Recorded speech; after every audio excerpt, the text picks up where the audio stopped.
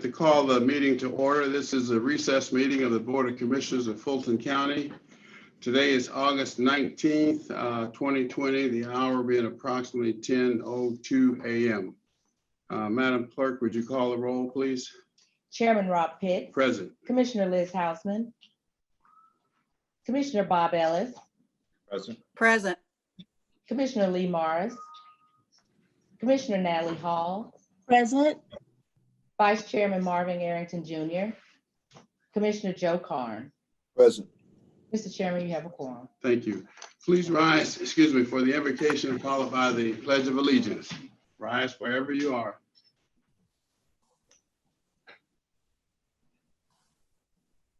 Let us pray. Almighty God, we give you thanks for this day, for your grace and for your mercy. We pray now your peace and your power upon the proceedings of this day. Bless now our leaders, give them your wisdom and your guidance. It is in your name we humbly pray. Amen. Amen. I pledge allegiance to the flag of the United States of America and to the republic for which it stands, one nation, under God, indivisible, with liberty and justice for all. Thank you.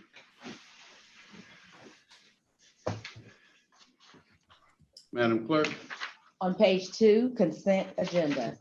20-0560, adoption of the consent agenda. All matters listed on the consent agenda are considered routine by the County Commission, and it will be enacted by one motion. No separate discussion will take place on these items. If discussion of any consent agenda item is desired, the item will be moved to the recess meeting agenda for separate consideration. Mr. Chairman and members of the board, we have one amendment to today's consent agenda. On page 2, the proclamation for the Certified Public Managers Day, that will be moved to the regular meeting and be presented. And that is the only amendment I have for the consent. All right, entertain a motion to Move approval of the consent agenda as amended. is there a second? Second. All right, let's vote, please. I have an item to pull, Mr. Chair. Where's my list here? Commissioner Houseman, Mr. Chair, I have. I'm sorry. I'm trying to find the number. It's the 20-0564.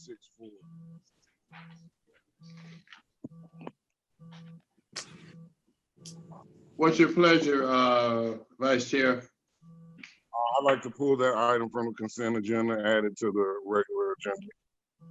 Was that 563? 0564, Yes. okay. All right, so on the motion to approve as amended, properly moved and seconded, let's vote. Commissioner Houseman, Yes.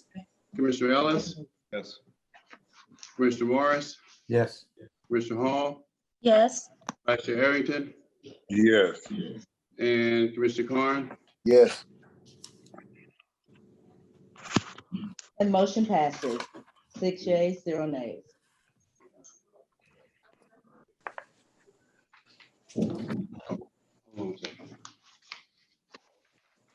Continue, Madam Clerk. Hey, Mr. Chairman, members of the board, we have an item that has been requested to be added to today's recess meeting agenda by the county manager. On your add-on memo at the bottom, 20-0582, personnel.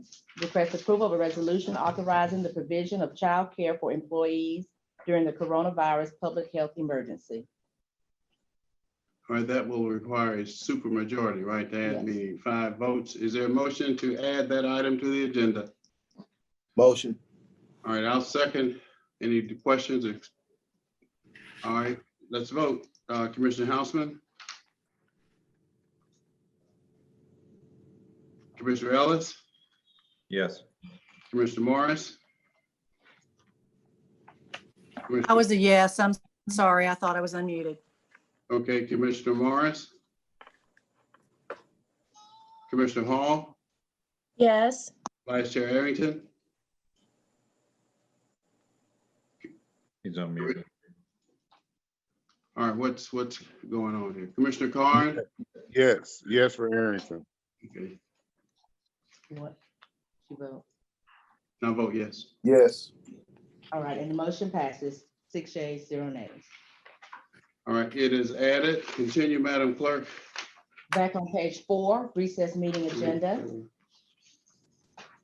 20-0567, adoption of the recess meeting agenda. I have, Mr. Chairman, members of the board, we have an item to be moved up on page 6, 20-0490, sponsored by Chairman Pitts, request approval of a resolution in support of the continuing transition of the Fulton County Board of Health to a fully self-sufficient state entity and for other purposes. That will be moved up to be heard after the COVID update, item 20-0571. Any other items? All right, a motion to approve the recess meeting agenda as amended. So moved. I'll second. Let's vote, please. Commissioner Houseman, Yes. Commissioner Ellis, Yes. Commissioner Morris, Yes. Commissioner Hall, Yes. Vice Chair Arrington, Yes. Commissioner Corn, Yes. and I'll vote yes. And motion passes unanimously. Thank you. Continue, Madam Clerk. 20-0568, ratification of minutes, post agenda, regular meeting minutes, August 5th, 2020. Is there a motion? Approval. All right, I'll second. Let's vote, please. Commissioner Houseman, Yes. Commissioner Ellis, Yes.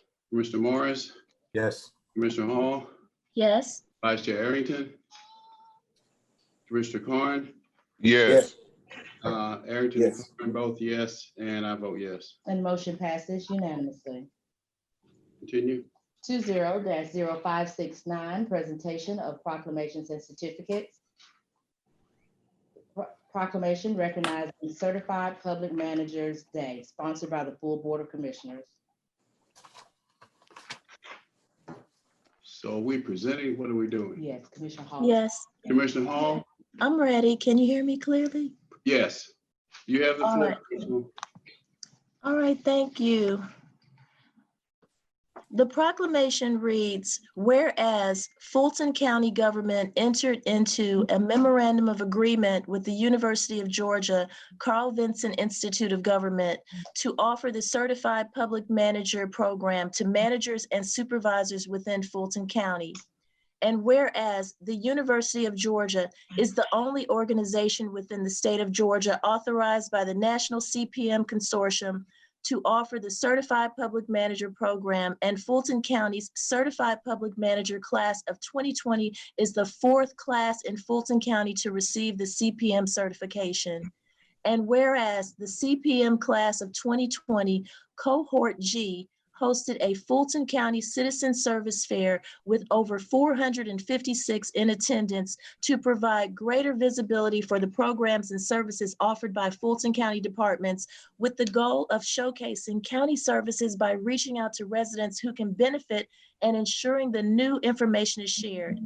And whereas the CPM class of 2020 cohort H hosted a service learning project to support local and global literacy by conducting a book drive, volunteered at Books for Africa, and served as guest readers for Read Across America Day, partnered to donate hundreds of books that were shared with Books for Africa and Fulton County's library system, and made financial donations for the purchase of hats and sweatshirts to assist with the shipment of books abroad.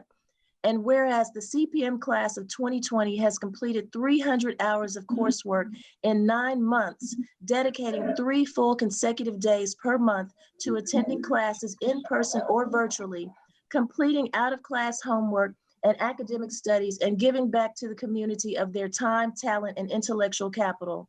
Now, therefore, be it resolved that the Fulton County Board of Commissioners congratulates the Certified Public Manager class of 2020 for successfully completing the requirements to receive their professional certifications as certified public managers, and does hereby proclaim Wednesday, August 19th, 2020 as Certified Public Managers Day in Fulton County, Georgia.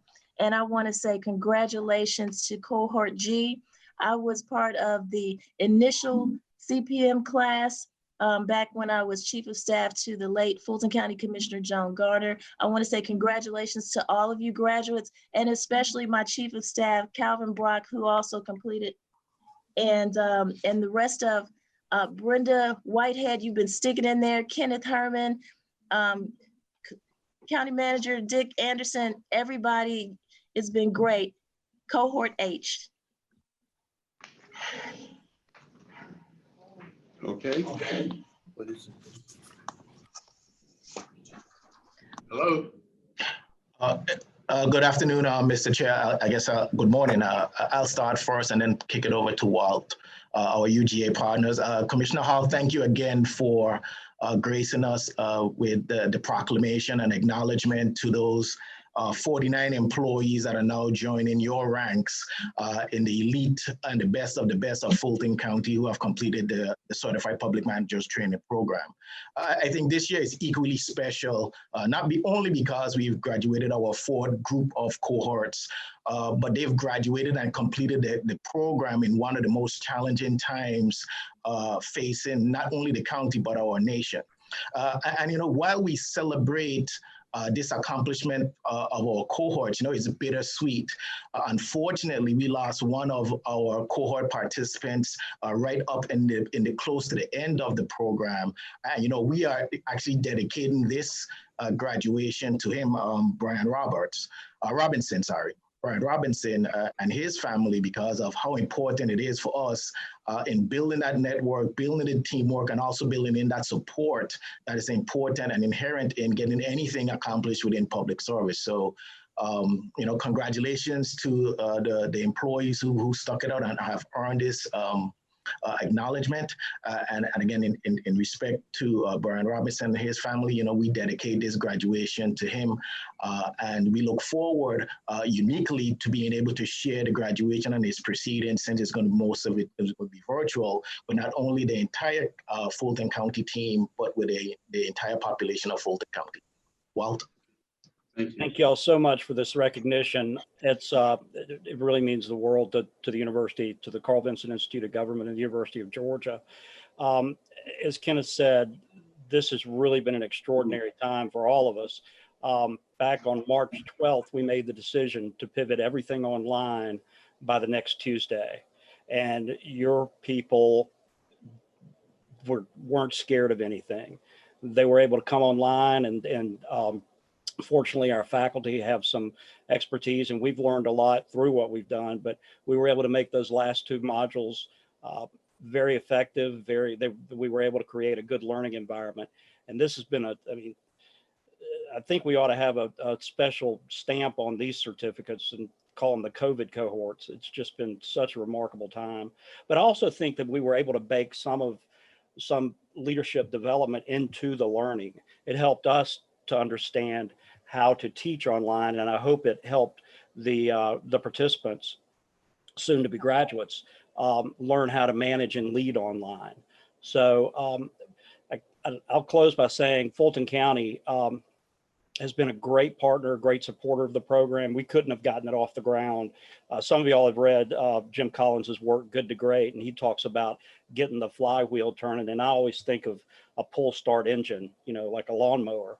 Well, because of Kenneth Herman and the way he pushed us to get the program back up and running, it was as if we had an electric starter instead of having to do that pull cord. So you've all been so supportive. The commission has just been such a great supporter, and we're just glad to be your partner and able to collaborate with you. So Mr. Anderson will be actually our keynote speaker next week at graduation, and Kenneth tells me that you're going to try and stream the program live on the Fulton County channel. So I hope you'll be able to see our graduation at 10 o'clock next Wednesday. So, and thank y'all. Appreciate it. Anyone else? Yes, thank you so much, commissioners.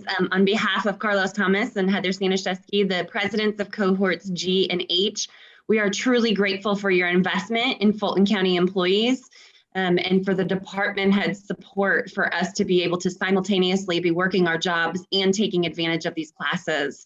It was truly an honor to be able to work across the cohorts to be able to bring better services to Fulton County. So thank you very much for investing, and we hope that you'll be able to continue to invest in this program.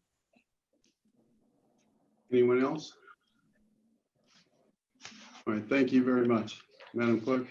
On page 4, public hearings, 20-0570, public comment. Citizens wishing to participate in public comment can register online to join the public comment portion of the Zoom call, or can submit public comment in by email by filling out the form located on the county website, www.fultoncountyga.gov. Speakers will be granted up to 2 minutes each. The public comment will not be allowed to yield or donate time to other speakers. The public comment portion of the meeting will not exceed 30 minutes. How many speakers? We have 3. 3, okay. The first public comment is from Donna Renfro Lawson from Atlanta. County Attorney P.P. Hooker communicated to me, Donna Renfro Lawson, a listing of employees that include Richard Barron and an elected official, Commissioner Natalie Hall, wherein she informed those point-specific individuals in an abusive tone that her office nor the voters' registration and elections office would be responding to any of my alleged voters' concerns. Who's in charge? Lee Combs from the state of Georgia referred me to this body of servants. In 2010, President Barack Obama passed the Plain Writing Act. County Attorney P.P. Hooker might take advantage of this resource. Clearly, something is missing in her competency of language when her skill set includes an expressed authority as presented. Not one commissioner has reached out to me per my request heard at the August 5th BOC. The red flags for your intended purposes are flying high and hard. You are supposed to be sensitive to the needs of Fulton County's voters. The updated March 2020 manual has a welcoming letter for who I thought was the former chair of Fulton County, John Eves. Are you all waiting for his input? Rob Pitts did rob me and throw my treasures into the pits. The results from our November 2019 meeting have not surfaced. Furthermore, it is said that Sister Harriet Thomas, his costly COS, has departed. CAPP Hooker did hook herself into believing the man's laws trumps God's, not so. The evidence is available.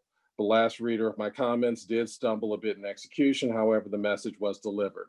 Our Fulton County leaders, whether elected, selected, or rejected, continue to argue unintelligently when problems and solutions are available. Lose your jobs, not your souls. There are options available. COVID-19 does not discriminate and should not be used as an excuse to properly handle business, as thought leaders for Fulton County try to incorporate within citizen services. Be encouraged to discuss the removal of suppressionist CAPP Hooker from the payroll in your executive session. Remember, Georgia is an at-will work state. We live in a world that supports change. Do the good trouble thing and contact me today. My vote counts. Public comment by Sherry Michael from College Park. Comment. Greetings, commissioners. Please know that the August 11, 2020 runoff election was a message to incumbents and all elected officials who don't work for citizens of Fulton County. We have been awakened. We will galvanize ourselves and vote you out of office when you fail to work for us. Concerning the Fulton County Jail, although Ted Jackson was voted out of office, he still has time to redeem himself by doing something about the disgraceful food he serves in Fulton County jails, especially Rice Street. They lack nutrition and causes inmates to be placed on cholesterol medicine. As citizens, we still ask, why is there a charge for salt, pepper, mayonnaise, mustard, etc.? Why are no proteins served, such as eggs, chicken, tuna? Why do families have to pay for these foods for inmates? Why isn't dental floss provided for inmates? It's necessary for good health. Patrick Labat will be put on notice by citizens as the newly elected sheriff if he does not do the right thing. He'll be voted out also. Last, this commission is respectfully requested to put in place a citizen oversight board for the Fulton County jails to take concerns from citizens and act timely on them on a regular basis. What citizens want is humanity shown in Fulton County jails. We know it's not to be a penthouse experience. Also, please let Ted Jackson know the smoke alarms need to be turned off at the Rice Street Jail as it continuously is going off. It is a code violation. Public comment from Ben Howard of Atlanta. Please invite the Postmaster General for Atlanta to inform us of how the Postal Service plans to accommodate Fulton County absentee ballots in the general election. So if we have any attendees in the Zoom, we would ask that you raise your hand. I'm going to call names, and if you wish to speak, please unmute yourself. Sierra Kabor. I believe Gary Jackson is an employee. Jason Kendrick. Jennifer Color. Niall Kendall. Shaniqua McCollum. I believe Charmaine Perry Knight is an employee. Sherry Michael. And Ulicia Bolton. If any of you are here for public comment, we would ask that you unmute yourself and make your comment at this time.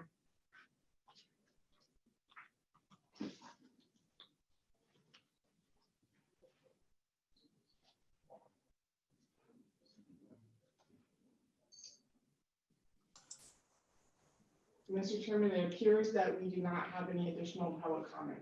Okay, thank you very much, Ms. Corbett. Madam Clerk, continue. Bottom of page 4, county managers items under open and responsible government 20-0571, presentation of the COVID-19 operational response update. All right, Mr. Manager, the floor is yours. Yes, sir. Good morning, Commissioners and Mr. Chairman. We appreciate again being given so much time to look at these serious matters as it relates to our COVID-19 response. We will try to step through them quickly and provide you the best briefing. A few things to call to your attention up front. The numbers have improved since the last monthly results, or excuse me, the last results that we shared with you, dropping in terms of new cases from 375 to 245, and the positives dropping to 8.6%. Hospitalization has also dropped from 500 to 430, which gives us about a 675 bed cushion. Again, the numbers are the numbers, and they will continue to fluctuate, but there are serious consequences if they're not tracked and managed against, that you will, as you will see in the death projections, which remain over 1,100 in a most likely case scenario. Testing continues to be our strong suit, approaching now 450,000 tested and the goal of 1 million by end of year. The recently signed MOU with CORE is an innovative, sets a national standard for public-private partnership to address COVID testing, but I think most uniquely provides a proven way to reach underserved communities. I appreciate the commissioners that joined us for that signing, and then Jessica and her team for garnering the very positive press that we received, not only locally, but nationally for that agreement. PPE distribution now has kicked into gear in terms of providing product for our municipalities with 11,000 boxes of gloves, 9.5 thousand N95 masks, and then 3,000 to 4,000 of gowns and shields being delivered in the last week or so. And I think our cities were very appreciative of that delivery. Of course, that sets up the first of many months where we'll be making these same levels of deliveries to our cities. In community support, third leg of our stool, we'll provide today more information on the digital skills training program with the goal of 2,500 folks being trained by end of year, and the partnerships that we've developed with both Goodwill and the Metro Chamber to make that what I'm sure will be a very effective and again, leading program in the metro area. We've enhanced our library curbside service, both adding locations and hours. So we'll overview that with you today, as well as an emphasis on our digital subscriptions that are now fully available. So that service is now built, I believe, for the long-term duration of this event. We continue to manage the CARES funds strategically and with an eye toward impact and execution, again, with 90 million or so allocated or expended and $32 million in POs paid. We will share the details of that and the purchase records that we review on a daily basis. Lastly, what we want to call to your attention is our overall financial outlook beyond CARES. We'll review that because our billing cycle is likely to be impacted due to slippage at the City of Atlanta timeline in terms of setting a millage rate. And as well, we'll talk about the 2021 budget preparation with really a focus on stable operational performance and avoiding broad calls for enhancements, growth in employees by filling vacancies, or costs associated with pay raises and/or pay for performance. So it will be steady as she goes, but with not a lot of additional expenses being added. And last, I think, Mr. Chairman and Commissioners, our leaders have truly proven that they have the ability to rise to the challenge of doing more with less and adopting new ways of serving citizens. So we continue to remain focused and act and adjust as we move forward. So Ms. Roach, the Chief Operating Officer, Mr. Chairman, will introduce the operational section, and then Ms. Whitmore, the Chief Financial Officer, will cover the finances. Thank you, Mr. Manager. Madam COO. Good morning, Mr. Chairman. Thank you, Mr. Manager, and good morning, members of the board. It's a pleasure for us to be here with you again this morning to briefly update you on where we are in both our operational as well as financial steps taken to address the COVID-19 epidemic. I'm going to kick it directly over to Matt and Doug that will go through the EMA joint response update, and they will introduce Dr. Paxton, and following her remarks, we'll stop for questions from the board, and then we'll get into our reopening update. We'll also have an update on childcare and hazard duty pay from the Human Resources Chief, and then we'll kick it over to our CFO to wrap us up with the financial summary. So we have skinnied down the presentation. Hopefully we can get through it in a shorter period of time today and leave more time for discussion with you. So Matt, if you are ready, I will turn it over to you.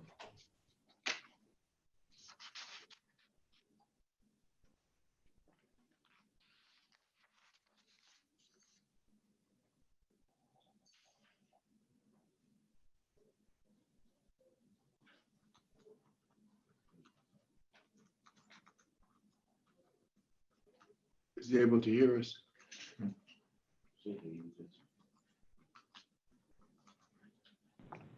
Were we muted? Just wanted to go ahead and do a quick sound check. Thank you, sir. I appreciate that.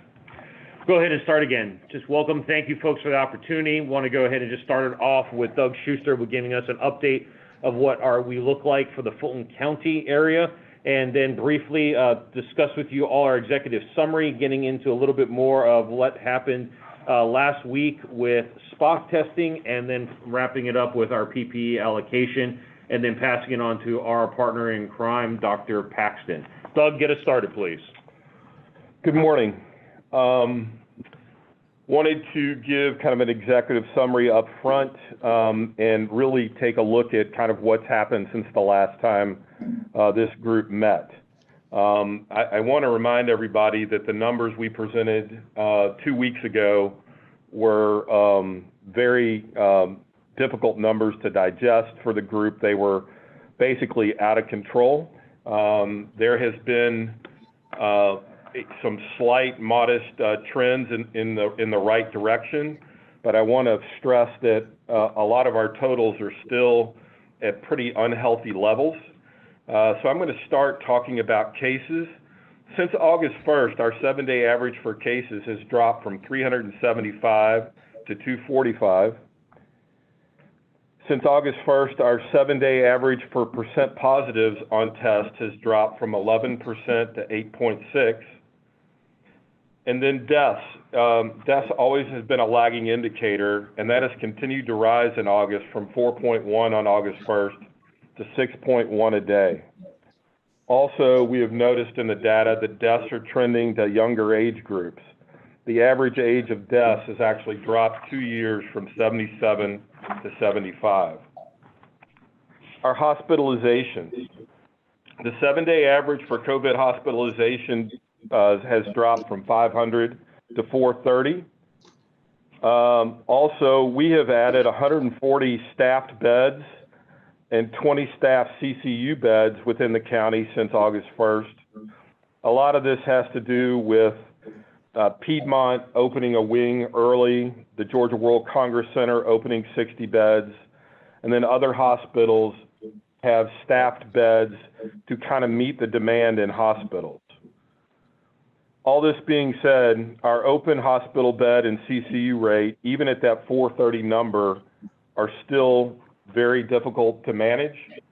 We couldn't manage it without the surge capacity at the Georgia World Congress Center. Testing. I'm going to speak briefly about our testing demand seems to have dropped. I'll let Dr. Paxson talk a little more about that, but there may be a couple of reasons why, but our ability to test is still at a very high rate. And then also testing results now are at a very reasonable, less than 72 hours, but the standard generally is 48 hours or less for receiving your test results. Next slide. So this kind of visually displays what we were talking about. If you see on the far left in the green, our testing has gone down to 3,900 a day. There's a lot of reasons we think maybe that there was some bad word of mouth about waiting for results.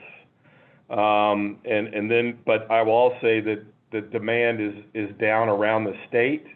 And I just want to remind everybody that testing is a key component to success in containing the virus. So we need to continue our efforts to be good there, and we are positioned, as the county manager said, to test actually about 8,500 people a day if the demand was there.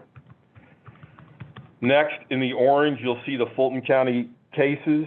And I think this kind of demonstrates, if you look in the first 3 months, when we were below 100 cases, averaging about 64 new cases a day in Fulton County, that is kind of where we want to be. And now we are, while the trend is going down slightly, it is still a very unhealthy level at cases at 234 a day. The next is the hospital bed census. And as you can see, we're down to about a 430 bed average over the last 7 days. And it looks like it's starting to kind of flatten out here. And like I said, 430 beds still puts a great strain on our hospital system in both regular beds, CCU beds, and I'll show that a little more detail later. The last is the most disturbing slide on this page, which shows kind of the growth of daily deaths from COVID-19. We have averaged, for the length of the incident, about right around 3 deaths a day in Fulton County, but the last 7 days, the average has been over 6.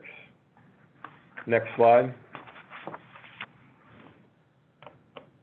Couple of things on this slide is, on the left is how we measure bed availability in the hospitals. Pre-COVID, Fulton County was between 20 and 25% on open bed rate, and if they get below 15%, they're moving patients around to different hospitals. And so it kind of shows the days in red. So the bottom on that chart is the non-COVID patients. The orange is the COVID patients, and then the green is the open beds. And each hospital within the county may have more criticality than another, and so this is just overall. And so that's why that 15% number is important. You also may notice it looks a little bit like waves over there. Over the weekends, hospital census overall goes down with discharge of patients, and during the week, you'll see a rise in non-COVID patients, which leads to a possible shortage in beds. On the right side of the slide, you'll see the projections on hospital bed use. The orange line is the most probable line, and as you can see, it looks like a surge is predicted for mid-October. That is worse than anything we've seen before. We are trending right on top of that orange line as of Monday in this slide. So it's important to realize that we need to maintain our vigilance as far as everything we're doing to reduce the spread. We all started out with this to reduce the strain on hospitals, and we need to continue to do that. Next slide. This is the same information for critical care beds, and as you can see at the top, our open availability for critical care beds, especially in adult beds, has been at a critical level for almost 3 weeks now. If you look at the top, we are back in the red in the last 2 days for critical care bed availability. And you'll see that the chart on the right, once again, shows that possible spike coming in October. Next slide. Once again, very important metric here. As you can see, this is our largest tester in the county, which is the hospital system. Specifically, I will say that the state numbers, our partners with the Board of Health, all have very close to these hospital numbers that I'm reporting on this slide. But as you can see, the percent positives is now down to 8.6%, which seems good to be down from 11% at the beginning of the month. But for contact tracing to be successful, the CDC and the WHO both recommend that the percent positives be under 5%. Even a tenth of percent is a large number of people, and that contact tracing piece is very important. Once again, it looks like we've been on a little bit of a plateau for the last week or so, but 8.6% is where we were at on this, on our overnight percent positivity. Next slide, please.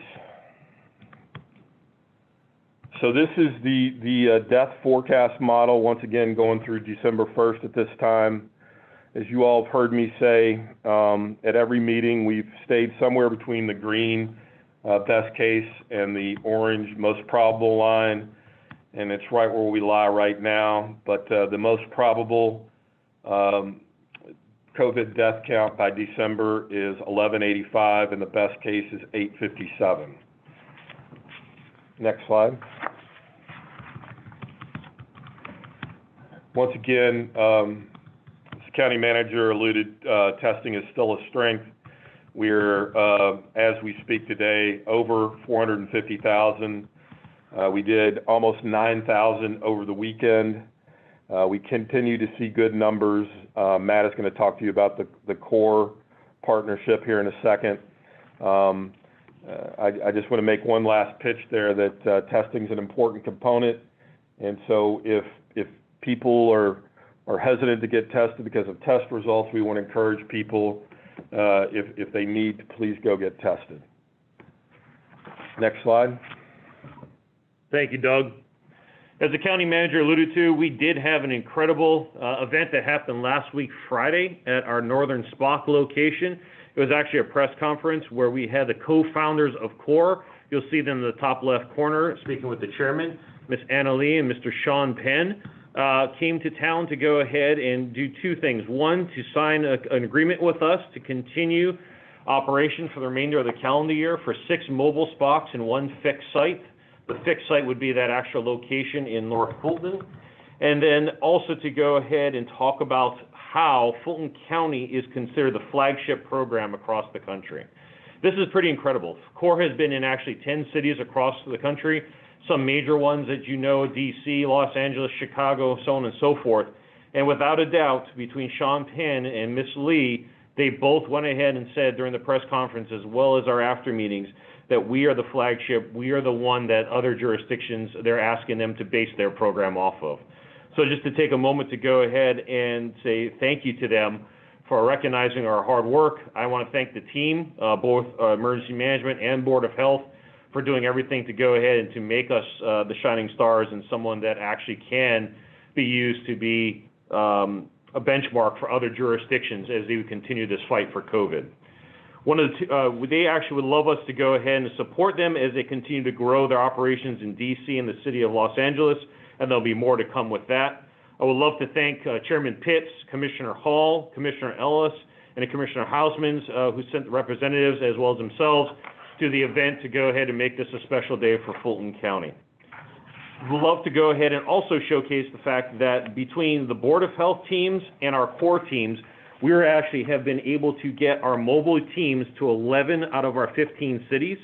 There are 4 jurisdictions that we're still working to go ahead and get a mobile unit out to them. Mountain Park, Palmetto, Milton, and Johns Creek. But all the other cities have taken advantage of this resource and will continue to go ahead and get these mobile units out there, which has been a huge success and something that we have been able to showcase to other jurisdictions across the state of Georgia as well as the country as the model to follow. Take it to the people that need it the most as opposed to asking people to come to you. Next slide. We talked about this, and this is something we wanted to make sure we showcase. Just with CORE alone, over 88,000. This number has definitely grown since we reported this for this Board of Commissioners meeting. Tests have actually been conducted utilizing the CORE team's effort. They are well over 100,000 tests overall. They recently did a press release, I believe yesterday or the day before, to showcase that matter. That's to take into account some of the work that they did prior to joining forces with Fulton County to continue this operation in the Board of Health. So we just want to go ahead and acknowledge them and say thank you and know that they are true partners throughout this process. Next slide. One of the final pillars of our program we always want to make sure that we update the team with is the PPE allocation. Is from the PPE cash. We did speak to you all at the last meeting saying that we were going to commencing that process that week and finished it to all cities but one. We are still working with the city of Mountain Park to get their allocation to them. Well, all the other jurisdictions, have received their allocation.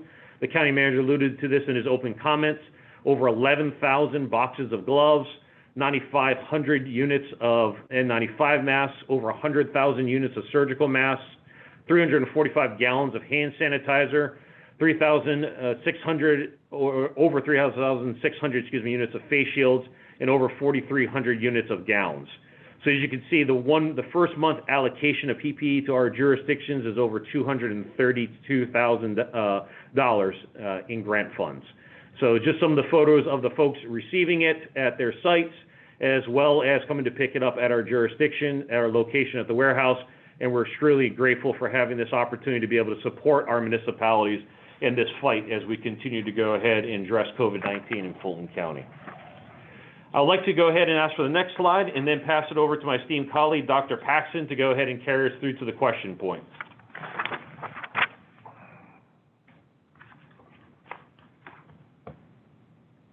Dr. Paxton. Sorry, I was having a little trouble unmuting myself. Can I have the next slide, please? Okay, I just wanted to give a brief update on what the Board of Health has been up to. As I mentioned in our last meeting, the measures that we've been implementing over the past weeks have really resulted in a huge improvement in appointment availability, scheduling, and provision of results to clients. And our results turnaround time, I usually just tell people it's usually between 2 and 3 days. It has often come back faster than that, but usually the 2 to 3 day mark is the norm. Finally, LabCorp, which is the laboratory that we have been using several weeks ago and had that huge backlog, they finally worked their way completely through that. So we have no more backlogs of tests that are up on the portal. Of course, those were tests that were done quite a few weeks ago, and so are outdated, but at least that has been worked through. As has been mentioned by my predecessors today, the U.S. Health and Human Services, with considerable help from the FCMA, thank you, set up a surge spot at the Atlanta airport, which was in the kickoff of which was attended by not only the governor's staff and the district health directors of the 2 relevant counties, Clayton and Fulton, but also by the U.S. Surgeon General and Dr. Toomey. And so that has been set up and it's running. It has been, It was first slated to run from August 10th through the 25th. There's talk about possibility of an extension if it's needed. So we will keep you apprised on whether or not that happens or not. On other things COVID related, we had a very well attended and very well viewed virtual meeting on August 12th with representatives of the interfaith community. What we did during that meeting was we provided extensive information about COVID and concentrated on guidance that is relevant to churches and other faith communities in terms of how to work with their congregations to keep them safe, as they continue to provide for their spiritual needs. So as part of that, we asked if the representatives, if they wanted what things they would like to see from the Board of Health and how would they like to be more involved as we go forward. And we've getting this enormous outpouring of interest in. Many of them want to, of course, they want to be testing sites. We've been doing that for quite a while. Many have requested masks that can be given out to their congregations. Others are very interested in working with us with our Mask On campaign. And we think that this has been, we're very heartened by this, this appreciation, and are glad that we'll be working with these groups more as we go forward.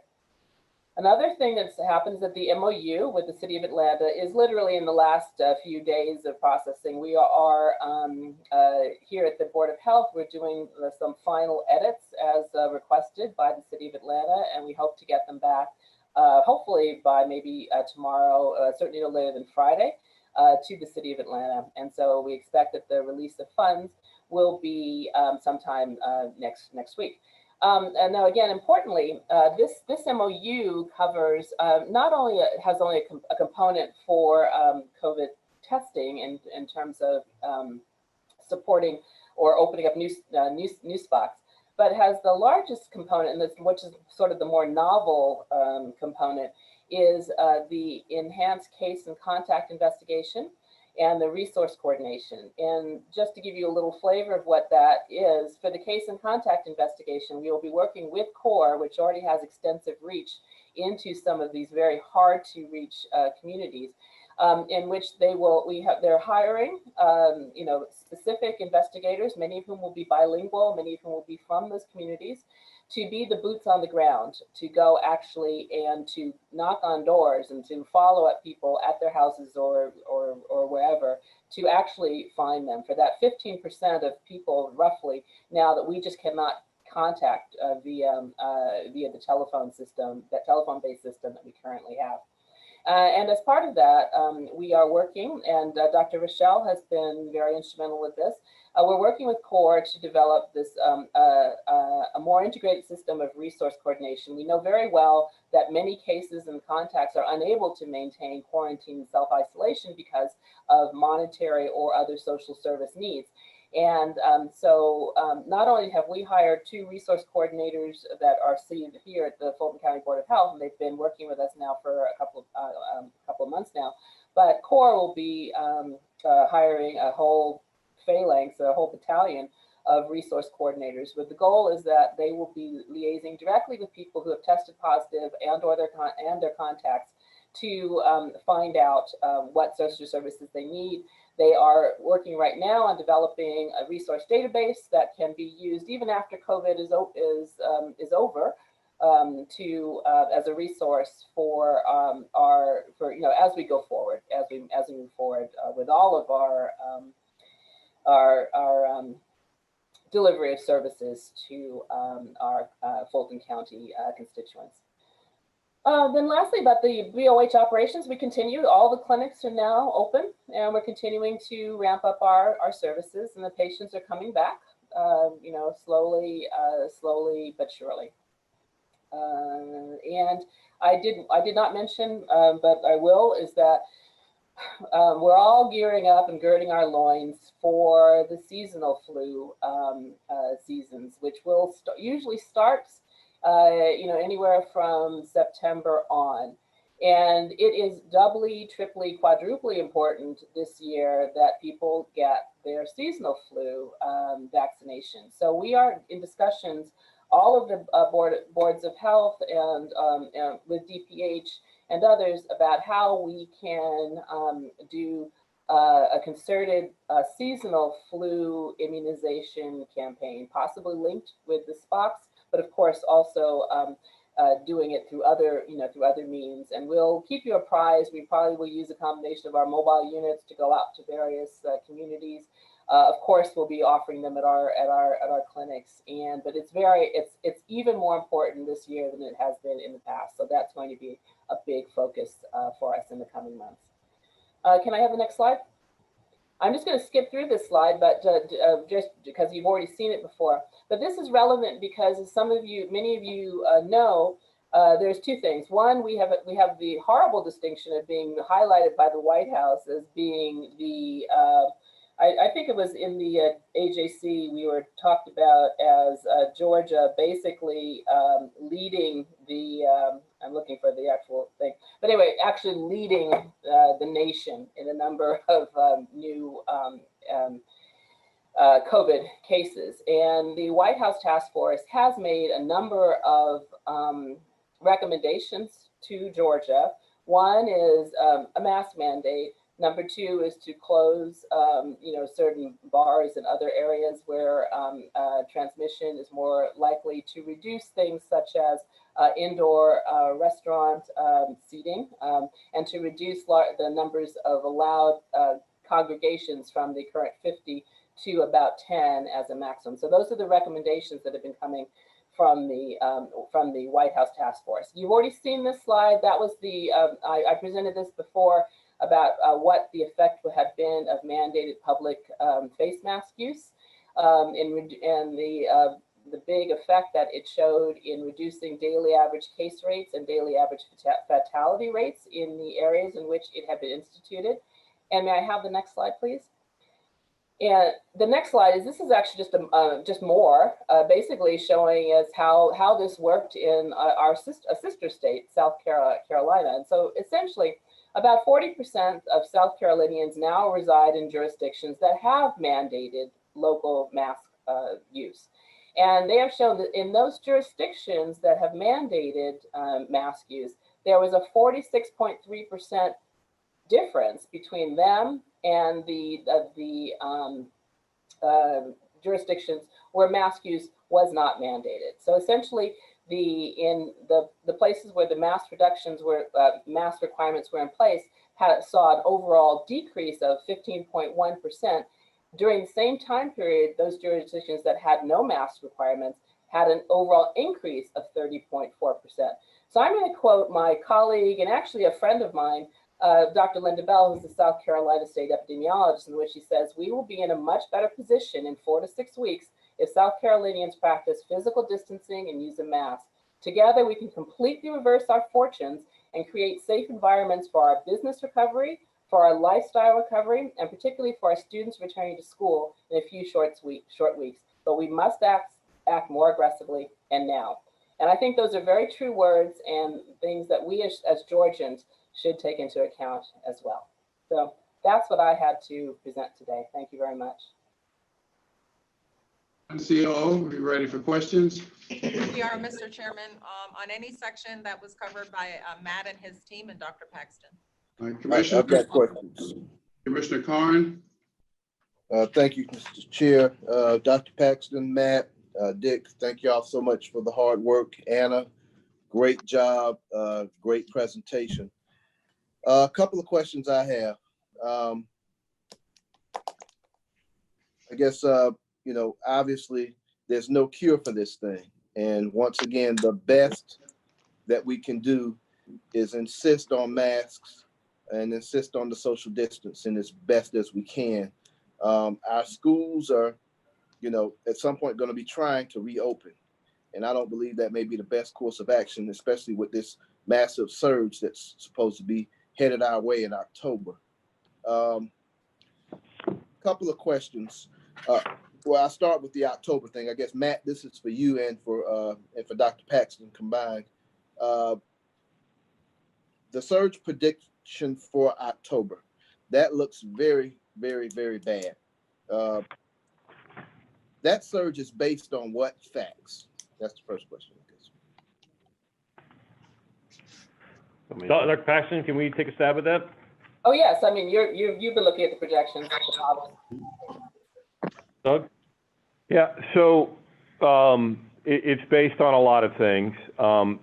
Early on, it was thought that this virus may be seasonal. It's definitely not seasonal, but when you add in seasonal flu to the mix, and it is based on a continued path of what we're doing as far in Georgia, as far as social distancing measures and everything else. So and it also looks at things like mobility data with people moving around. And so there's a lot of factors that are built into it. And so if we continue on the same path of possibly people loosening their social distancing manners, that it could get that bad.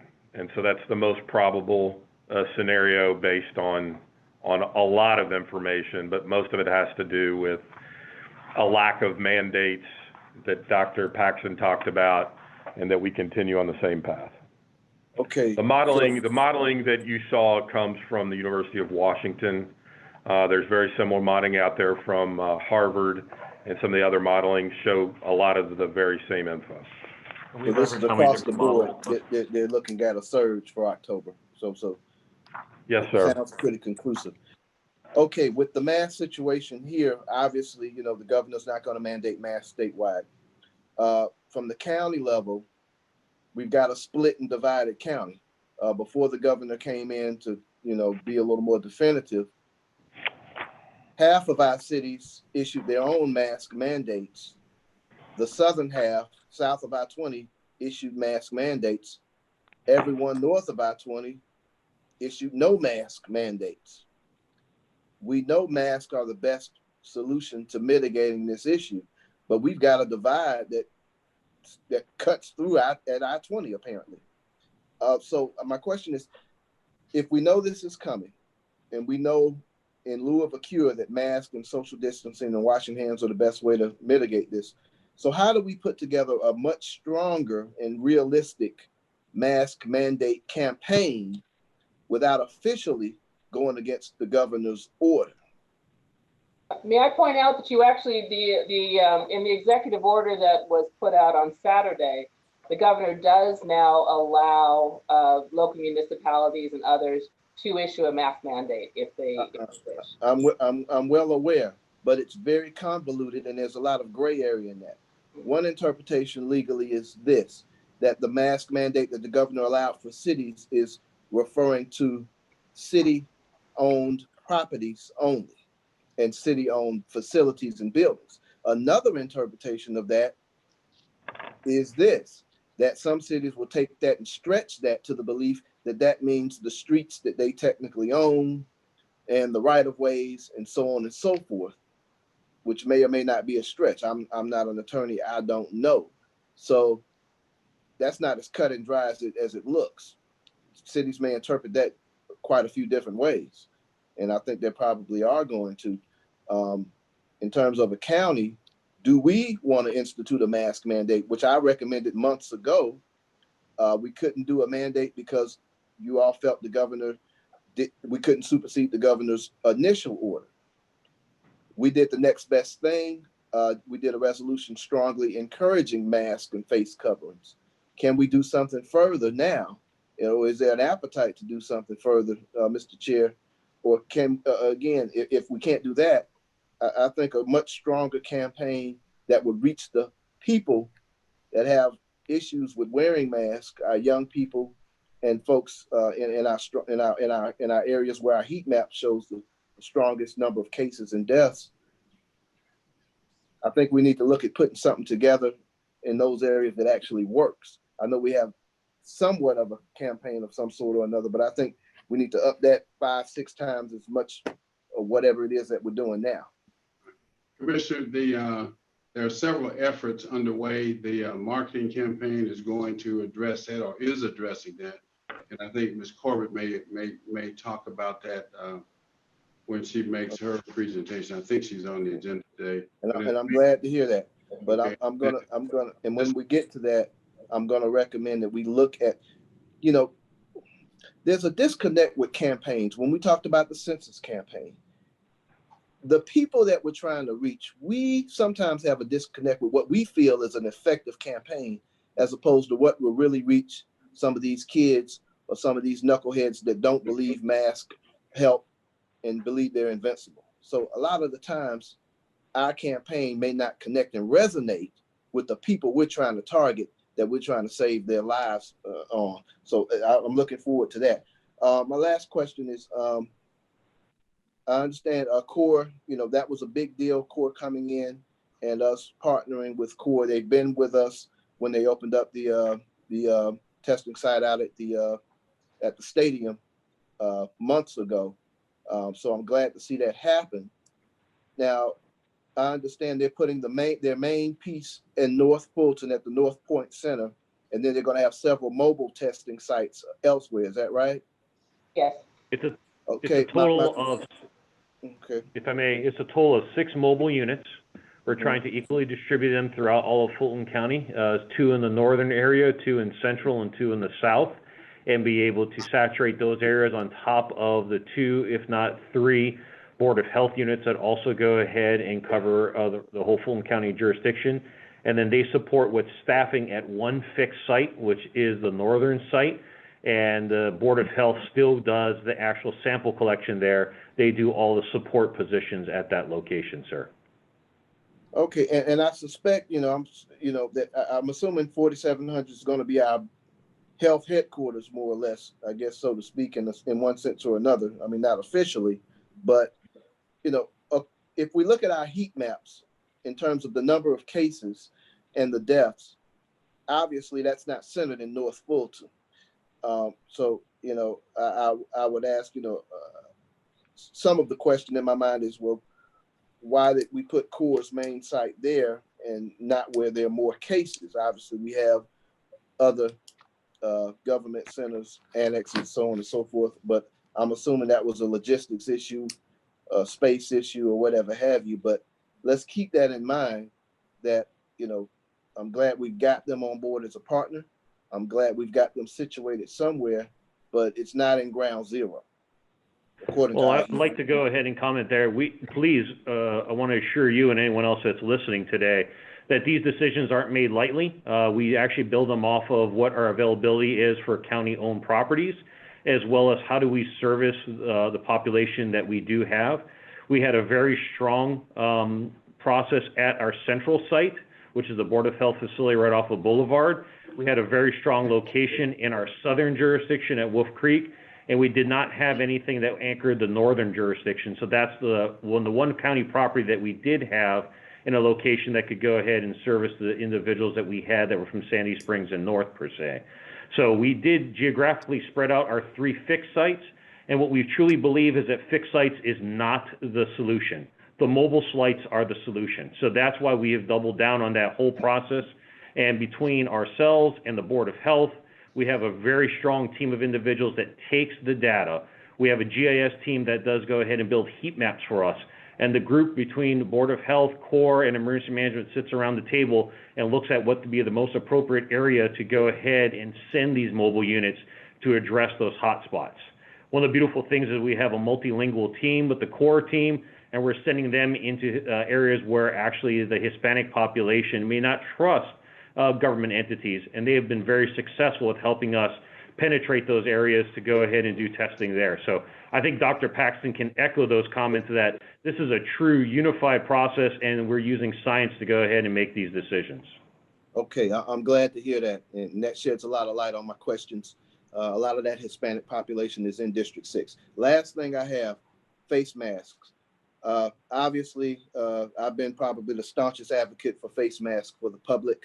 I'm glad to see we're getting the face masks to our cities. I'm in need of more face masks. My team, as you all know, we've distributed over 27,000 face masks thus far in our community. I'm in need of another round of face masks.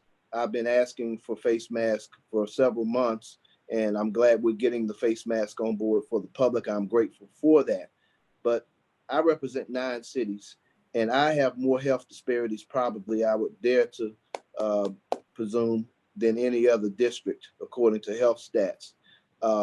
The folks down there cannot afford these masks, and they're used to receiving them from myself and our team. We're getting them out everywhere and anywhere that we can. I appreciate the 5,000 masks we received. They were gone in about a week and a couple of days. I'm in desperate need of more masks for my community. And keep in mind, the 27,000 we've distributed, I want you all to know, we're not eating those masks for dinner or selling them off somewhere. We're getting them out to as many people as fast as we can before this second wave hits in an attempt to mitigate it. So I'm asking for more masks. And Dick, I know we spoke about it. I'm hoping I'm going to be able to get another batch so we can get going this weekend, as we got a lot to do. And a lot of folks, I truly believe we have saved lives with the 27,000 masks that we have put in the hands of residents. But I have more hands that are out asking for them everywhere we go. And at the last couple of events, we didn't have resources for them. So I would definitely need another batch. If there's other commissioners that aren't out necessarily handing them out, we definitely need some.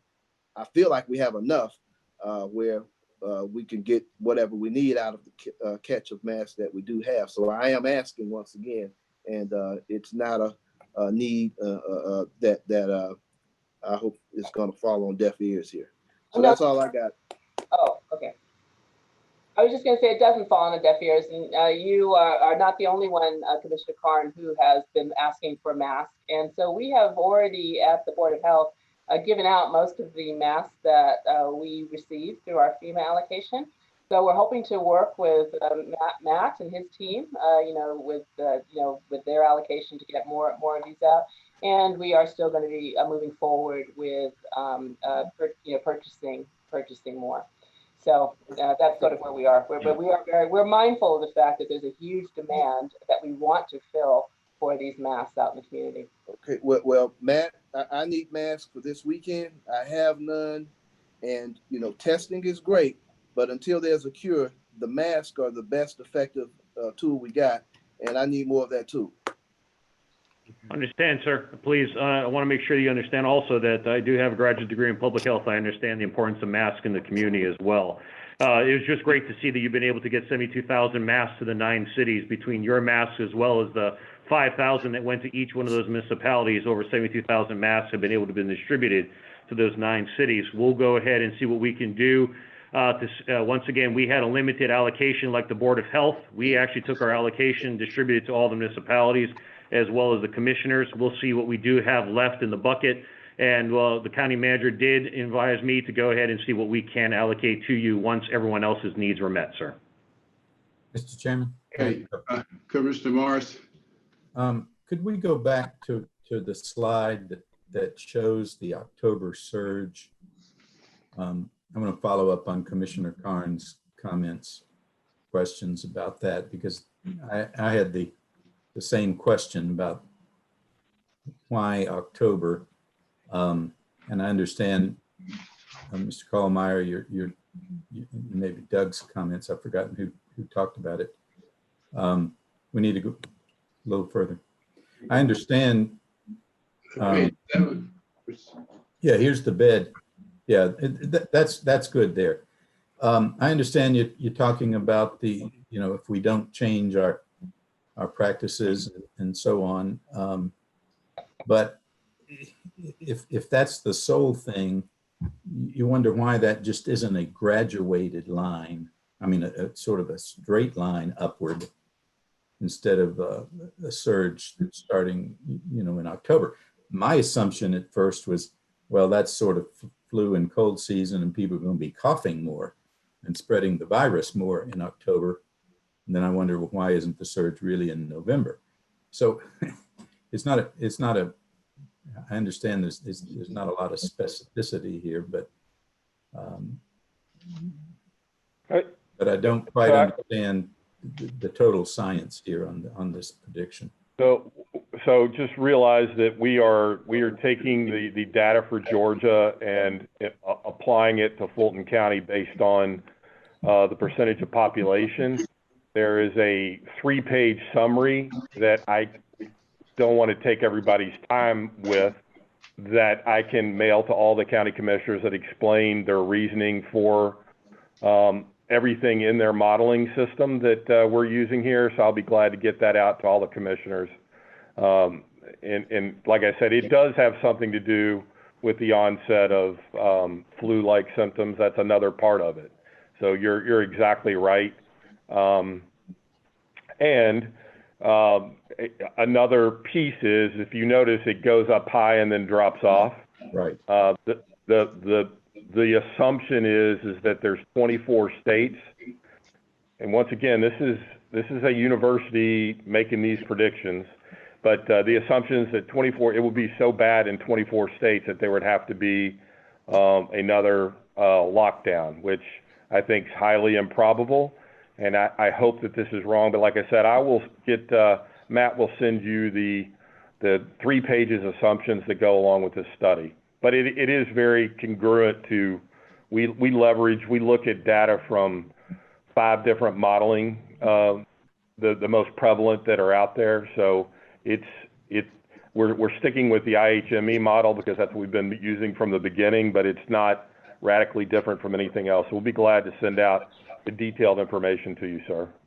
That would be helpful, because and you addressed part of my question is why the heck the big drop off if it gets so bad? Why would it be so? Yeah, the assumption there is that there would be a shutdown like we had early on.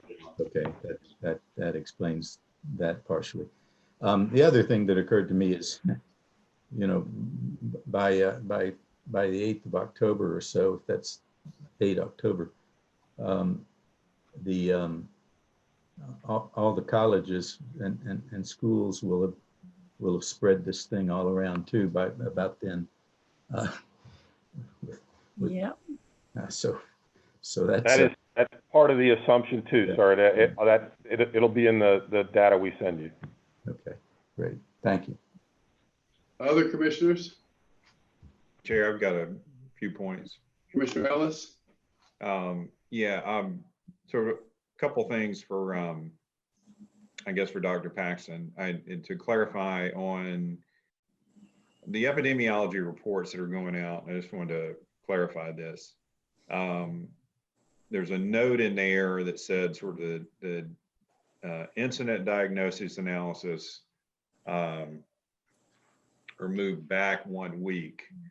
So should we read that to view that sort of the data that we are generally seeing is sort of a week in arrears?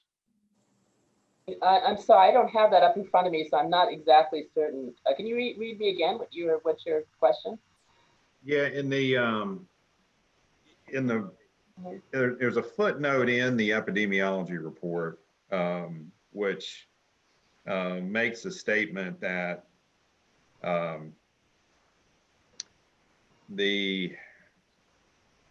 me just read exactly. Data used for incident diagnosis analysis were moved back 1 week. So I guess with that is I'm trying to understand with that statement, does that mean that with the 14-day trend? There's a lag in terms of our getting all the data in. So when they're making incidents, when they're analysis, they prefer to use, of course, the most complete data we have. So I think that was most likely just referring to that lag time. That's almost inevitable. So maybe not, as we're looking at it, I'm just trying to figure out how to utilize that statement. Does it mean that we're, our trending data is probably, maybe a week delayed in terms of what's a true trend? Well, let me do this. Again, I don't have it in front of me. Let me take a look at that, and I'll get my epidemiologist can get back to you, Dr. Khan. Okay. And know specifically what that, it can explain that specifically to you. Okay.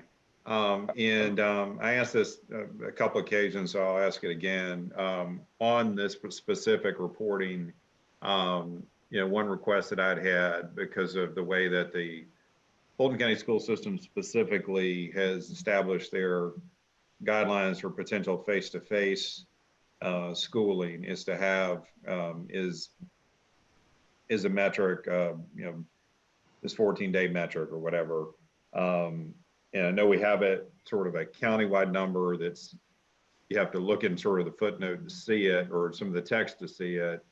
I'd like to see that maybe more prominent, as well as a number Fulton County ex Atlanta, since that's the school system for Fulton County schools, and then potentially a North Fulton, kind of South Fulton number, but particularly a Fulton County ex Atlanta, and then a clear sort of Fulton County incident rate would be good to see on the reporting, because I know that's something a lot of people are paying attention to. Sure, they certainly are. Actually, DPH actually does. They provide to us every week a more granular look at all the counties, and even sometimes even more granular on that. And we, as you may or may not, I'm sure you're aware of this, we actually are working very, very closely with all of the public school systems in Fulton County. And so we do provide that information. So they're really on top of that. It was DPH's decision not to just put that, to have that put out there every week, not to actually publish it. I think it's because it does change. So it does change so much and all that, but we do have that information and we do share it very freely with pretty much anyone who asks us. But I think if I remember, and I'll talk to Dr. Khan again, that I believe that it was just DPH's request that because of the nature of this, that we not put it into every report that we have, because it does change a bit. Well, I'm glad we're sharing it with the schools, but I think we should share it with the public. I mean, we're showing a 14-day incident rate by city. We got an aggregate number. I don't think it's that hard to have a number ex Atlanta. This just sort of ties in where on reporting. That's really what my ask is. So, okay. So I would ask if you could, if we could revisit that again. And the other thing I just sort of of note, and I think it's very important that we talk about the mask stuff. As I understood sort of this order or revised order, part of it probably address some stuff that we had already done when we kind of established our open. One thing I understood it allowed for mandates within the facilities by the individual governments, which we had established early on. Am I correct on that, Mr. Manager? Or... Yes, sir, we did. Okay. So from that perspective, we really never did change that. It was sitting out there, so that validates what we've done on that. It's not in dispute. Is that a fair way? I don't know who wants to weigh in on that in terms of a reading of that. Yes, Commissioner Ellis, that's correct. Okay. Our position has been validated, and in fact, the state has said that we can require the masks as a condition of coming into our properties. Okay. The only thing that we can't do is require masks entering polling places. But yes, in a sense, we've been vindicated. Okay. So I think that's an important thing to note, that we were, before this became a very politicized subject, we technically had one in place, may have been one of the early ones. We just maybe didn't really talk about it in that context. From a permissible standpoint outside of that, I guess really the only further action, I guess it would sort of fall within, as I understand this, and I'm asking for some advice on it, that would fall within our purview would be just a further action related to the unincorporated footprint. Is that correct? Yes, that's correct, except to the extent that the governor's order makes it clear that it doesn't extend to private property. Understand that, but yes. Right.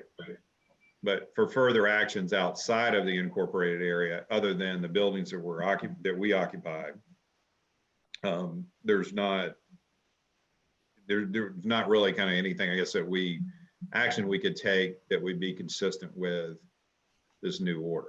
That is correct. There would be no additional actions that would be allowed or required by the county in Right. that regard.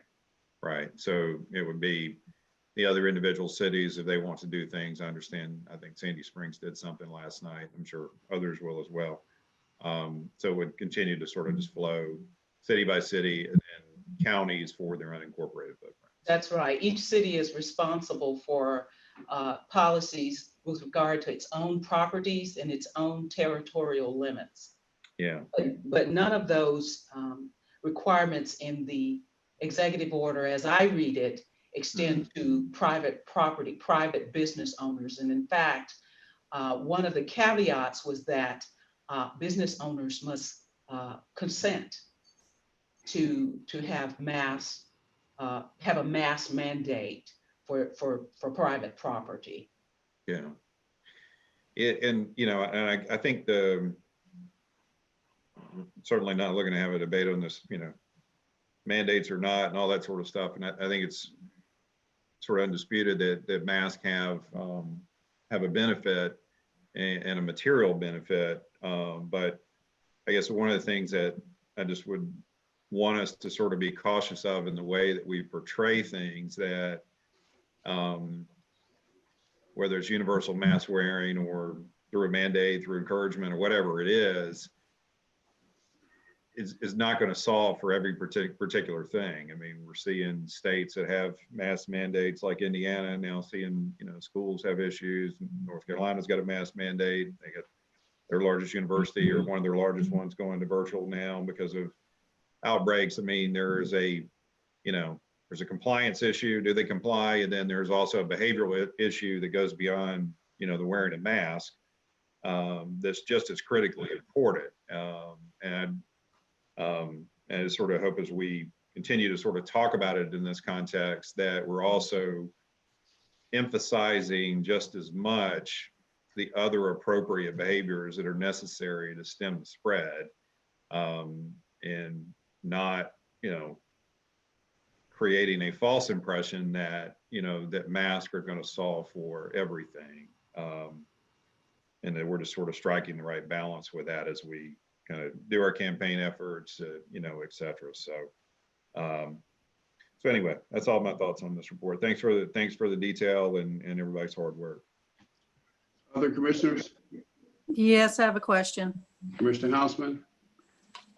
Real brief, I won't go into a lot of this because it's already been talked about, but y'all are doing a great job with the testing. I think we can all be very proud of the efforts that we have done there and the impact that it's having.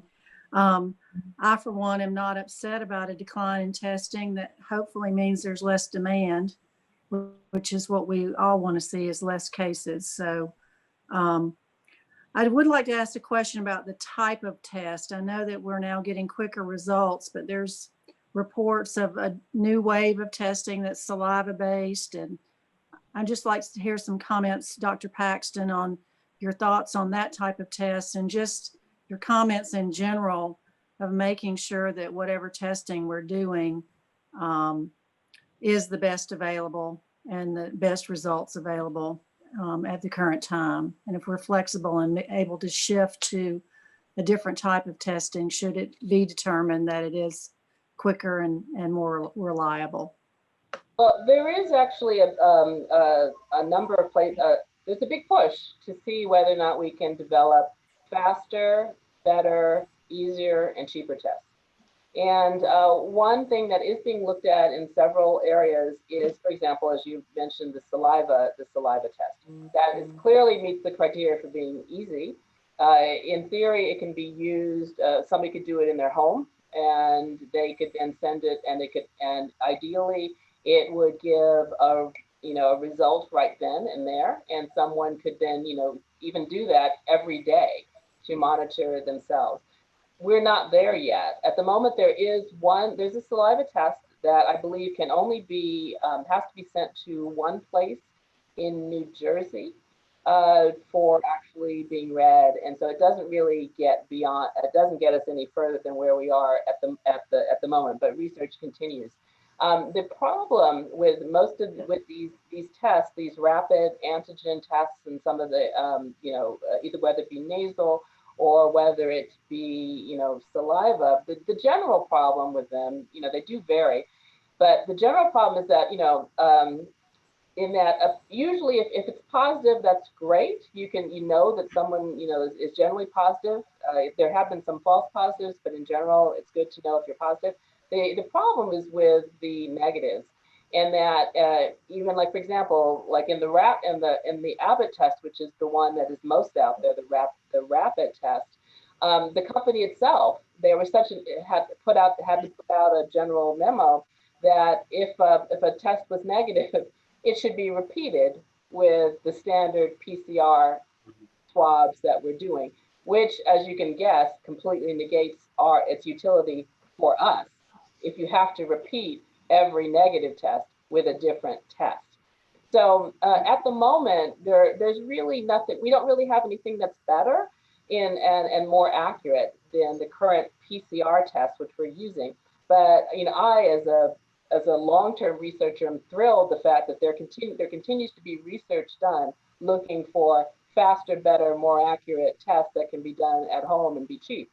And maybe we'll get there soon, but we're not there right now. So that we are currently offering what is considered the standard by DPH, CDC, and other organizations, FDA, WHO.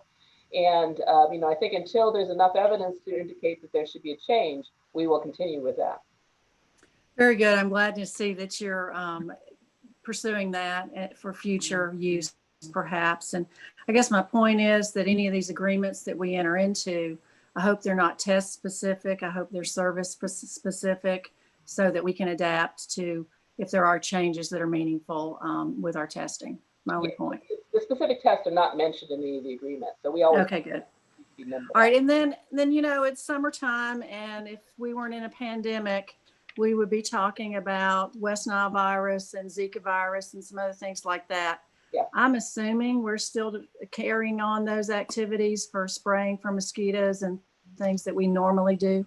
Oh, absolutely. Yeah, we have mosquitoes. Commissioner Morris, I sent him an email about this. We have traps. There are mosquito traps that are set in strategic locations, and those are monitored. That's all the time. And so we're monitoring mosquitoes for viruses. And thankfully, we've had no cases of West Nile virus in humans. But we monitor the mosquitoes, and if we find that in any place, then that immediately triggers intensification of spraying and there's a whole protocol that comes into effect, and that's going on. Well, that's good news. We used to get reports on that, so perhaps maybe y'all can send us something just in case we get questions, because mosquitoes are certainly out this year, as we all know. Well, that's good. What I'm doing is whenever I hear that a mosquito has turned positive in anyone's district, I send it to the appropriate commissioner. So that's why I sent a very good to Commissioner Morris about a mosquito in his district. All right, and finally, I'll just say I'm looking forward to the day when we're down to zero testing. I know that's a long way off, but I'm just praying that it gets here sooner rather than later. Thanks again for all y'all are doing. Other commissioners? Anyone else? Not, thank you very much. Continue, Madam COO. Chairman, I think we are at the reopening slide. Next slide, please. Commissioners, as many of you have heard in the previous reporting, we do have an improvement in our 7-day trend, which is how we worded this gating criteria.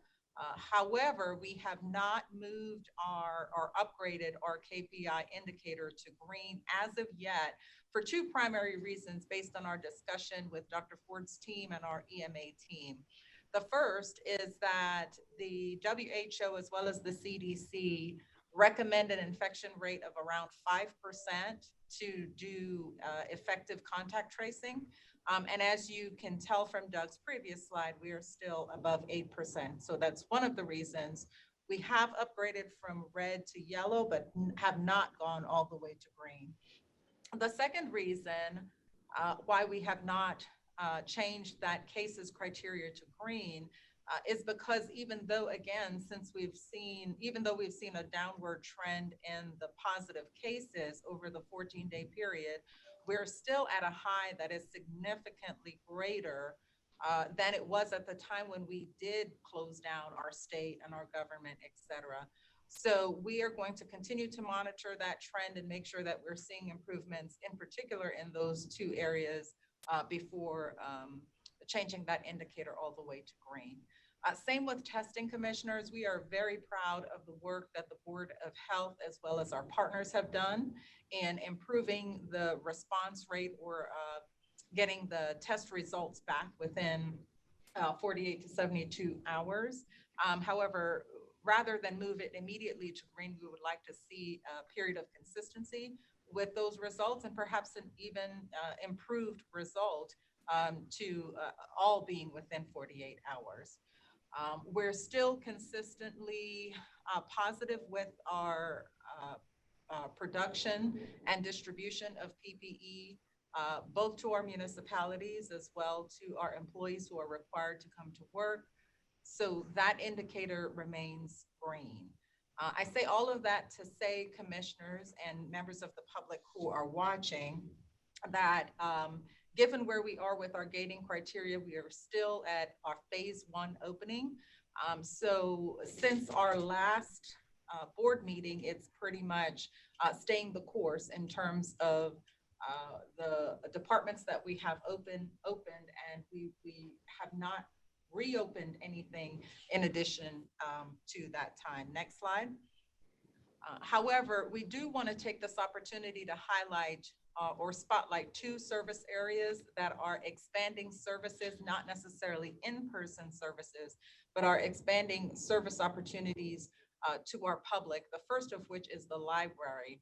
And this was again alluded to earlier, but some specifics around our expanded library hours include the fact that on Mondays and Tuesdays, we are going to be open beyond our previous 4 p.m. closing time. On those days, all of our libraries or branches that are open will remain open until 7 p.m. And then if you notice on this slide, and this is part of the marketing that the library has used to socialize these extended hours. And so they've done a lot of work with that. We're very proud of that effort. But you'll also see on the marketing that in addition to extended hours on Monday and Tuesday, that we have added Saturdays as a day that will be open, that our libraries will be open, and those hours will be from 10 a.m. to 4 p.m., much like our Wednesday through Friday hours. Next slide. The other thing that we are doing is continuing to add options for digital services. I'll highlight 4 of the ones that you see up there. Canopy is a complement to one of our existing services, which is Hoopla. It is a video streaming service that sort of complements the offerings on Hoopla, so we're really excited for that. Creative Bug is an online service that has workshops for arts, crafts, and other creative fields. So that's also very important in a time when as an example, students can't be in person for arts classes, that the library is offering this service as a digital resource. Who doesn't love an online book club? Well, the Fulton County Library System is expanding our offers there, and that is available right now. And the last one I'll mention is Value Line, which is a resource for those in the financial services industry or anybody who is interested in getting an array of financial information. So that's one of our service spotlights, again, is the library that continues to expand not just the hours, but the digital services that are available to our constituents in Fulton County. Next slide. For the next service spotlight, I would like to turn it over to Alton Adams, who will go through a workforce development offering that is coming live in partnership with 2 of our nonprofit providers. So Alton, if you're ready, if you could just go through the workforce digital training, and then we'll hand it over to Mr. Herman. Okay, great. Thank you, and good morning, everyone. I'll give a quick primer and then I'll turn it over to Samir, who'll go into the details. But as a quick reminder, COVID-19 has had a devastating impact on a number of industries, and that's resulted in a number of people, many people losing their jobs. And in particular, hospitality, restaurants, convention-related businesses, both large and small, movie and entertainment, and even healthcare have seen a significant reduction in jobs. In many of those companies and those industries, those jobs are not likely to come back for some time, and in some cases may never come back. The goal of this program is to provide training for those displaced workers in digital skills that'll do two things. One, it'll improve the prospects of getting a job in the short term, and for a number of individuals, it will actually, from a long-term perspective, create broader career opportunities. So we are partnering, and we are pleased and thankful to Goodwill and the Metro Chamber for agreeing to partner with us in this effort. And I'll turn it over to Samir to go through some of the details and brief on the program. Samir? Thank you all. Yep, I'm here. Thank you, Alton. Again, Samir Abdullahi, Deputy Director for Select Fulton. And again, just want to say thank you from the entire Select Fulton team for handing us this initiative. We're very proud to present this unique and very critical retraining initiative. Just as a reminder, digital literacy, which is what we're focusing our training around, is the ability to create, use, and share content using a computer, using the basic functions of a computer to either communicate or create new content. That's what digital literacy is really based around. And these skills are so critical in accessing middle skill jobs. Middle skill jobs are pathways to middle skill and higher wages and provide better opportunities for our workers and our residents. Next slide, please. Just giving a brief overview of the program, as Alton mentioned, the goal is to help prepare our residents for that next future digital enabled career. Again, we're investing $5 million of our CARES Act funds to impact 2,500 plus residents. We plan to connect all of them to either employment or ongoing training, either through industry training or others. As Alton mentioned, we're excited to have this core partner network, Goodwill of North Georgia, which will serve as our main training provider, and the Metro Atlanta Chamber of Commerce, which is going to be our main employment/employer connector. We will continue to rely on additional education and business partners throughout Fulton County to make this program successful, both to promote it to the residents and also to promote it to our employers to make sure graduates of the program connect to successful employment. Next slide, please. Just reviewing the training that we will provide in detail, that Goodwill of North Georgia will provide. One thing we're very excited about is to offer a variety of levels of digital training, just depending on what your need is. So we're starting all the way from kind of that basic level 1 awareness of computer skills and the importance of using it in the workplace, all the way up to that productivity tools where you would receive industry recognized certifications in some type of Microsoft Office or G Suite productivity tool. So again, kind of arming them with those digital tools to access those middle skill jobs. Obviously, we're very mindful of the challenges faced by many of our residents in terms of accessing computer and internet resources, and obviously the differences in learning approaches. The partnership and leveraging Goodwill as kind of our core training provider is that they have that infrastructure to support those two needs by not only allowing people to either train at home or to train at one of their many metro area career centers. But one of the benefits that they also offer is if you're receiving some type of social assistance, they can hand off a computer and a MiFi device that day in order to get you connected. So both a flexibility in tools and a flexibility in learning processes, and something that means we can touch many more residents, I think. Next slide, please. Honing in on our partners and the service delivery model. Again, you'll hear me continue to reemphasize this is not just a digital learning program or training course. Goodwill is providing front and back end support in terms of career counseling, connection to additional services, right? We want to make sure that as people go through training, they're provided those wraparound services so they can continue and graduate through the program. Other things like employment assistance, resume writing, and job searches. Graduates of the program will also be benefit by connecting with the Metro Atlanta Chamber, which would tap into their membership in order to provide direct employment connections or employment opportunities. And much of that will be coordinated through the Metro Atlanta Chamber and the Goodwill Career Centers. So very thankful to have these two core partners doing the education employment connection side of things. I think it's great optics to have the government, nonprofit community, and private sector come together to give a hand up to the residents that are definitely in need during these COVID times. Next slide, please. So just looking at execution, we will begin our large marketing push next week with a press conference and be sending a public outreach toolkit to many of our targeted partners throughout both the workforce space, the economic development space, working with internal communications to target nonprofit communities, churches, and others. We'll be doing some paid and free media as well. We'll also specifically be sending communication to the commissioners and their staffs to obviously share this exciting program with their constituency. Again, we're going to try to promote this across the region.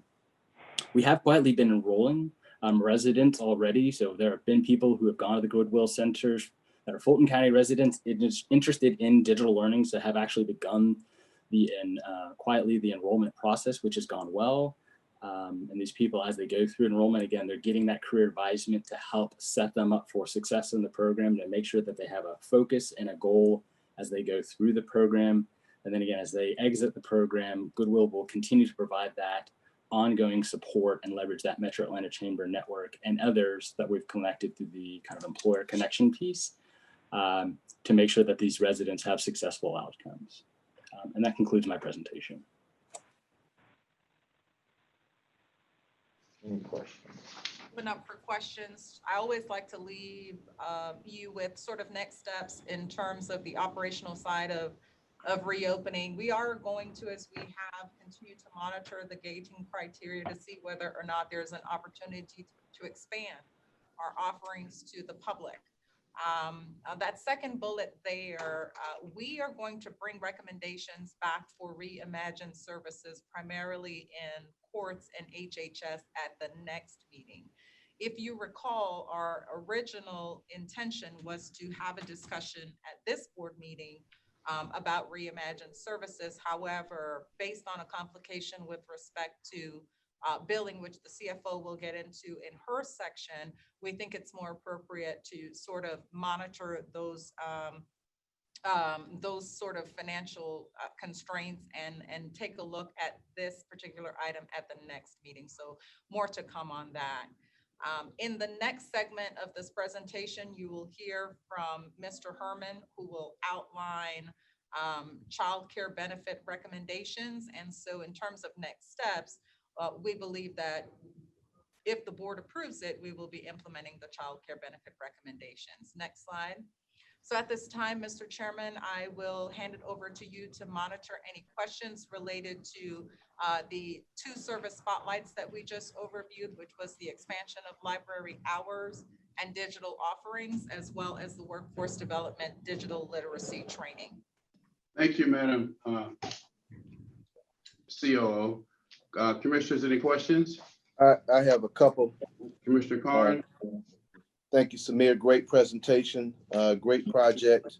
I guess the work environment and work is going to change after this, after we come out of this thing. Okay, so I see the steps that was pretty well defined, well presented. So how does the average Fulton County resident, what's step one, step two, step three to sign up for this thing? Obviously, there's no cost for it. But what are the requirements for an average resident? Right. And thank you for that question. What we'll point people is to careerconnector.org. That is Goodwill of North Georgia's main entry point for their career services. And there you will go and fill out a very simple one-page application, which has your basic contact details. From there, it'll help to filter you through your interest and skill sets to the digital literacy program. Another way to access the program is to actually call one of the many career centers of Goodwill of North Georgia directly. They're training all of their people currently on the fact that this program exists, and so that all those call centers will be up and running as residents try to connect with that program. Okay, so they go through this careerconnector.org deal. Now, are people going to be under the impression that these are jobs for Goodwill only, being that Goodwill is one of our partners? They're not going to think that, you know, if they hear Goodwill and they say, I'm not interested in that, and not realize that they can get the digital skills training for whatever job they want to pursue. Correct, yeah. And that's why we've highlighted the Metro Atlanta Chamber as our main employer connector. Goodwill already has an existing infrastructure for employment connections. I think they do over 50,000 employment connections per year. What we're trying to do is just dial it up by adding on the Metro Atlanta Chamber, and that'll be a part of that conversation that they have with that career advisor. All right, so once they fill out this stuff, they take this course. How long is the digital training workforce course? How long does it last? What's so that's why I remarked on the different levels that we're offering. So the awareness piece, level 1, is a very short course that can be done in less than a week, just depending on how quickly you're going through the course material, whether it's self-directed or not. Something like level 2 or level 3, especially as you're getting into certifications and productivity tools, that can be a 4 to 6 to 8 week process, just depending again on if you're doing self-directed and you can advance through it much quickly, or if you're doing instructor-led coursework, and that may be a slightly lag period. We don't imagine everyone would start at level 1. We anticipate individuals will come in, already have a sense and awareness of computer skills, but maybe need to refine those and establish some type of professional credential. And that's why they may skip 1 and 2 and go straight into 3. So they may not have to go through the entire process. Okay, and level 3 will give them some type of a certificate or some type of a credential. What do they get exactly once they finish level 3? It depends on which portion of level 3 that they've actually completed, whether they've done the Google or the Microsoft portion, but you would get a Goodwill certification that you run through that program. They've also activated other providers like LinkedIn Learning. So one of the benefits is, as you go through the training course, you're helping to establish a LinkedIn profile, which is helping you to establish a digital resume. And as you go through level 3, you could get that LinkedIn Learning digital credential as well on your LinkedIn page. Okay, you said the level 2 is 4 to 6 weeks. You never mentioned the time frame for level 3 completion.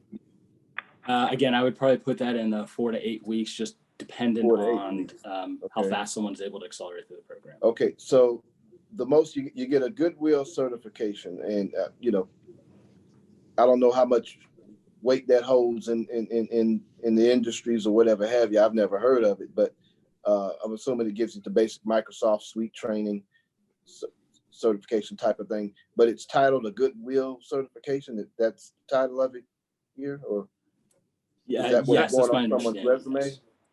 Yeah, let me expand a little bit, Commissioner. The Goodwill has a partnership with Microsoft and with Google. It's a formal partnership, and so the actual certification is a certification on that suite of capabilities. And so the certification will speak specifically to things like a certification in PowerPoint or in Outlook or in Excel and some of these other capabilities. So it may in fact, So it really is a Microsoft / Google certification with the actual training itself administered through Goodwill, which is a partner of theirs. Okay, that explains it a lot better. Now, obviously, that sounds a lot better than having a Goodwill certification on your resume as opposed to a Microsoft or Google certification on your resume. That clears it up for me. Okay, thanks so much. That's a great project. Let me answer your first question too in terms of the branding, because it was a good one, which is, you know, this program is a Fulton program. It's being branded as and administered as a Fulton County program.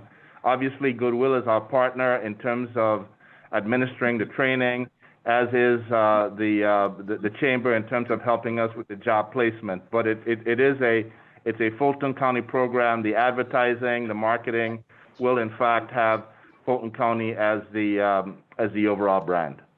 Okay, and this is something that's sorely needed in my community. There are a lot of those hospitality jobs that are not coming back.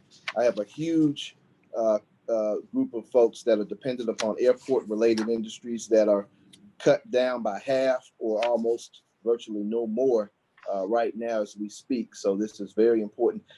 Advertising and outreach. I always worry about that when the county's reaching out to folks. How we're reaching out And are we hitting the target audience that needs the information?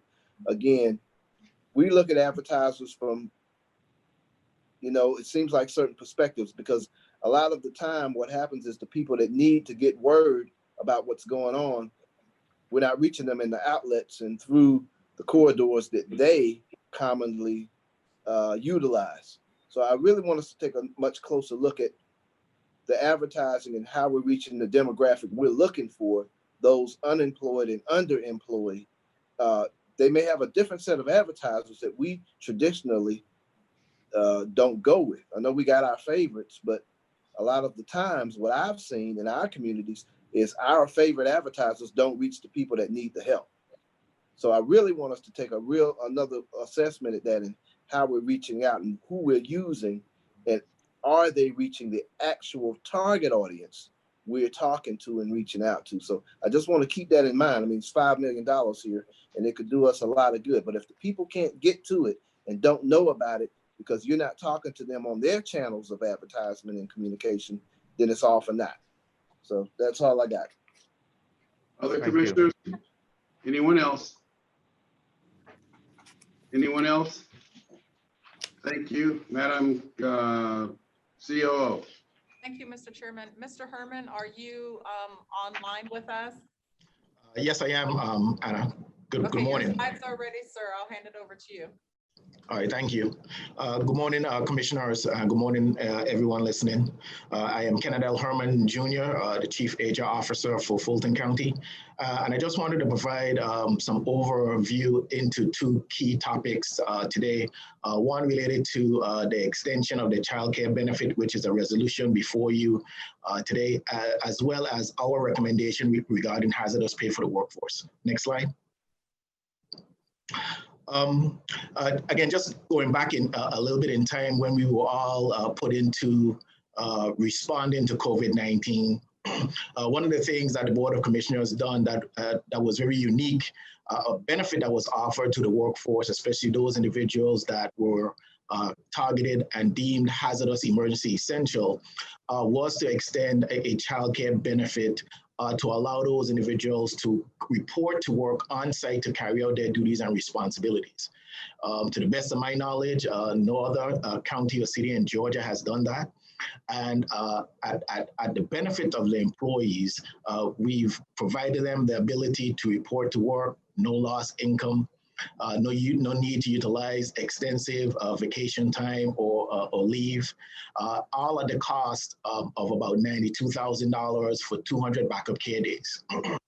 The chart below represents the utilization rate.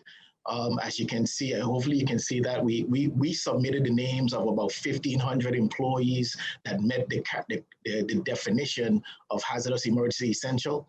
Of that population, 82 employees in that population enrolled and utilized the service, which gave us a 5% utilization rate, and utilized roughly 178 of the backup care days that were earmarked to them as the date of this report. As you may remember, this benefit was again to allow the employees to report to work. It not only covered their child care, but it also allowed them, if in fact they had an adult and they were the primary caregiver for the adult, to also be able to leverage a benefit as well. What we're recommending today is understanding the very unique situation that our employees are being placed in based on the various approaches that schools are reopening this school year. And after conducting a survey of the workforce, we're recommending that we extend the child care benefit to allow the employee population who have to report on site to benefit from that benefit. We surveyed roughly 1,700 employees. Of the 1,700 employees surveyed, 1,000 employees responded, and roughly about 10% of those that responded have indicated to us that they have kids in school that they have that will be in a hybrid or full remote learning, and they have no childcare solutions in place. as an overview to the program that we're going to be developing in close proximity with legal to make sure we don't run afoul of any policies or procedures or any federal rules, that this would be available to those employees who may be working remotely, but in a very unique situation where because of the inability for their department to be flexible, because they need to provide that service during the normal working time, and they may have kids within pre-K to grade 2, that they could leverage the benefit. Additionally, if you were the primary caregiver of someone in your household, whether it's an adult learner or a child with some disabilities, that you could leverage the benefit as well.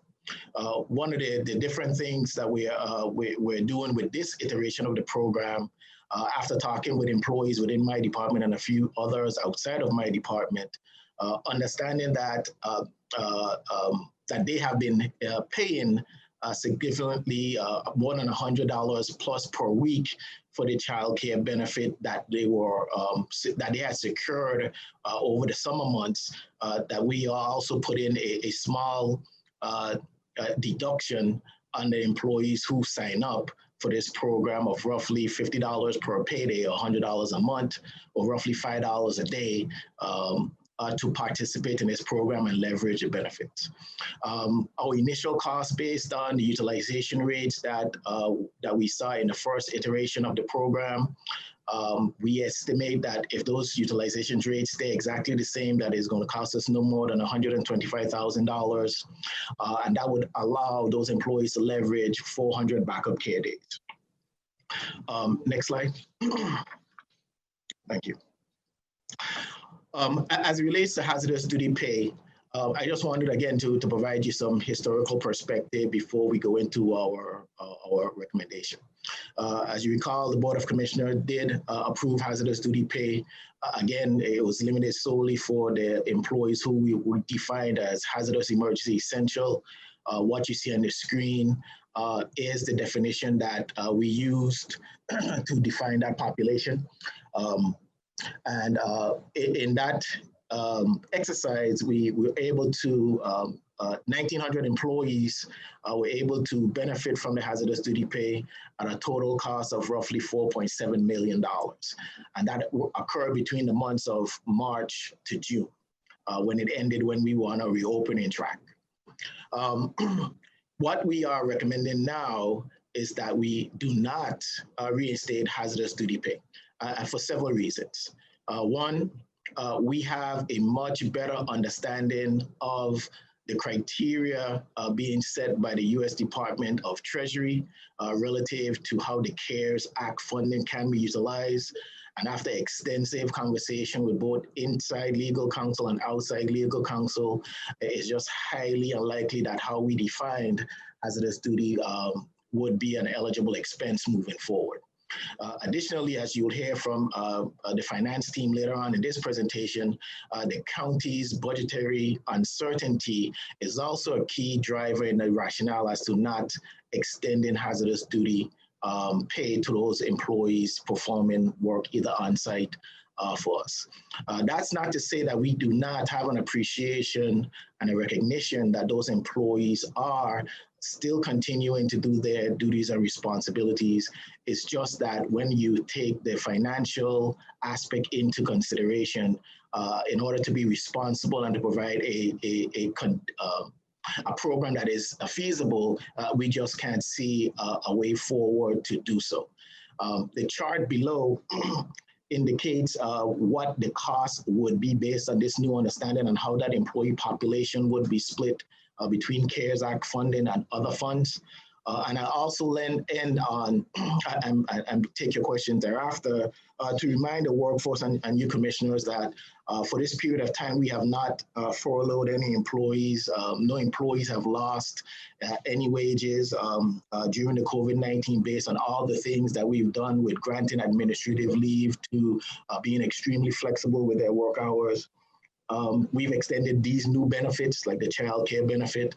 In the early part of our COVID response, we allowed employees who were working to earn additional holiday earned benefits that have the value of roughly $6.6 million on our lead bank categories.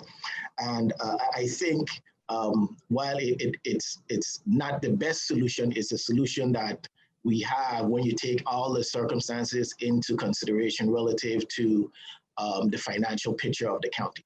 And I'll stop here and take any questions that you may have, commissioners. Our commissioners, are the questions? I have several. Commissioner Warren? Thank you, Mr. Herman. Great presentation, great job. I can tell you, I, for one, am not going to be for cutting hazardous duty pay. I understand the expense, and that's part of what the CARES Act money is for, in my opinion. And what you said is true. We do certainly have more clarity from the Treasury Department in terms of definitions and understandings of what we're talking about. Now, our county definition of what qualifies in terms of hazardous emergency essential is a whole lot more narrow than what the U.S. Treasury's guidance for state and local, which was sent to us, allows for. We went through the frequently asked questions, which everyone has.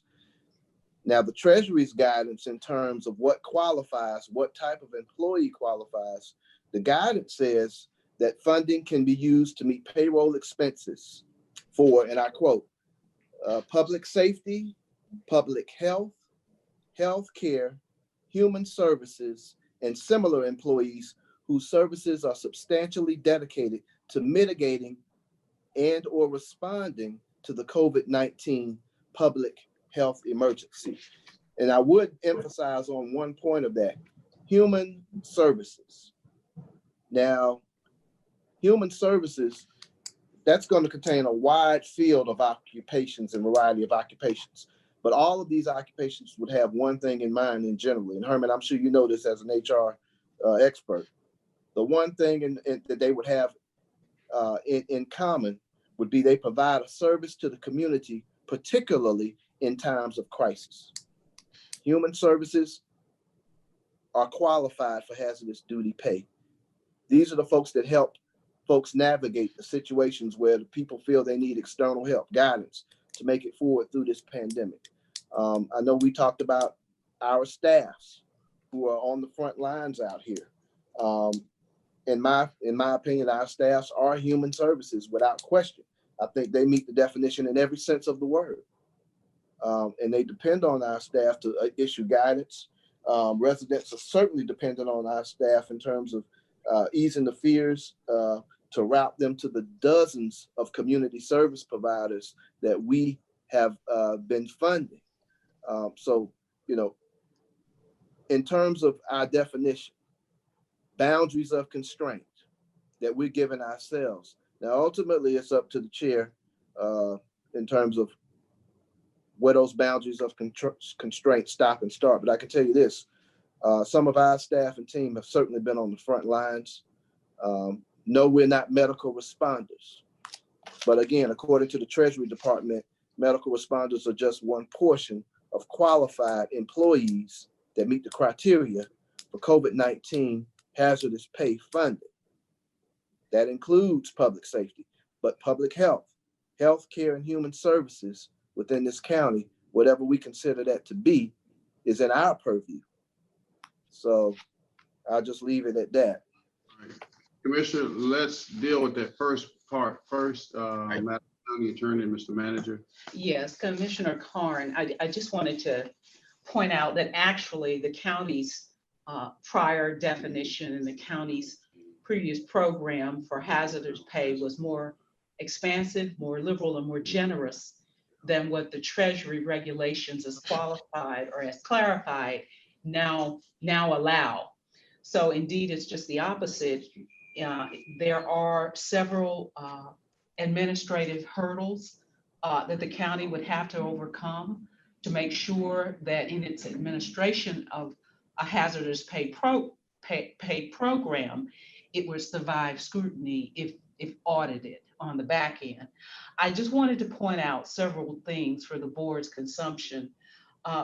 The Treasury regulations and the guidance provides a litmus test, which frankly is the touchstone for expenditure of these funds as it relates to hazardous pay.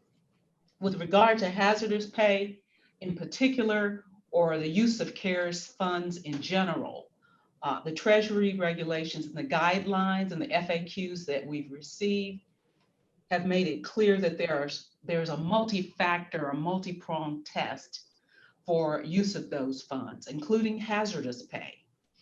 The hazardous pay cannot be used for all employees or all frontline employees. It's not that expansive.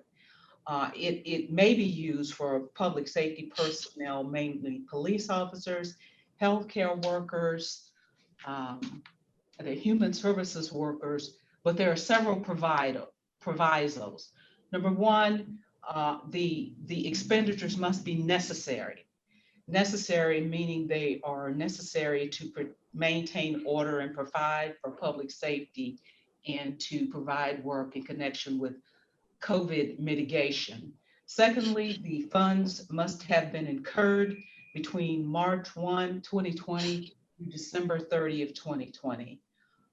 Also, the funds must have been unbudgeted as of March 27th of this year. With regard to payroll as a general notion, of course, the county has or had already budgeted for police services, human services, health services prior to COVID. But the fact of the matter is, before you can give this hazardous pay, you have to make sure that these particular costs that we're talking about are unbudgeted. Finally, but perhaps most importantly, the regulations indicate that the functions that are being performed must be substantially dedicated, and Fulton County has to confirm in all cases that every employee who's getting this pay is substantially dedicated to the function of mitigating COVID. So you can't paint with a broad brush. Again, there are some record keeping and documentation requirements that go along with this that require meticulous care, again, to survive an audit. And then finally, I would just note that the same rules that apply or the same controls that are in place for the county also attach to the cities. So to the extent that the cities are submitting reimbursements for things along these lines, then it would be incumbent upon the county to give it a similar high level of scrutiny consistent with the guidelines. Okay, and I understand what you're saying. I was reading from the same document, I guess, that you have, which is the new section added, August 10th update, section 5001 of the Coronavirus Aid, Relief, Economic Securities Act. It does not tighten things up from what I see. It has public safety in there. The guidance says funding can be used to meet the payroll expenses for public safety, public health, healthcare, human services, and similar employees whose services are substantially dedicated to mitigating or responding. Let me give you an example, I guess, a question I would have. And this isn't about my staff at all, or the commissioner's staff, because we were already hired. They have a payroll, they were paid. This is new employees. They're taking on some new duties in one sense or another. Let's say you have a city and they are in need of a couple of Zoom managers, let's say, for instance. Now, obviously, that's something that's not within their budget, and that's something that's clearly wouldn't have been in existence or a need for it without the advent of this COVID-19 pandemic happening. Would that qualify in your opinion, County Attorney? In my opinion, it would not. I mean, you have to be able to demonstrate that it's almost a complete but-for test. And the regulations use the term substantially. So if there's a new job that is complete in its requirement for COVID duties, then arguably yes. Okay, well, and saying a manager like that. The other factor. Go ahead. What I'm saying is, that example I gave you was a job that's completely and over substantially dedicated to mitigating COVID-19. You wouldn't have to have that type of a manager, obviously, if you're having in-person meetings, of course.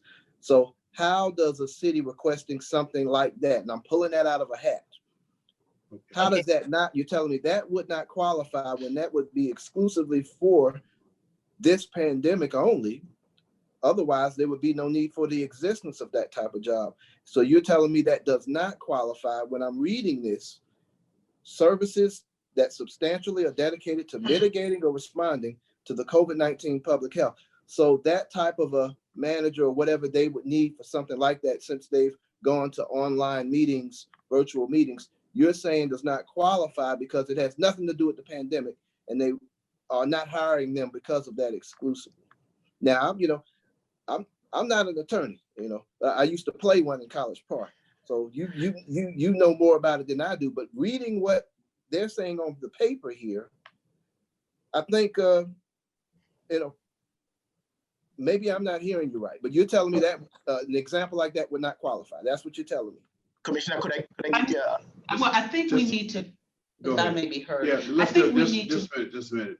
Madam County Attorney, respond, but there's nothing that we need to vote on with respect to this right now, but finish your statement. We're going to have to move on. Go on. That is correct. And we need to be clear that we're distinguishing general payroll versus hazard pay. That's what we're talking about. And under the hazardous pay regulations, there is some presumption of validity for what we're talking about are public safety employees, health employees, the frontline health workers, not the general rank and file county worker. Madam Attorney, may I provide Commissioner Khan a specific example that we asked the outside counsel? Commissioner Khan, we use the example of a deputy. So there's no doubt that our deputies continue to provide the service to the counties by keeping their inmates safe and secure during this COVID-19 event. However, in our example that we provided, does the deputy qualify for hazardous duty pay by performing their normal duties? The answer is no. However, if that deputy was assigned to either work a SPOC, or if we had created a COVID-19 wing of our jail facility, and that's where that deputy was assigned to manage and maintain the inmates who were COVID-19 positive or exposed, then the answer would be yes. Just that deputy or those deputies assigned to manage that wing, because now they are directly responding to the COVID-19 event versus carrying out their normal duties and responsibilities. So I think the key caveat, as Geraldine has indicated, Attorney Ferrari has indicated, is that substantially dedicated caveat that has had us take a pause on this recommendation. All right, Mr. Herman. So Commissioner Corn, you still have the floor, but there's nothing. No, I'm done. That satisfied. That answers my question. I have a question. Wait a minute, Mr. Commissioner Corn still had the floor. Did you have something? I'm done. That answers it. I have a couple of things, please. All right, Commissioner Houseman, followed by Commissioner Hall. Okay, so if I'm understanding this, the monthly flat rate of hazardous duty pay that we had approved previously is not allowed, but it is allowed on an hourly type basis for an employee that we have deemed to be doing work that would qualify under hazardous pay under the guidelines. Is that correct? Commissioner, could you say that again?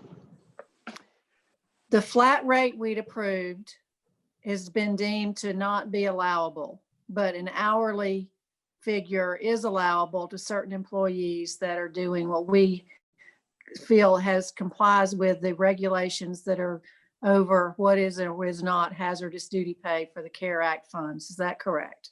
No. So whether it's a flat rate or the hourly rate, it would be limited just to those employees under this new definition, this new clarification, that are substantially responding to COVID-19.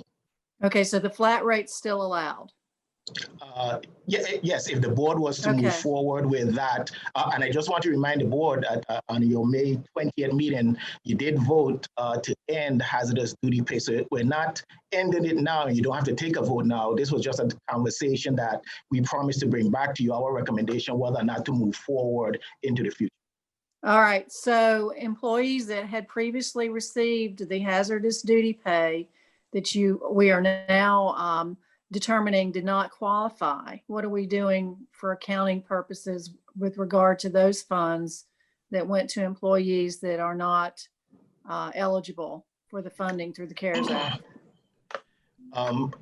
Commissioner, we brought that up to the outside counsel, and because the guidance came after the fact, and I know they are doing some other things on their side to get clarification from the Treasury Department, and I'll allow Geraldine to probably speak to this, that it's our position that because we had no guidance and we were acting in good faith and understanding based on our flexibility with the CARES Act, that may be an allowable expense and there will be no potential risk for the county to have to do a reimbursement, but we do not know that as yet. So that's a clarification that outside counsel is seeking, and I'm sure finance is also working with them. Yes, Mr. Herman's assessment is correct.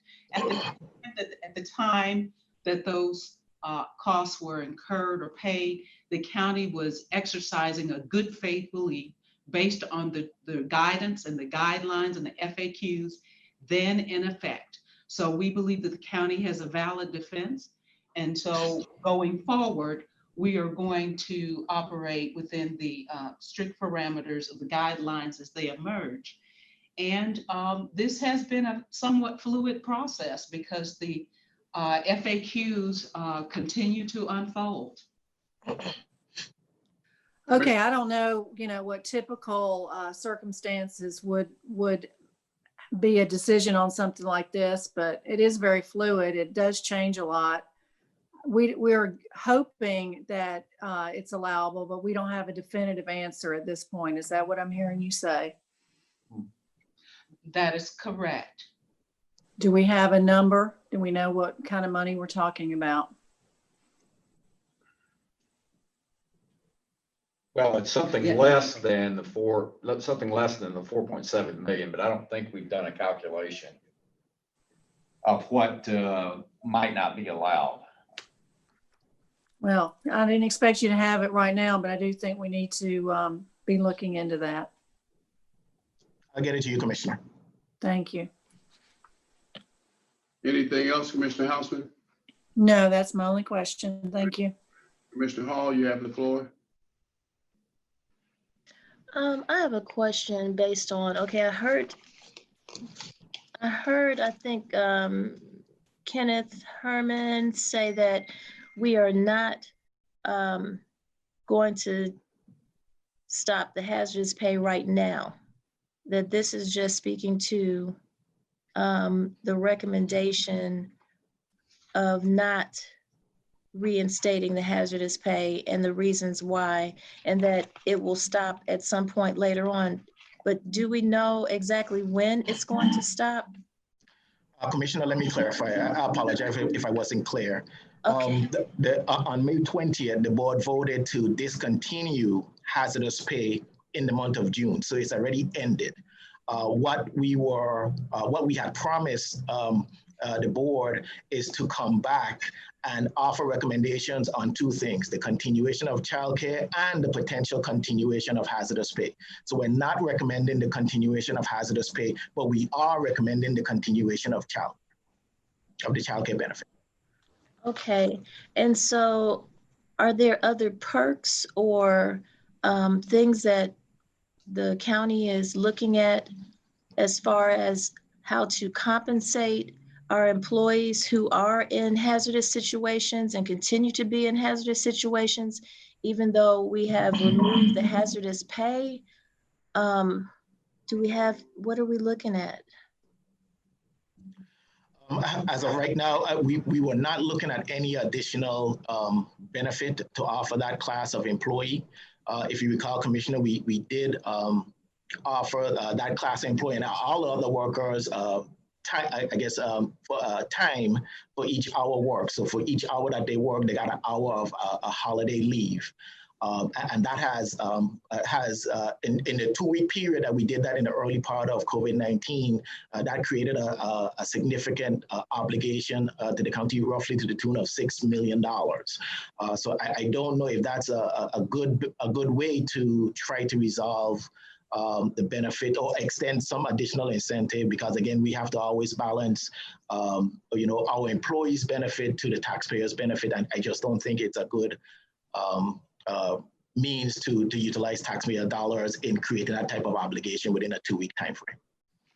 Okay, and thank you, Kenneth. And to go back to this, there were so many definitions provided about hazardous, emergency, essential employees that I just completely got confused. I was trying to add notes of things that are not on the on page 32 in that definition, but I have to point out that in the definition is on page 32, it says, or those employees whose functions require them to, well, it shouldn't say to interacting directly. It should say to interact directly and daily with the general public.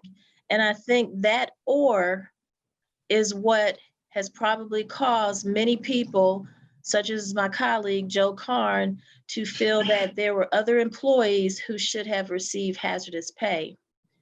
Because it clearly says, or those employees whose functions require them to interact directly and daily with the general public. And so that is one reason why I repeatedly have asked about the IT department, the sheriff's department, and the courts employees who have put their lives on the line to continue to work with the public and continue to provide them with services and programs. I mean, so has that ever been addressed? Because I've never received any response back as many times as I've brought it up at the BOC meetings. Commissioner, excuse me, the court employees have been addressed. We've included in our initial definition before we got the clarification, the courts employees, or certain employees within the courts, let me say it that way, certain employees in the courts based on the recommendation from the respective department heads and their understanding of our definition provided us those employees' names.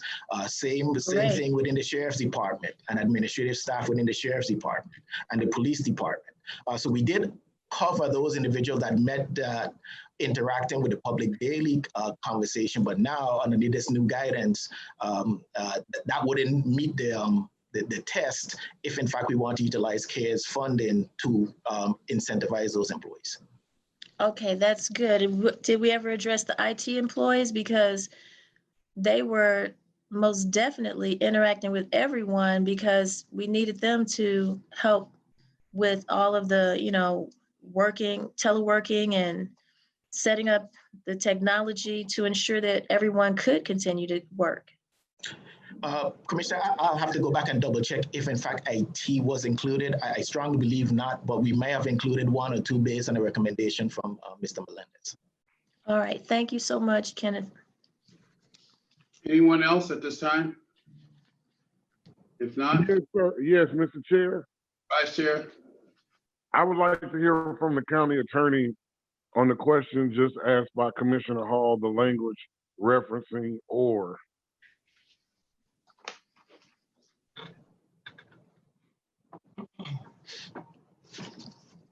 What was the question again? This is how we define hazardous pay. Commissioner Hall was questioning the language that identified the employees that were available for hazardous pay. And she indicated that there was a provision that said, or employees that have to interact with the public on, and so I'm trying to understand if that language says, or employees that have to deal with the public. I'm trying to see why the interpretation is that language is not there. I mean, because it sounded like we're limiting it, although there's a provision that says, or other employees that interact with the public. Can I help you? Here, And you, please. so That's on page 32. right, if I can, Mr. Vice Chair, I'll try to respond and help Carolyn and hand it to her. When we, if you recall, covered hazardous pay with the board, what we tried to do was take all of the definition that the federal government had provided at the time, which is everything that precedes the word or. Then we added, or those employees whose functions require them interacting directly and daily with the public. And for example, the reason that we did that in the court clerk's office, there were a number of employees that would have to continue to report to work and deal directly with the public. So we came up with the phraseology that has or inserted in it to give us the ability to identify employees beyond these ones that were listed and recognize their efforts and their exposure. So that's how in the end we got to 1,933 employees. Now, unfortunately, the CARES Act and the federal guidelines have narrowed. And when we apply those guidelines to not only the base of employees that previously we had identified, but if you think about this, now the tax office has come back online. So we also tried to include that group of employees in our definition. The CARES Act guidelines have narrowed that. So where we would have had 1933, or now if you look down below, 362 plus 1845, so something like 2,200 under our expanded definition that includes the word or. The only thing that consulting with our legal department and McGuire Woods outside counsel that would qualify for CARES Act funding for hazardous pay is 362. So it would be about 15% or so of the folks that we would have otherwise identified under that broader definition. If I say anything wrong, Ms. County. That is correct. And what we're talking about, again, are the payroll expenses. And the guidance basically says payroll expenses for public safety, public health, healthcare, human services, and similar employees whose services are substantially dedicated to mitigating or responding to the COVID-19 public health emergency. That's the category of employees who are fundamentally subject to this pay. And Okay, even within so that, that or language is not in the new the or language was in the first rendition, but not in the second rendition. correct, and even within that category of employees, there are other factors that we've already outlined previously that apply, again, regarding the necessity of the expenditures, that they must have been unbudgeted, that they must be incurred within the particular time period, et cetera. But we're only talking about a small subset of county employees. Okay, thank you. Anyone else at this time? Not Madam CO.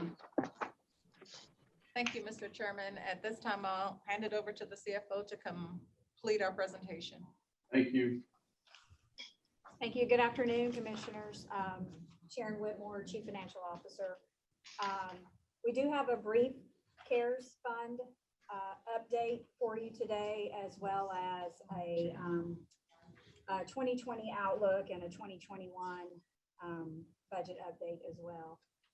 If we could go to the next slide, please. Excuse me, I'm sorry. I don't mean to interrupt you, but you're very low, both you and Anna in that room. It's like the volume is lower than everyone else. And I have my volume on 100 at this point. Okay, I'll try to speak up. Is that better, Commissioner Hall? Yeah, that's better, but I hate for you to have to holler. That's what it feels like. I know. If I speak up towards the oh, it's in the ceiling? Yes, ma'am. So Oh, that's what it is. I'll do my best to project upward, and if you all will excuse me if I'm not looking at you, then that's what I'll be doing. With our update today, I do need to apologize. We failed to include the slide that shows you what the changes are from one reporting period to the other. So I'm just going to walk you through those off of this this slide. So for this reporting period, of the 104 million that we have available in the CARES Act, we've allocated or expensed 90.9 million of that. And that is slightly lower than where we were at the last reporting period, where we were at an even 91 million. We've also paid out 31.9 million against the 104, and that is an increase from the 29.9 that we reported 2 weeks ago. As far as the major categories go, one period to the next, the only two areas where we had a change in the budget amount are in operational stability, and that amount increased from a budget of 48.7 in the last reporting period to a budget of 49.3. And that is because we allocated some additional budget funds into the healthcare cost and unemployment category. We are now beginning to see some healthcare costs for employees come through in our claims costs that we're seeing out of our Anthem plan. And so we've allocated funds to cover those costs as they're an allowable cost under the Act. We pulled those monies out of the second wave / other programs category, reducing that from 6.5 in the previous reporting period to 5.9 in this reporting period. Other than that, the only changes that we made were to reallocate some funds within the operational stability category on the allocated or expensed side, but we didn't change any of the major line items.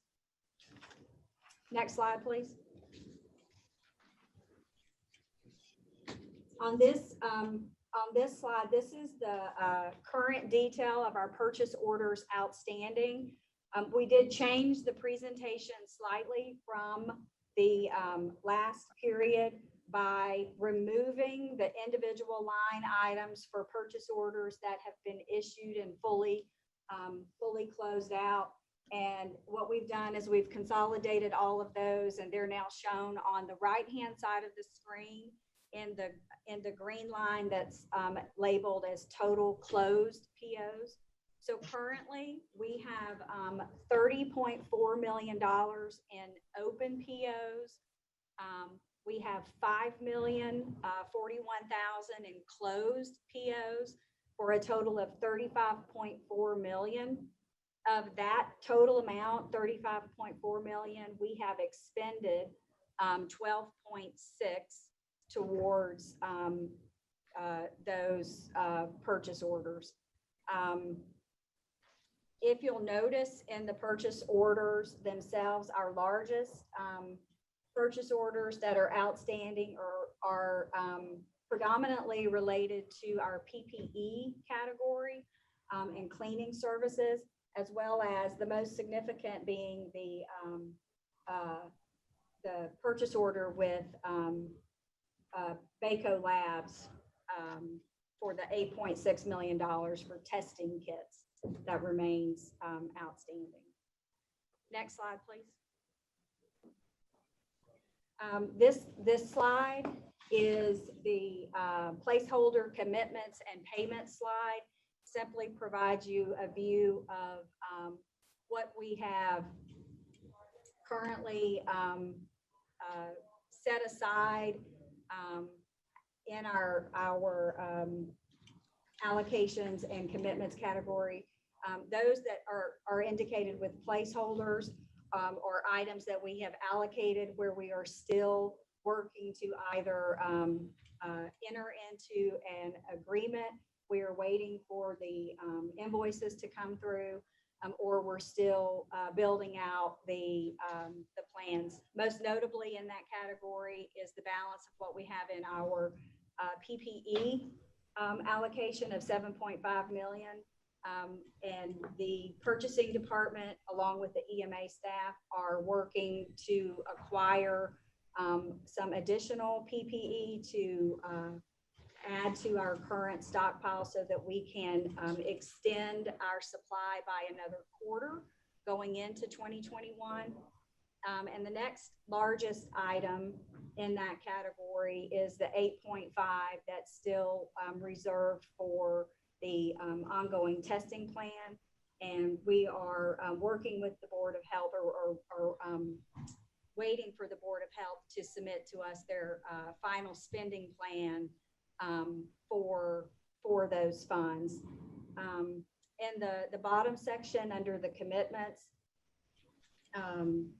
these are the items that we have committed, we have plans in place for, and we are working those down to the extent possible. Some of the notables in that category, of course, is the municipal reimbursable costs, the set aside of $2.5 million.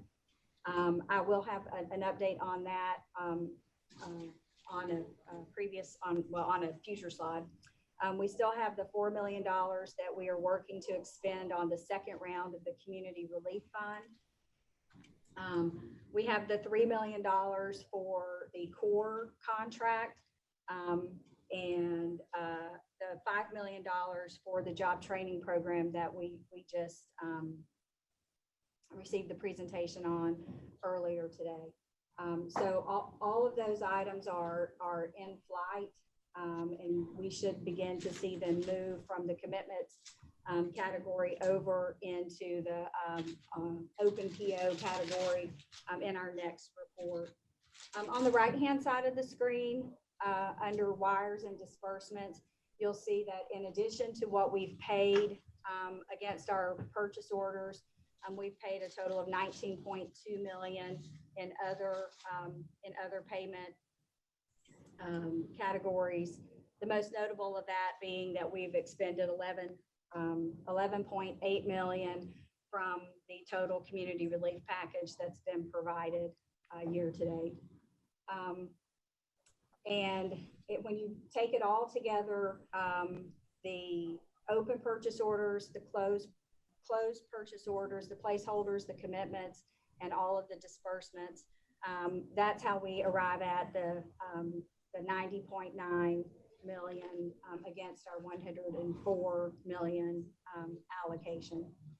So that leaves us with roughly $13 million that we have not allocated at this point. 900,000 of it in our health response category, about 6.2 million in our operational stability category, and 5.9 in the second wave reserve. Next slide, please. This slide is a quick look at what we received from each of the municipalities in the way of their request for reimbursement from our first communication with them. You'll see that they had initially indicated a need of about 2.5 million. What they submitted to us was 1.8 million. So that left the 785 million that we've gone back to them with and asked them to submit additional receipts and supporting documentation so that we may disperse up to that full 2.5 million that was set aside. The 1.8 million itself is broken out into a couple of different expense type categories. I thought I would just share those with you briefly. Across the board, the cities asked for reimbursement of about $213,000 for cleaning and cleaning related expenses and cleaning supplies. About $25,000 for communications, $6,500 for emergency response mitigation, $7,400 for food and travel, $50,600 for other equipment and supplies, $1,096,000 for personnel related costs, and those costs break down into a couple of different categories. The city's asked for 481,000 in hazard pay reimbursement, 255,000 for overtime reimbursement, 193,000 for salary reimbursement, and 218,000 for sick or admin leave reimbursement. So that's how that $1 million in personnel related costs broke down. Additionally, the city's asked for a total reimbursement of $204,000 for PPE and medical supplies, $5,700 for testing, and about $205,000 for items related to being able to support virtual work or telecommuting for their employees and operations. As of this morning, I asked Hakeem to update me on where they were with reviewing the packages that have been submitted. He has indicated that they have reviewed all but 3 and have begun the communication process with those cities for any missing documentation that we would need to have on file before releasing disbursement, and that he plans to have disbursements made to the cities by September 1st. And we did release a correspondence to the cities following the last board meeting, asking that they submit their request for that remainder, that $785,000 that remains. And we set a deadline for them to submit that documentation to the finance department at September 1st, so that we would be able to complete the review on those requests as well, and make disbursement to them by October 1st, which is the date that was contemplated in the agreement that was attached to the board's resolution. Next slide, please. So I want to transition for a minute and talk to you a little bit about the 2020 outlook and the 2021 budget process. Next slide. We learned late last week through a conversation with the tax commissioner that the city of Atlanta has delayed setting its millage rate. The impact of that is that the time frame that we were looking to be able to issue tax bills this year will shift. We were originally hopeful that tax bills would be out, and the tax commissioner was working towards this date by the end of this month. And the city's delay will likely cause bills at this point not to go out until the 1st of October. That was the best case scenario when we spoke with the tax commissioner last Friday. And that would leave us with a December due date. But if he was unable to make that October 1st timeframe, then we could possibly be looking at a January of 2021 due date.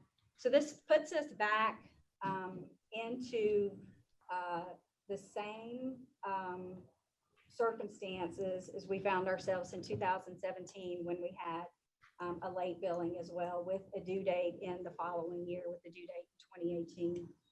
So we will now be looking very closely at our cash flow and liquidity position through the end of the year, and looking at what adjustments we may need to make to our spending plans between now and the end of the year, in order to ensure that we have the funds that we need to meet our basic expense needs, as well as developing a plan to be able to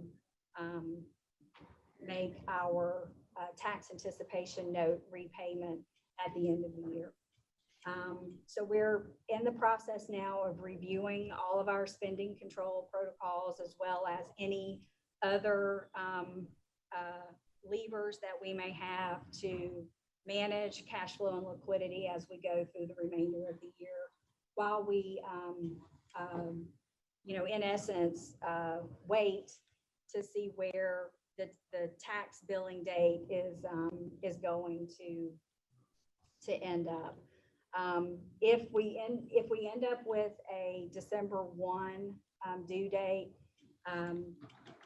then our collection rate would probably be much lower even than what we had already contemplated it would be at, just because of the economic conditions. So we will continue to monitor this as we go through the next few weeks. And the sooner that the city of Atlanta is able to act on its millage rate, the sooner we will be able to firm up what the billing date and the picture will look like through the end of the year. Next slide, please. So with that, we also wanted to spend a few minutes just briefing you on the 2021 budget outlook. As you know, we are dealing with significant uncertainty around the pandemic itself, how long it may last, how long we'll be in the current environment that we're in, and its ultimate effect on the economy. I'm sure will not be known in full for some time. So with that in mind, we have framed out a plan for 2021 that is looking like a budget contraction from our 2020 adopted budget, which was $782 million. We're looking at something that would be more in line with what our actual projected spending level will be for 2020. That's what we would start as our beginning budget picture for 2021. Within that framework that we're working with, we're looking at a revenue picture that would have a revenue neutral millage rate, meaning that we would set the millage rate such that it would generate the same amount of revenue in 2021 as what we had planned to receive in 2020. That we would fully fund all filled positions. We would meet our recurring operating expenses, our pension obligations, any increases in healthcare and other incremental contractual costs.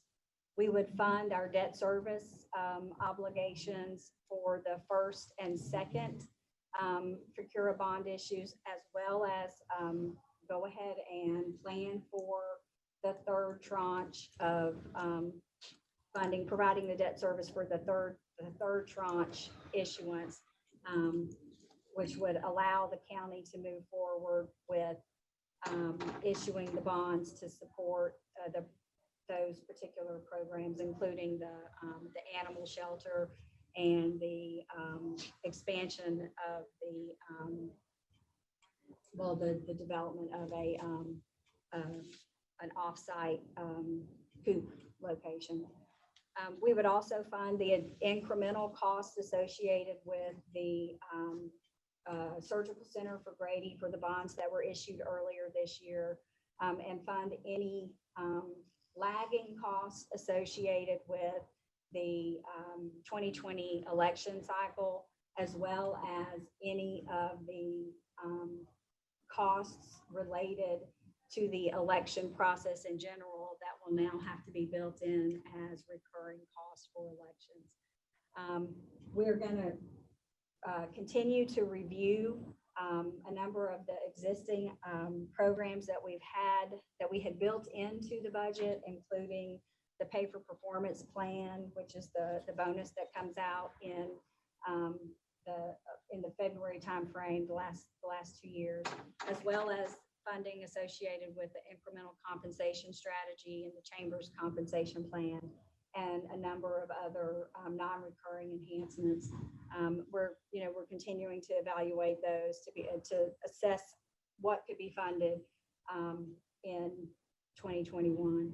And then lastly, the thing that we are still looking at and trying to decide amongst ourselves exactly how and what we would propose would be any continuation of any costs that we're currently incurring that are related to our COVID-19 response. So things like the enhanced cleaning services that we have in place, the continued need to provide PPE, those kind of things. The possibility that the OIG could audit our use of the CARES Act fund and find something that we would need to be prepared to reimburse. So we're looking at having a reserve, if you will, for those COVID-19 related items. I guess the one thing I would say about that is that would be probably the only true enhancement that we would consider for the 2021 budget is items that are specifically related to continuing our response effort related to the pandemic. And so that is where we've been with our thought process around the 2021 budget. I think the manager actually did a very good job in his opening remarks of laying out and summarizing that basic plan. So that's all the comments that I had for today. I'll be happy to answer any questions that you have. I have some questions. Thank you very much, Ms. Whitmore. Commissioners? I have some questions. I have some as well. Ellis, Karn. Okay. Thanks, Ms. Whitmore, for the update there. Just sort of a couple different pieces there, and I wanted to shift first back to the discussion on the tax billings. That's certainly very unfortunate to learn that the city of Atlanta has delayed that and the potential impact of it. Obviously, that sort of decision has not only an impact on us, but it's got an impact on school systems, all the other municipalities. Do we know, A, whether or not the city of Atlanta, kind of understands the implications of it? And then B, whether or not any of these potential implications have also been conveyed to the school systems and the municipalities by the tax commissioner? I'm not certain if the tax commissioner has shared that information with any of the other jurisdictions as of yet. We learned about it, like I said, on last Friday. We had reached out to him simply to talk about the collection rate, and had a very different conversation than was planned. I do think that the city of Atlanta has been advised of the impact that the late decision will have. I think the tax commissioner's office has certainly let them know that it will delay billing. Hakeem had a conversation with one of his colleagues over at the city and the finance office and relayed the impact as well. And I've reached out to the city CFO to see if I could get a response from him on what their firm timeline is. But I haven't heard back from him as of yet.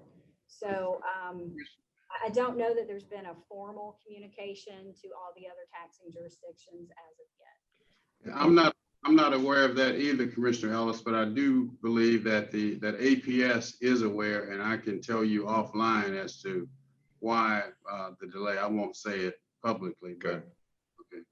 Okay. All right. Well, hopefully we can continue to work with our tax commissioner on this to get, to impress the importance of kind of communication to all the different stakeholders on this. I'm concerned about its impact on us, but I'm more concerned about its impact on our school systems and our municipalities. So just ask that we sort of continue to push that dialogue, and appreciate you all raising this for our consideration and awareness. And I want to go back to the some of the CARES Act stuff, and just to understand, right now it looks like we've got, you said it's 13.1 million is sort of unallocated, if you will. Is that correct? Yes, sir. Okay. And we had initially established a footprint for our municipalities of 2.5 million, and really they came about, in terms of our discussion, when we were still in this period of time where we didn't know whether or not the state was going to be the venue for submitting reimbursement from the cities. So we said, at least let's try to establish a footprint where they can be made whole through the end of May. And we did try to get some estimates of their spending, et cetera. So now here we are, and the governor's kind of stated a different position. This is really different around the country in terms of what individual states are doing. So there's no consistency to it, in these handful of unique situations where there's a large entity that's been receipt of funds, and other entities which have a relationship to that large entity in some form or fashion, but are not direct recipients. Are they to go through the state, or are they to go through other programs, et cetera? And there's no clear guidance on this. Obviously, we're all acting in the best interest of our citizens with a significant amount of these funds that we're expending, so they benefit everyone. But the cities do have sort of real cost, and I want to ensure that we sought to cover that through the end of May, while we were still in this period of uncertainty around the process for reimbursement and who it would be. I would like for us to ensure that we are, and we've got some ideas about what their expenditures are now, that we are ensuring that their costs are made whole for a full year basis. And also give them some ability to budget and manage for it, just as we would like the ability to sort of budget and manage towards certain types of expenditures that we're going to have related to this, that are more, I guess, sort of in-house, if you will, as opposed to citizen benefit. And so, with that in mind, I think we've had some fits and starts with this, obviously, but we've got this 13.1 million that's unallocated. We've established somewhat of a process for doing a reimbursement process. I think that probably has the opportunity to be refined, and maybe we could work towards getting something that's even a little bit more real time, or some advance and subject to and that sort of stuff. So they're not having to wait so much on being made whole if they've got sort of spending gaps, and sort of comes further magnified by issues like this tax billing one. So my proposal would be that we take 12.5 million of that 13.1 and establish a $15 million pool for the municipalities for the end of the year, and just sort of looking at the existing rate of expenditures, that should give a reasonable opportunity for them to meet their expenditures, and do some planning, and maybe some other things that that they would like to do with the funds. And so, but I'd like to put that on the table, that we dedicate 15 million, move that 2.5 million up to 15, and extend that, process for reimbursement, or maybe some advance, and that our staff works with their staff to refine that process. I think it's critically important, for all of us. We're all in this sort of jointly together. We've not, we obviously, we got started on this, a significant portion of these funds were allocated, spent, and there's not a way to sort of put any of that back in the bottle, but we've got 13.1 or so that's not allocated. And I think it makes good sense to provide, some level of sense of security to the individual municipalities that their expenses are going to be made whole. I'd like to put that on the table as a proposal for the commission, for this body as a whole. I think it's important that we move and act on it quickly. We only meet every so often, and the sooner they have some certainty, I think the better it is for all of our citizens and all of our municipalities and for us. So I'll phrase that in the form of a motion. Commissioner Ellis, I would second that motion. I do have some discussion, but I absolutely agree with 99% of what you said. Our cities do have serious real cost right now. A big part of the problem, I think, is maybe because this came on all of a sudden, some of our cities just cannot quantify correctly in terms of the expenses that they have that are COVID-19 related. But I can tell you most of them are hemorrhaging tens of thousands of dollars for COVID-19 unexpected expenses. In terms of the tax commissioners and the delay with Atlanta, we've got to not communicating with our cities immediately when we get news, I think is one of our biggest issues that we have to really grapple with. Since I got into office, I've said we need a municipal liaison, a municipal intermediary office to serve our municipalities faster, more convenient, and keeping aware of what they're doing and working on in terms of ordinances and things. Bob, you mentioned some action in Sandy Springs last night. There was action in College Park last night. We can't keep up with it all, and we need some office that handles that is aware of the changes that these cities are making. In terms of the CARES Act and funding, obviously we got a big problem with our cities, and I know we're going to talk about that in executive session, but obviously they're not happy. You look at how we've spent this money, and I think we've done a good job spending some of this money, but we have left our cities out of a lot of this in a very, very unfair ways. And I know something about this because I served for many years as a city councilman, as well as for vice mayor of our city. And dealing with Fulton County, they were always very responsive to us over the 12 years I served. But from what I've seen right now, looking at the other side of this thing, I don't think we've been fair to our cities overall. I think we need to immediately earmark funding and money for our cities specifically. There are a lot of different ways of doing this. I understand our arguments, and we've done a good job in some aspects. I don't think the cities could have set up and stood up the type of testing apparatus and infrastructure we have in this county. It's second to none in the state, and quite frankly, it's second to none in the southeastern United States, as far as I've seen, if you take a look at Florida. So we've done a great job there, and that's something that our cities probably could not have done and responded to as quickly. But we've heard from the governor on two different counts. The governor encouraged counties like Fulton County to distribute funds directly to your municipalities. And, you can say we've done that in one sense or another, absolutely. Yes, a lot of what we do and most of what we do does trickle down to city residents. But, if you're going by that model, theoretically, you could say that practically every single appropriation of the $1.2 billion budget somehow does benefit our 15 municipalities and the residents technically, but that is not distributing funds to the city. And the governor encouraged counties like Fulton County to distribute funds directly to the cities, along the lines of what DeKalb County did. They sat down with the mayors and they divvied up some of that money out of the gate. I understand we're on the hook for it and we're responsible for it. And if the money is misspent and misappropriated, I get all of that. Our mayors are well aware of that. And I think they all are experienced enough, and all of our cities do very well. Our cities are very responsible physically.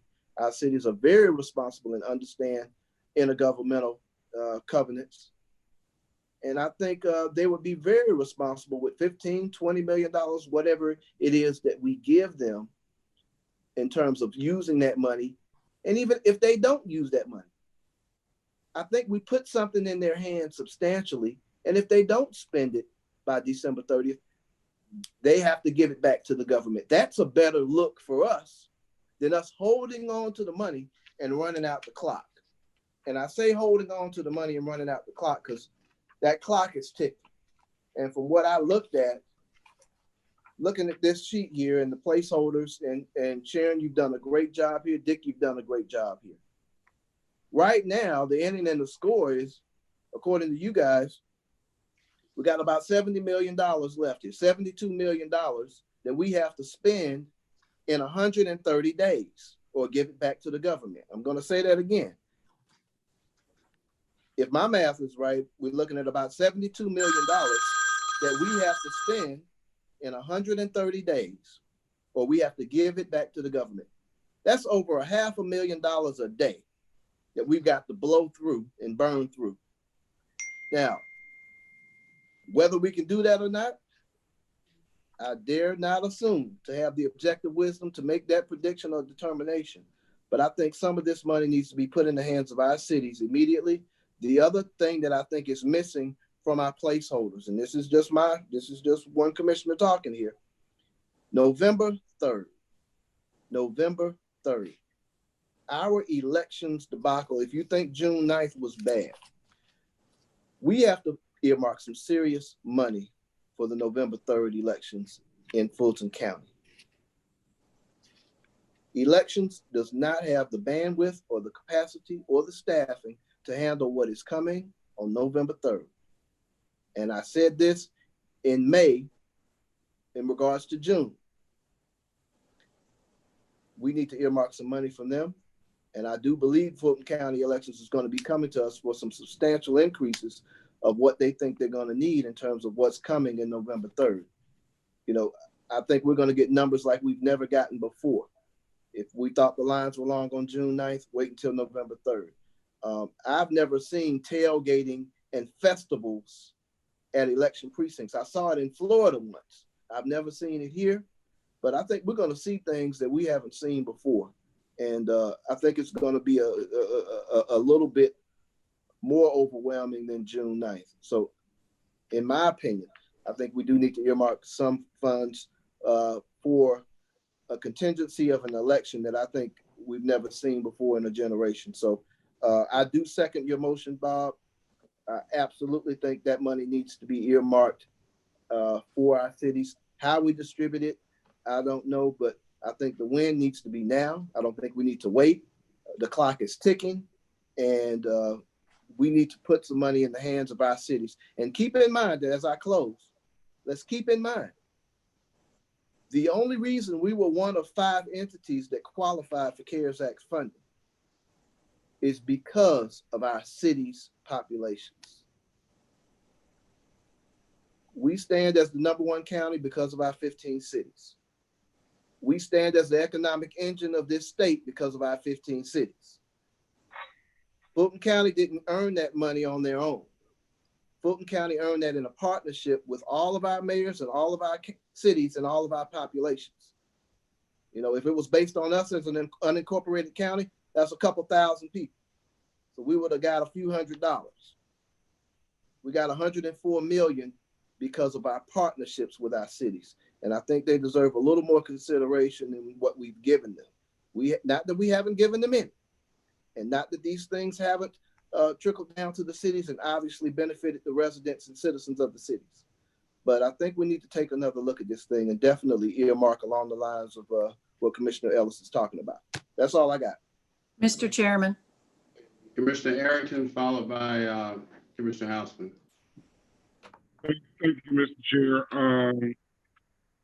I too would like to see us give some additional monies to our cities, but I want to be clear that we have done everything above board in allocating funds. We have the final responsibility for these funds, and any funds that we give to the cities will have to be subject to approval by our county attorney and finance department.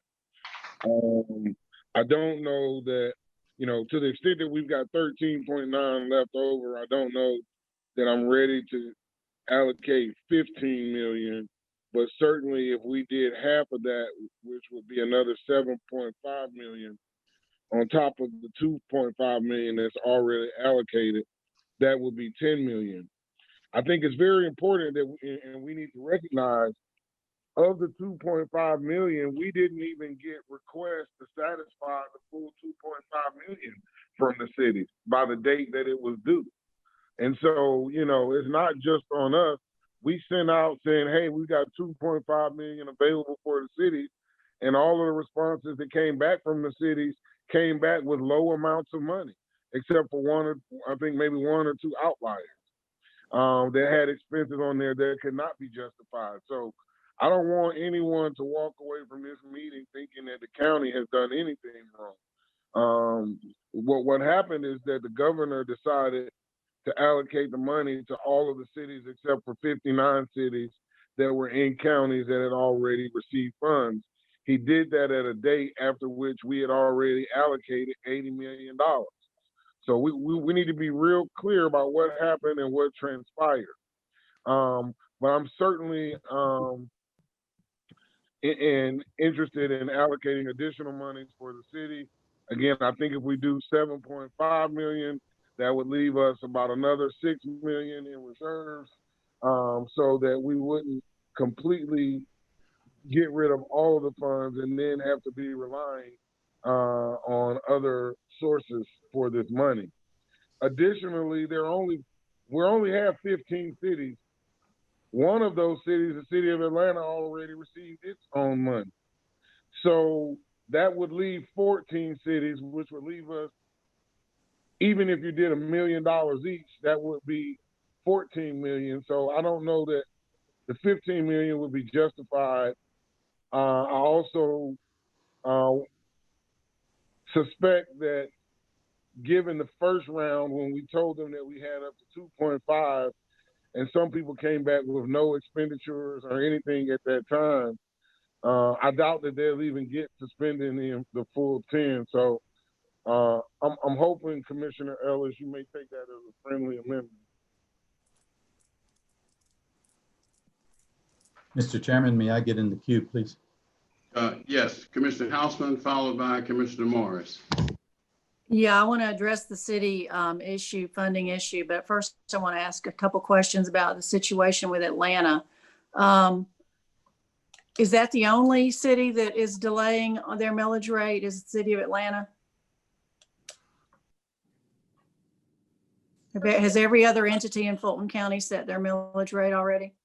Based on our conversation with the tax commissioner, that was the only city that he mentioned that there was an issue with. Well, I have to say, I share the sentiment that was raised earlier about notifying us when we get information like this, and notifying everybody else that's affected by it when we get information like this. I would think that there'd be significant outrage throughout the county when this gets out, and I guess today it's going to get out. Mr. Chairman, I feel like we have to inform them immediately, all of the other entities in Fulton County, that there's a possibility that there's our tax bills will be delayed, and request Atlanta to act on their millage rate. I mean, there's just really, I know you might know some background reason that they haven't done this. I can't think of anything worthwhile for jeopardizing the financial health of the school systems in our county and every other city in our county. Can't think of any reason that should be acceptable. So I think we need to convey that to the city of Atlanta, that they're holding everybody back. Secondarily, I seem to recall last year when a couple of cities got bills after everybody else, Johns Creek being one of them, because of some delays in processing the millage rates. So I don't know why we would not be able to at least do a partial billing. If Atlanta's holding things up, make Atlanta pay for that billing. If it has to be a second billing, just like Johns Creek did. So I don't understand why we would let this tie us up and jeopardize not only our financial health, but the cities and the school systems in our county's financial health as well. We can communicate that at your request and suggestion to the cities. And I'll get with the manager and Mr. Ferdinand after the meeting to draft something that we can communicate. I mean, to me, that's an urgent matter that has to be addressed. And hopefully Atlanta will recognize that, you know, it's not just their needs that are important, it's everybody's needs, because we are in one county. I think it's amazing to me that it seems like everybody forgets that we are all connected in this county, whether we like it or not. All right, as far as the city conversation goes, hallelujah. I'm so happy that we're finally talking about how we can partner with our cities and help each other get through this pandemic. It's been unbelievable to me and to a lot of other folks out there that we would be arguing with our cities instead of working together. So I fully support any effort to set aside a significant amount of money to allow them to, you know, use those funds to deal with the COVID pandemic, just like we've been doing. I think it's pretty hard for them to take when there's really not been sufficient communication with them. We haven't had a mayor's meeting. We could have had a Zoom mayor's meeting to discuss COVID. We haven't done anything like that.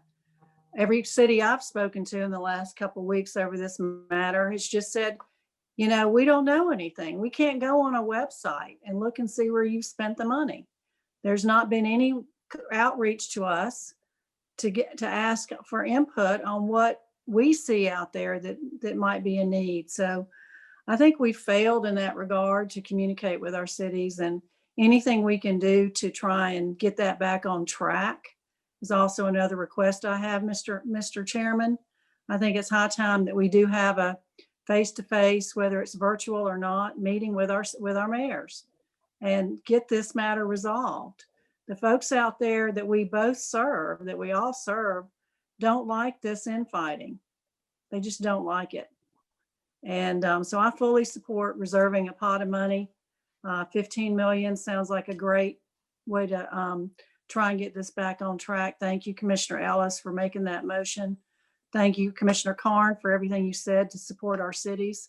Because quite frankly, I know we can do better than this. We have done better than this. We've got a lot of projects in the future that we need to work together on. And I certainly hope that we can repair this situation and move forward as partners with the citizens of Fulton County, whether you live in a city of one or kind or another, or live in an unincorporated area. We're still all Fulton County residents. So I hope we can get that back on track. Morris? A couple of things. First of all, to follow up on Commissioner Hausman's question about whether Atlanta is the only city. I've been looking on my phone because I saw a piece somewhere this morning that the city of South Fulton and the city of Atlanta were delaying their millage determinations. Do we know whether that was fake news about the city of South Fulton, Ms. Whitmore? I do believe they talked about it at their last meeting, which was last night. Monday in College Park, they're speaking about their millage rate as well. I think the majority of these cities may be talking about this eventually. Again, communication with these cities. No offense, Commissioner Carn, but I'm sorry, go ahead. I asked the question of Ms. Whitmore. Sorry about that. So Commissioner Morris, when we spoke with the tax commissioner last Friday, he indicated that his staff had been in touch with the city of South Fulton, but that they, I guess they had some discussion about making a change to their millage rate. But as of last Friday, according to the tax commissioner, they were not moving forward with that, and they were going to remain with whatever their original plan was.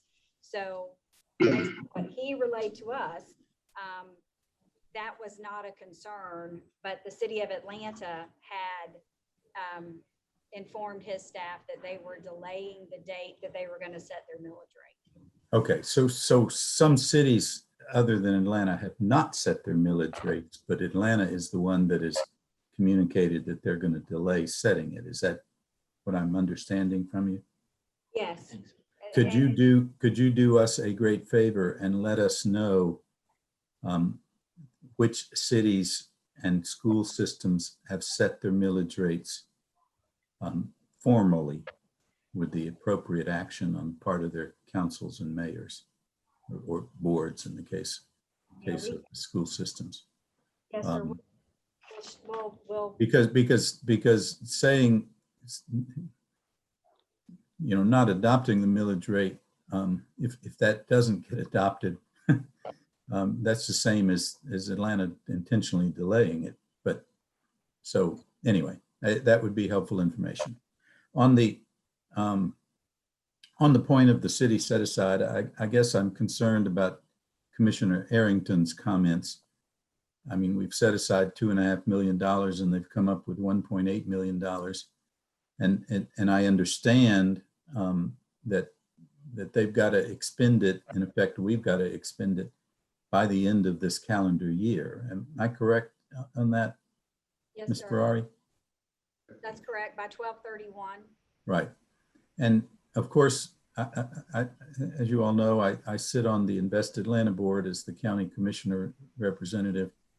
And what the city of Atlanta has done with a lot of its CARES money is similar to some of the things we've done with ours. And that is the city of Atlanta has set up loan funds through Invest Atlanta to help businesses through the COVID problems, grant funds, and that sort of thing. Of course, we've done that throughout the county other than the city of Atlanta. And had we allocated funds to some of these other cities, they might have done the same thing, setting up loan funds and business assistance funds and rental assistance funds and other kinds of things as the city of Atlanta did and as we did throughout the county other than the city of Atlanta. I guess I'm concerned that if we set aside $15 million, surely at this point in time, they're not going to set up these kinds of grant funds and rental assistance and mortgage assistance funds that we've already done throughout the county, because I know it took some time to set those up, and they'd be in effect duplicating a little bit of what we've already done. So if I'm just concerned that we'll set aside that money and December 30th, they'll come along and they will not have found a way to expend it all, and it'll go to waste potentially. Okay, let me try to bring up the rear here. First of all, Commissioner Vice Chair Arrington, you had a friendly amendment. Did you accept that, Commissioner Ellis?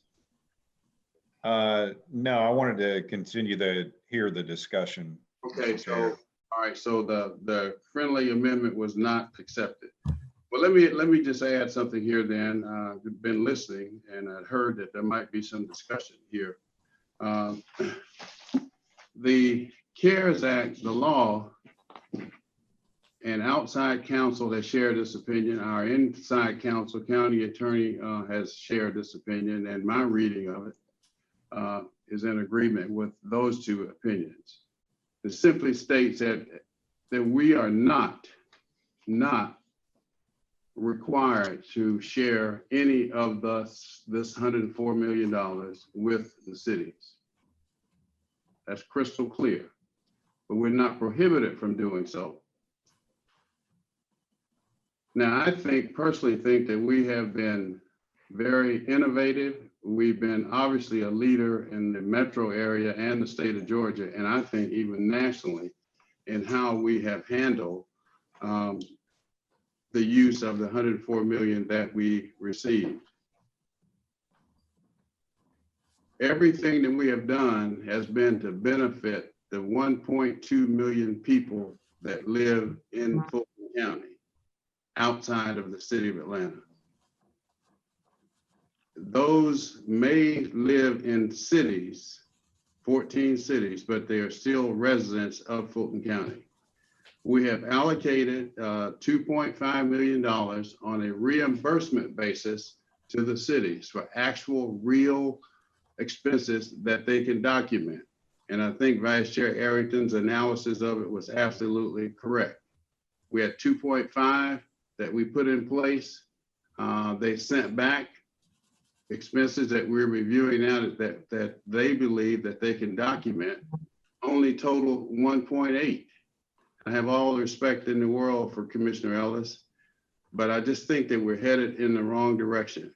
If you look at the fact, and I think that we've also spent, and if you do the math, and it's simple, we have spent probably $60+ million of this CARES money, of this $104 million, on the people in Fulton County. They may live in cities, different cities, 14 different ones, but they're in Fulton County. So how do we say that we have not benefited the people? It may not have gone directly to the 14 cities for them to distribute, but the people, which was the intent, the people have clearly benefited. So the 65 plus the 2.5, that's probably 2/3 of the 104 million that we have received. And I think that we have done a great job. I think we've been sensitive. I think we've been fair. And I would hope that we would not, because we don't know what's down the road. And that was a big issue, the overriding issue early on when we were trying to figure out, is there a wave 2? Is there a wave 3? Well, some will lead us to believe and tell us that we're still in wave 1. So I just think that we've done a good job. I think we've been responsive to the needs of the people. And I want to emphasize the people and not directly to the cities.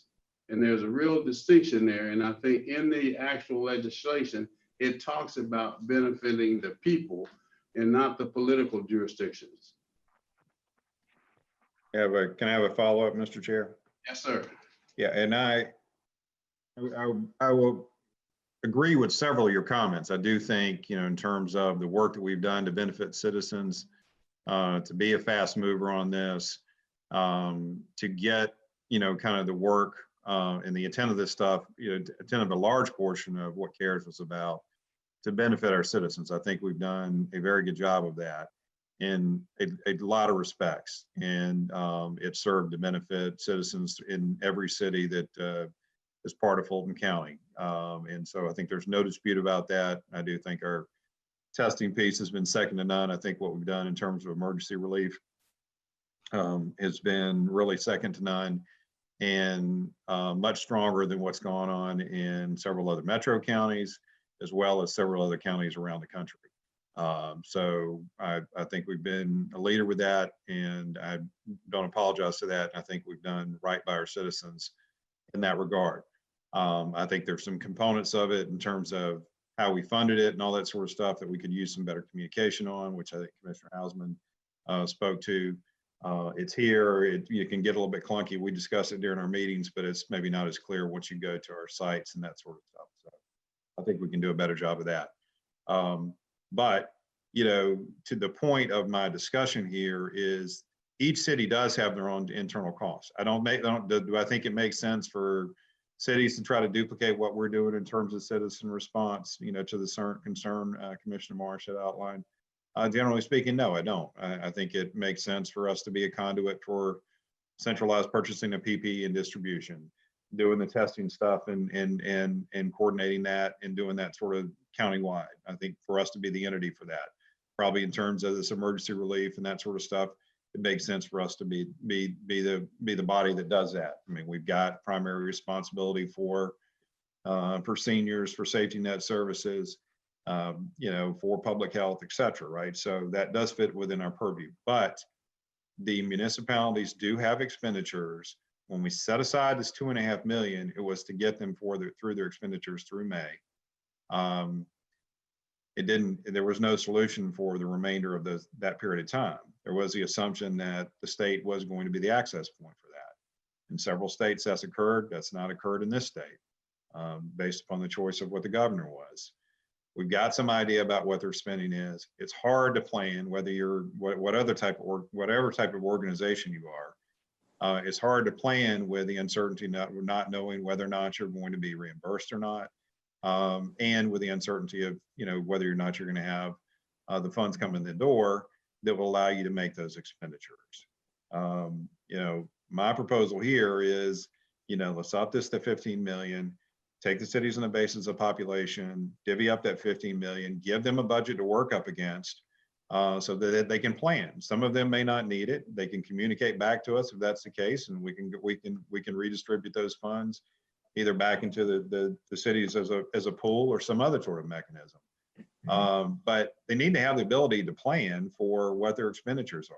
May not reach up to that amount, but I think based upon sort of what we've currently seen in some of the submissions, and some of the other things that they probably would like to potentially explore, things like that we're exploring, stuff like childcare. Maybe they can't explore that with any degree of certainty because they don't have the basis, to say, okay, I can get reimbursement for it. So I think it makes the operational end of it for them, not necessarily the citizen, benefit component. It makes sense for us to take a footprint of this money and allow them to give them some sort of certainty to be able to operate. I think that's clearly aligned with a component of what CARES is about. It's not maybe necessarily the lion's share of it, but it's a component of what it's about. So that's my motion, that we would take the fund from 2.5 to 15.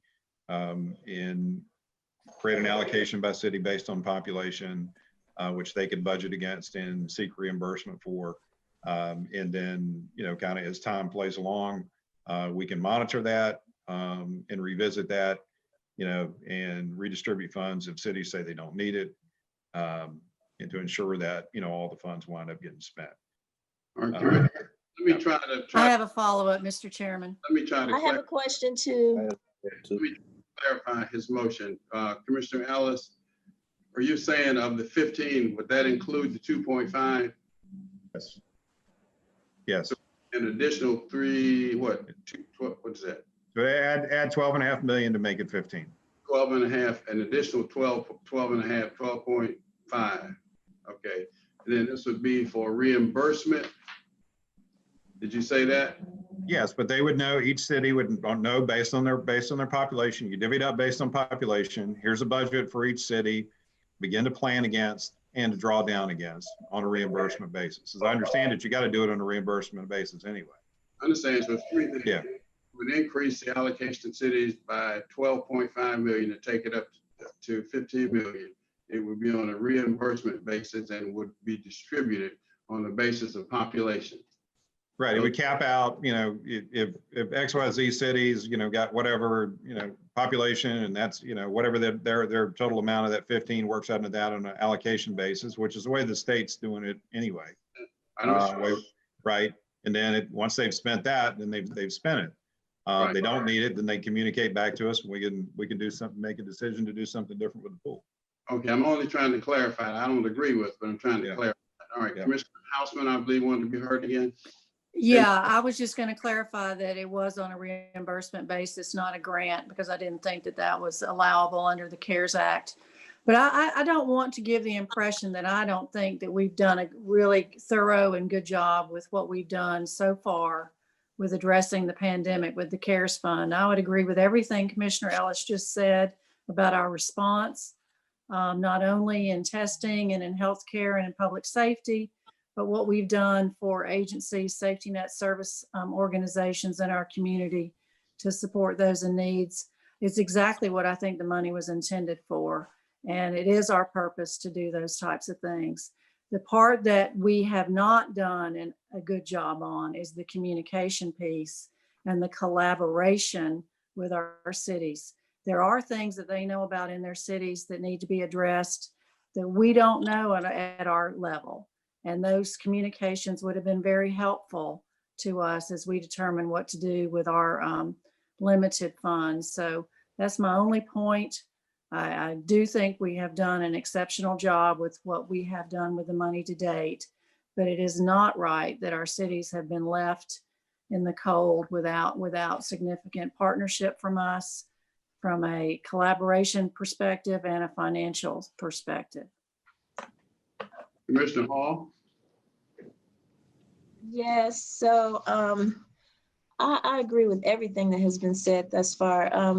A lot of what I was going to say has been said about, we couldn't foresee this epidemic and the impact that it was going to have on everyone.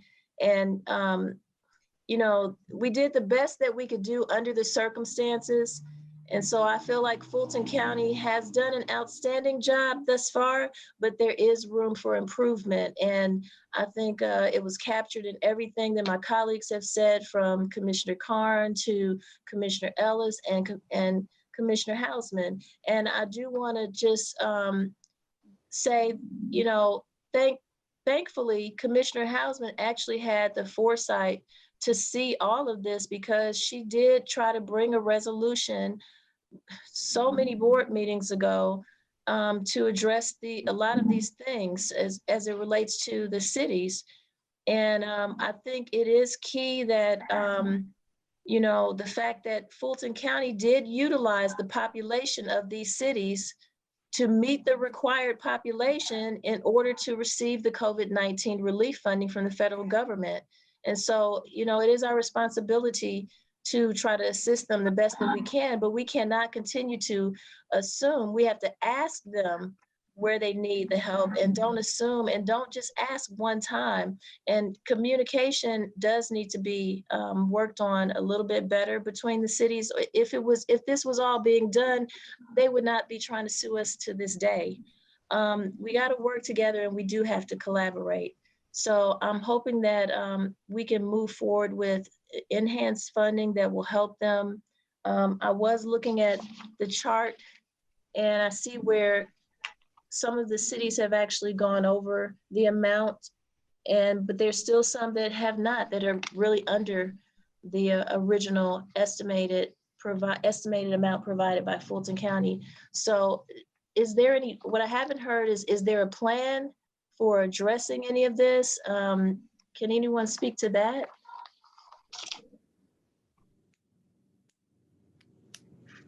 Well, Commissioner Hall, I think that the notion would be, if they've got a budget that they can begin to plan and spend against, then they can do so accordingly. And if they don't need it, then they can communicate it back to us, and we can put it back in the pool. And also, Commissioner, I think a lot of these cities were caught off guard, and they have their footing now with coronavirus pandemic funding and what is and what isn't. So give our cities a chance to get on their feet from this, because it's knocked us all back. But I know I'm not talking about what the other cities should do. I'm talking about what Fulton County should do. I'm talking about us being proactive in how we try to address all of these issues, not trying to put everything on the cities. We do have our part to play in this. And so has anyone from the Fulton County side really looked at how can we be proactive to assist in all of this? All right, Ms. Whitmore, Mr. Manager, anybody can respond to her question?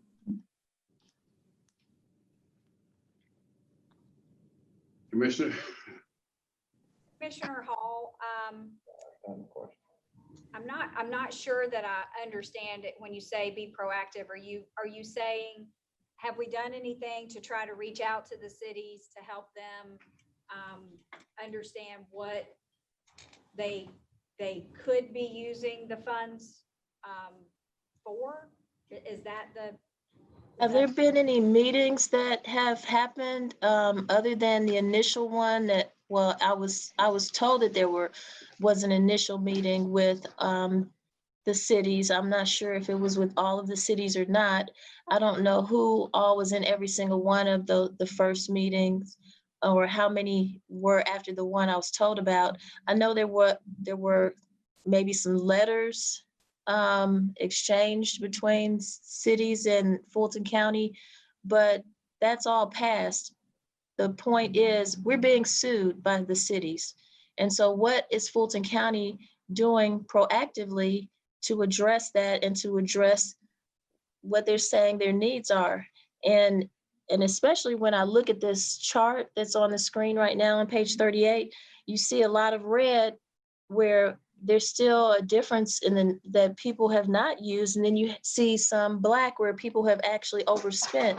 Do we know why that is? Have we talked to them to figure out, what's going on with the numbers and with the use of the funding? Well, you did talk to Odie on South Fulton about that. Can't hear you. Hello? Ms. Whitmore, speak up, please. I mean, Comprehensive communication. yeah, Commissioner Hall, I guess the answer to your question, the simple answer to your question is, no, we have not had any meetings with the cities to talk about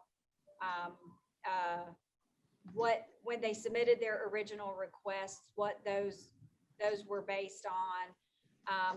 We did communicate to them in writing when we sent out the information that was included in the board's action to ask them to submit to us their receipts. I do, just from conversations with Ms. Roach, I understand, take for example, the city of South Fulton.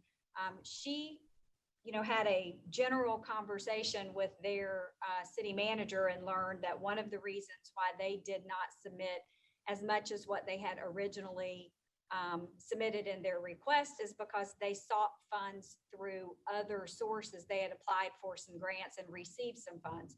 So, Okay. so that may explain why there are some Ms. Whitmore, excuse me, county attorney is saying we're going to maybe need to have some of this discussion during our executive session that we're having now into the details of it. So Commissioner Hall, you still have the floor. Okay, so, well, if we need to discuss it in executive session, then I'll just go with that because it's just, just getting down to the information is what is important to me. And I just want to, if we have to do that in executive session, I want to just, take that time then. Okay. Vice Chair Arrington, you wanted to be heard? Just briefly, do we know the cost of the PPE that we have provided to the additional 14 cities? And that we plan to continue to provide to them? Yes, the total cost, Mr. Vice Chair, is 9.4 million, and what was distributed this last week was 231,000. Wait, 9.4 million for all 14 cities? Yes. Wow, so then that's already $10 million allocated. Now, was there also a provision, I think there was some provision about the new regulations were going to say that at least 25% of the money is needed to go to the cities. Was that approved in the final version of the clarification of the guidelines? We're not aware. We're not aware of that. No, sir, I think that was part of the legislation that's still being considered. Okay. Well, 9.4 million, I'm certainly happy to help the cities. 9.4 million, I think, is a big start in that direction. I'm definitely willing to allocate some additional funds. Let me ask this, Mrs. Whitmore, you said that there's 13.9 left. So if we took 12.5 of that 13.9, then that means we'd only have 1.4 in reserves. There's actually 13,050,000. So if you took the 12.5, you would have roughly 550,000 remaining. Would that be the total amount of reserves? Yes. Yeah, I'm not willing to cut it that close. I don't know if we want to wait until after we have the discussion in executive session before we vote or not, but I'm not willing to cut it that close. I'm willing to do 7.5 on top of the 2.5 that's already been allocated but not fully expended, and in addition to the 9.4 that's already been done or allocated for PPE to all the cities. All right, let's do this. Vice Chair, you made asked for a friendly amendment to 7, which was not accepted. So you can make a substitute motion to cut it to to reduce the amount from 15 to 7. I'd like for us to vote it up or vote it down and to avoid. Can I ask a quick question, please? Sure. Yes. We just distributed 232,000 in PPE, correct, this month. It's the 1 month supply for all the cities, right? And we're giving them a 30-day supply for the next year. Is that what I've, the understanding? Yes, or however long that, would be distributed for. Okay, well, based on the 232,000 that we spent for this particular month times 12, that's only 2.78 million. So if we've got 9.4 million in PPE, there's another, almost $7 million that. Right, well, where's that going to? We don't have the inventory built yet. So it builds over time to get to the ability to distribute 9.4. Well, I just think since we're talking about this, we do need I think a little more detailed breakdown on this 9.4 million, because I mean, I don't know how much we're going to give them more than we gave them this month. Well, we have that and have presented it previously, so we can bring that back. I mean, those numbers just don't make sense to me, Mr. Manager. Okay. Mr. Chair, before we go forward, I do have one more thing. With any amount that we do, I think there should be a deadline by which the amount should be submitted so that finance and legal will have the opportunity to review them, and so that we would have an opportunity, if all the funds are not expended, to have other options to expend them. I think it's prudent that whatever we vote on have some type of sunset deadline or provision, because otherwise they could go up to December 31st and everything they submit could only be worth half of that amount. And then now they're going to be mad at us because we're not approving everything that they submitted. So we're going to certainly have to be very, have numerous discussions with them about the validity and approval of those expenses.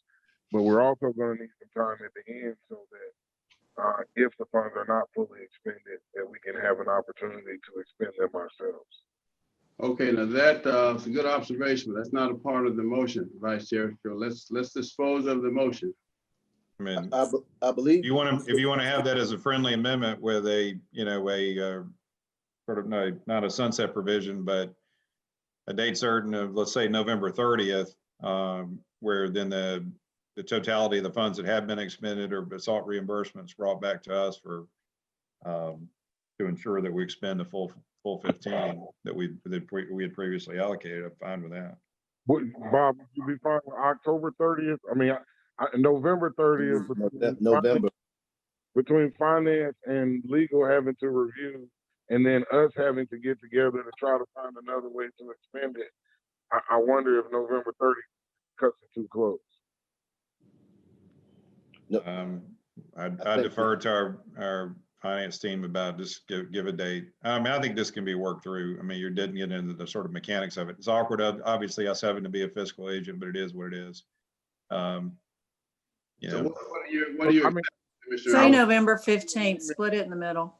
November, that sounds good. Sounds good to me. Okay, just a minute, November 15th. Okay. Yeah. And I would recommend that when this is, what? No, let's get it over with. The motion before us is to provide and allocate another $12.5 million to be dispersed to the cities on a population basis, and their expenses are to be submitted to us by no later than November 15th.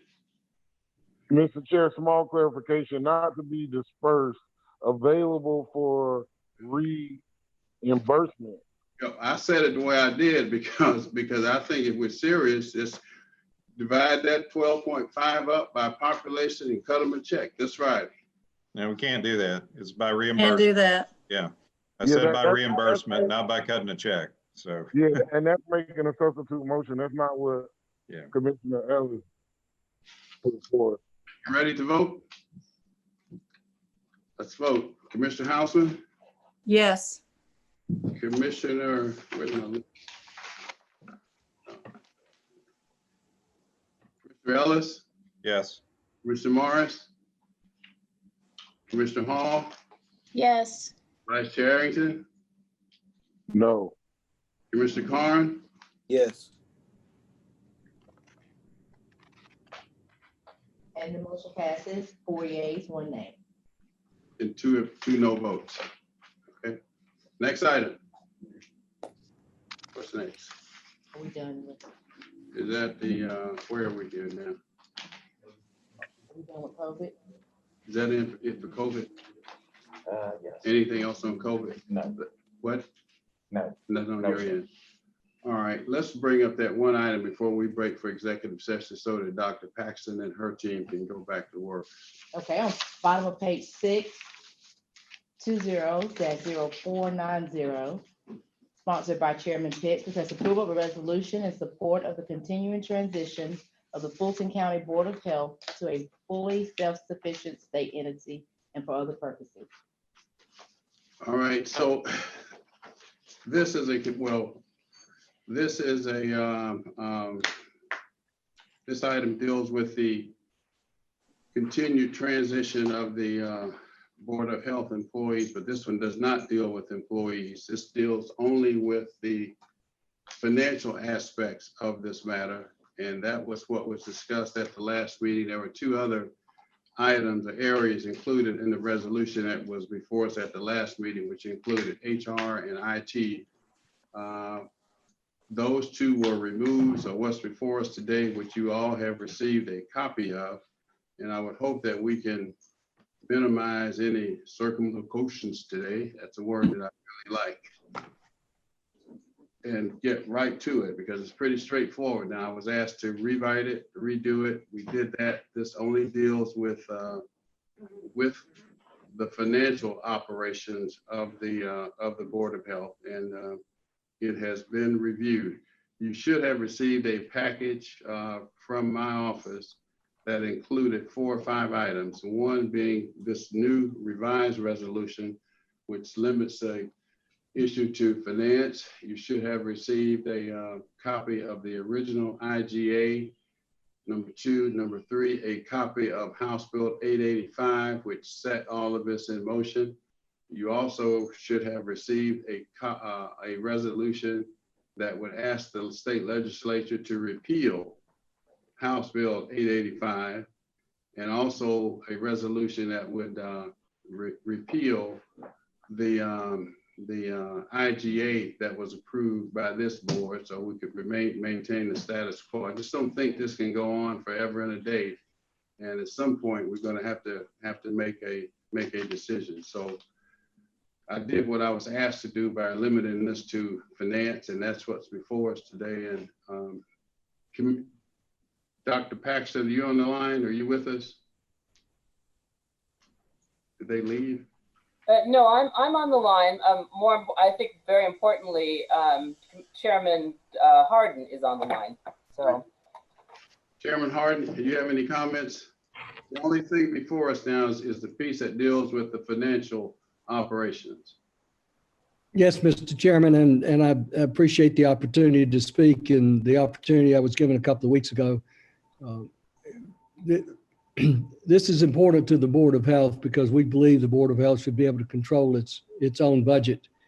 And in order to recruit and retain talented leadership, which we think we have done, we need to give them the ability to manage the department.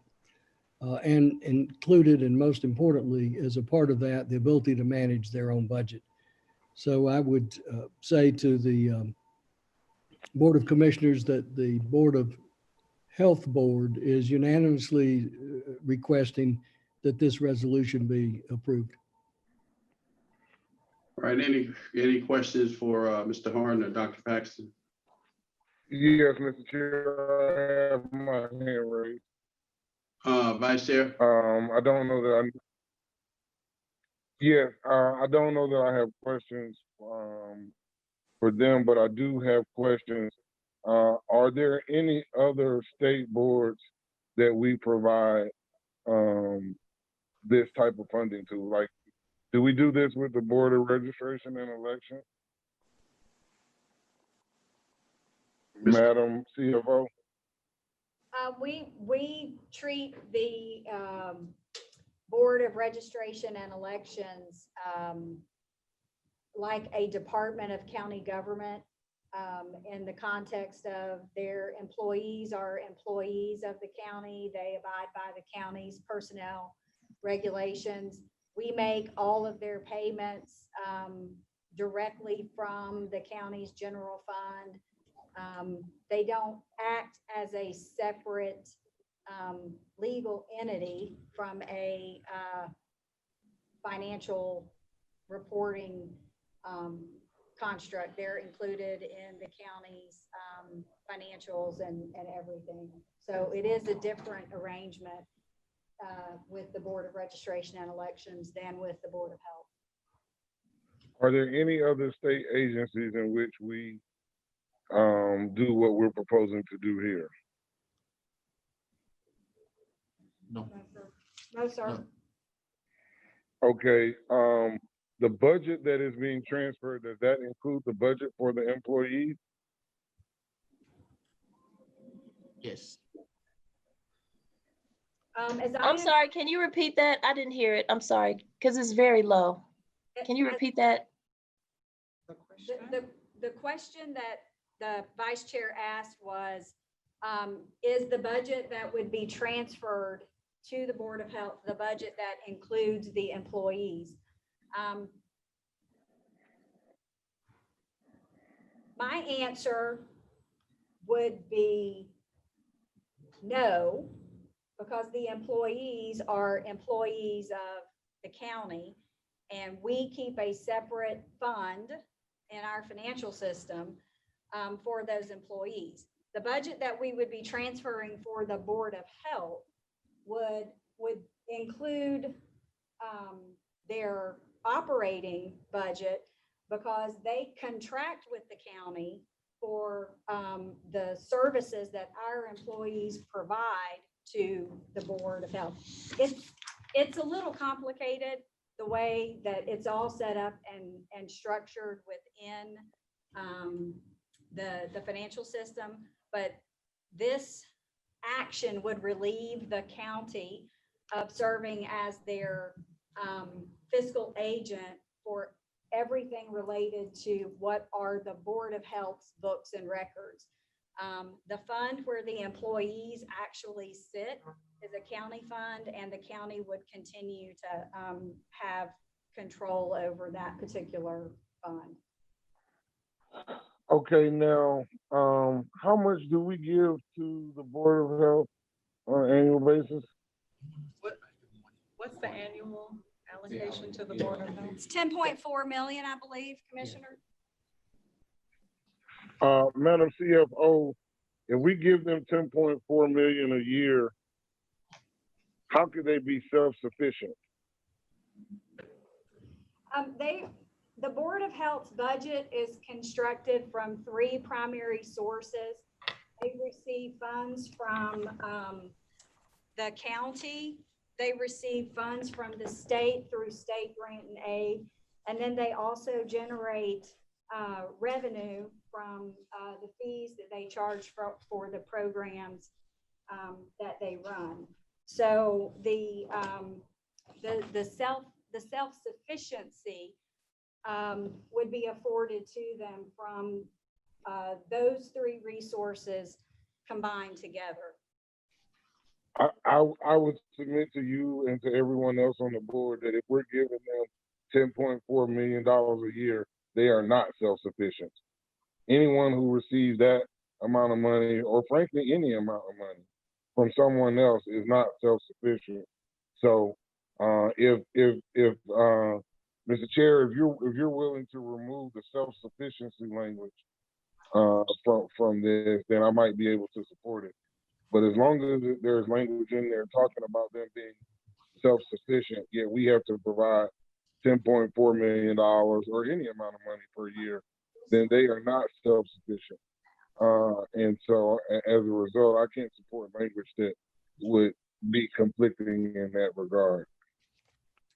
The self-sufficiency, I'm not hung up on the self-sufficiency. I'm more concerned about the process. So, Mr. Harden, Mr. Chairman, is that an issue for the board? No, sir, it's not. And I understand Vice Chairman's point. I do want to make a point of clarity. In terms of the budget for the Department of Health, Mr. Vice Chairman, is $39.2 million for the current fiscal year. Of that, the county contribution is about $10 million.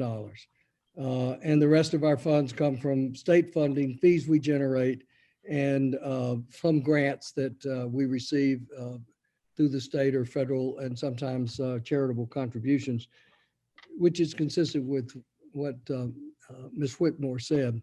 But this resolution will not have a financial impact on the county, because the county employees will be reimbursing the county for what those employee costs out of the funds which the county provides to us. So this is a management process request.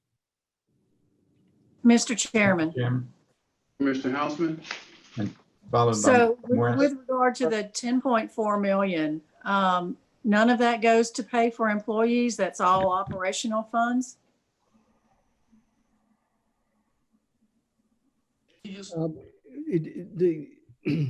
The cost of the employees comes out of the allocation that we are paid. Currently, that money actually never, Beverly Stanford would have to say exactly how the money flows. But of the $10 million which the county provides, personnel cost is covered. That's my understanding. Well, Ms. Whitmore said it differently. So can I get a clarification, please? So, Commissioner Hausman, the county pays the employees directly. We incur that cost in a contractual services fund. We then have to bill the Board of Health, and the Board of Health has to reimburse the county for those services. The $10.4 million is the amount of money in the general fund that we have set aside as a contribution to the Board of Health. So when we're determining the amount of money that the Board of Health needs to reimburse the county for the cost of the staff that we've incurred, that contribution amount gets taken into consideration. So there's a netting that goes on, if you will. That's why I said it was complicated. There's a netting that goes on, if you will, between the funds that the county expends first on behalf of the Board of Health in personnel costs. There are some operation costs that the county also expends first. And then we look at total expenses of the Board of Health. We look at revenue that the Board of Health has generated. And then we take that $10.4 million and we transfer over to the Board of Health the amount that is needed to balance all of that out. So we're keeping two sets of books out of the finance department to support the Board of Health. We're keeping the county's books and we're keeping the Board of Health's books. And in order to account for all of the expenses of the Board of Health and all of the expenses of the county and make the cash transfer to the Board of Health each month, there is a reconciliation process that goes on, and then we transfer them essentially the net difference of what's needed to make their expenses whole for that month. That's the, I don't know, Hakeem, would you describe it any other way? I mean, like Sharon said, we have two different books that we use to make the payment. We have one that we use to make payment for employees, and another one that we use to make payments for the operational expenses. The operational expenses, that's a direct payment. So any vendors that they're dealing with, we pay those straight from this separate fund. And then when it comes to personnel, we have this other book that we use for that. And then at the end of the year, we do a true up, some sort of a reconciliation that we do to do a true up of the amount. And then from there, we determine how much money they have to reimburse us. With what we have on the table now that you're looking at, we will be sending them equal amount of money on a monthly basis of whatever amount whatever amount of budget the board approves for them. We'll be sending that to them on a monthly basis. We will still continue to pay for those employees. If they are county employees, it will be on a contractual basis. And then we'll be sending them a bill at the end of the month for them to reimburse us. Or actually, probably going to be every two weeks. We send them a bill to say, this is how much we paid on your behalf for those employees that have been providing services to you. And then they have to reimburse us for the money that we sent to them. I'm going to stop you there and save you. Okay. Yeah. I am 100% in favor of not delaying the finances to the Board of Health for them to do their job. I totally support this. All this about employees and two sets of books and yada, yada, yada, that, just throwing mud onto the whole process, I'm not really interested in. But I just have to tell you, in the middle of a pandemic, to be having a conversation about the management of our health department doesn't send a real positive message out there to the community that we got a good handle on what we're doing here. And again, I don't understand why we're having conversations like this that put that into question. We're actually doing a really good job. I think everybody would agree that our Board of Health has stepped up to the plate and has done an excellent job serving the community during this trying time. I don't see why this is necessary. I don't understand why we can't just, do the right thing, give them their budget every month, not make them go through a bunch of hoops. If they've got an emergency situation, we react to the emergency situation. I don't understand any of this, quite frankly. This is Commissioner Hall. I'd like to be wherever in the queue. Commissioner Morris, followed by Commissioner Hall. Yeah, I've had some discussions with some of the employees who were concerned initially because they thought that this was amending the IGA with respect to the salaries and benefits. And I think it's pretty clear, and I'd seek confirmation from Mr. Harden perhaps and our county attorney that the revised resolution does not do anything with respect to those issues of employee salaries and benefits. Is that correct, Mr. Harden? That's absolutely correct. The IGA, except to the extent that we're talking about the fiscal agent being served by our finance department, the IGA otherwise remains completely unchanged. Right. Thank you. That's all I need. And to Commissioner Hausman's point, I mean, the primary issue here to me that makes this something I'm supportive of is that it does try, as you suggest, to give them their budget every month and let them have it instead of waiting for us to pay the bills and things. So again, I see it as steps toward complying with the state law. Doesn't affect the employees at this point in time. And it makes a lot of sense to me. So I hope we'll go ahead and deal with it. And if the General Assembly wants to undo any of this thing down the road, then we can deal with it at the time. But I think we need to move this along.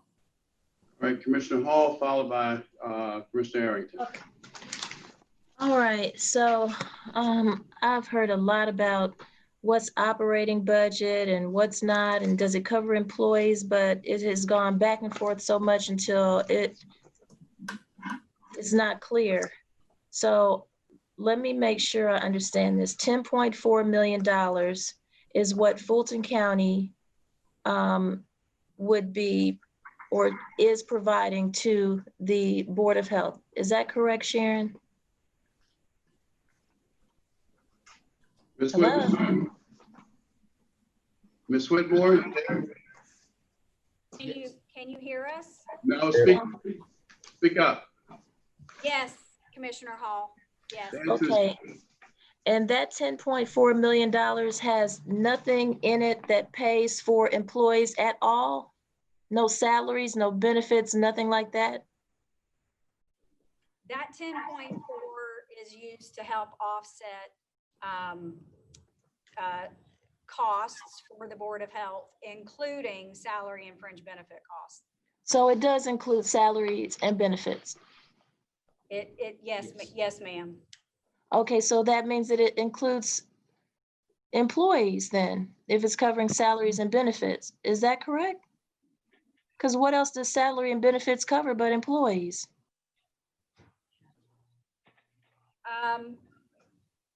You are correct. Salary and fringe benefit covers employees. Yes, ma'am. Okay, so there we go with the truth.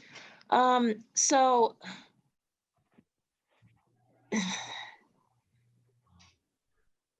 where does it say in this revised resolution that Fulton County gets reimbursed for all of the budgetary money that we provide to the Board of Health?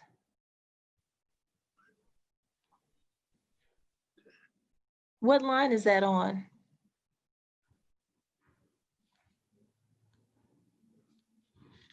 Hello? I'm not Commissioner, Ms. Whitmore, I'm not aware that that's in there. Can you? It is not specifically identified in this resolution, Commissioner Hall, but it is covered through the IGA.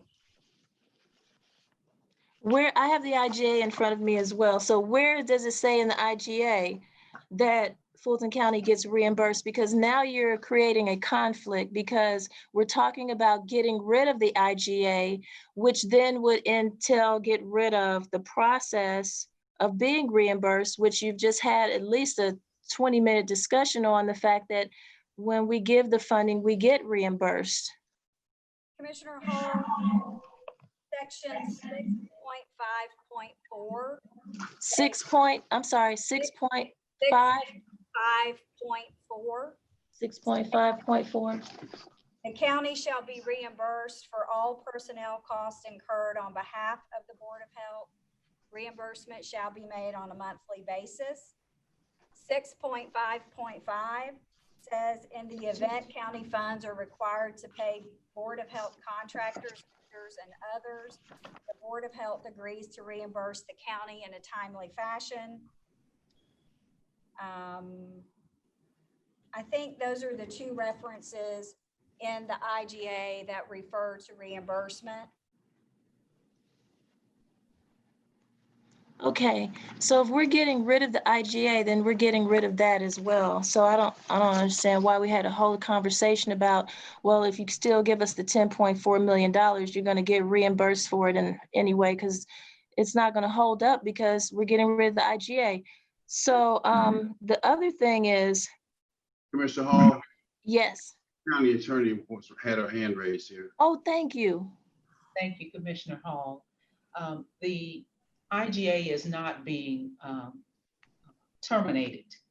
Yeah, there's a provision in that resolution that allows the county attorney to negotiate the remaining terms of the IGA and the level agreement that goes with it. So it's strictly being modified.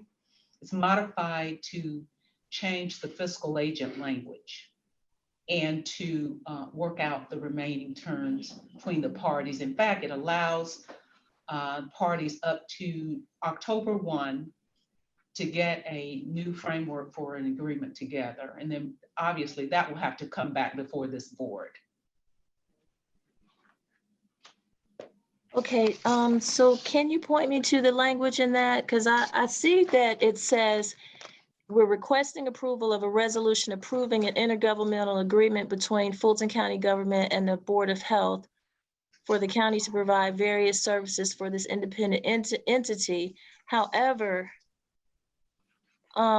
if we're going to try to renegotiate an IGA, why would we come back and do it again when we're trying to do it right now? The IG resolution 4 says, on page 4?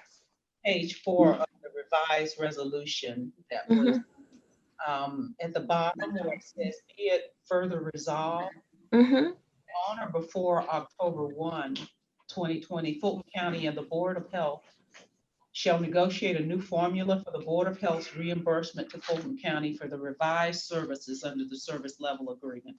Then it goes on, this is probably the penultimate paragraph in this. Be it further resolved that the Fulton County attorney shall be authorized to prepare an amendment to the existing IGA and the service level agreement to reflect the financial independence of the Board of Health and the reduction in required services from the county and the charges therefore. So this language says get started with that, but wait, I'm sorry. I must be missing a page. Is there a page after 4? Yes, the resolution concludes on page 5. Page 5? Okay, wait, hold on. So, hold on. Page 4. And then you went on past the statement. You said, be it further resolved that beginning effective September 1st, 2020, the county shall remit revenue received by the county relating to activities of the Board of Health, including but not limited to environmental health and vital records fees to the Board of Health without offset or reduction. And then, like you may have the previous version of the resolution. Yeah, that's the same version I have. no, we have a version that says number at the top front page in red, number 20-0490 revised 8/14/2020. That's what we most recently received. Yeah, there's no language by the county attorney in the version that I have. No, there's none. That's what.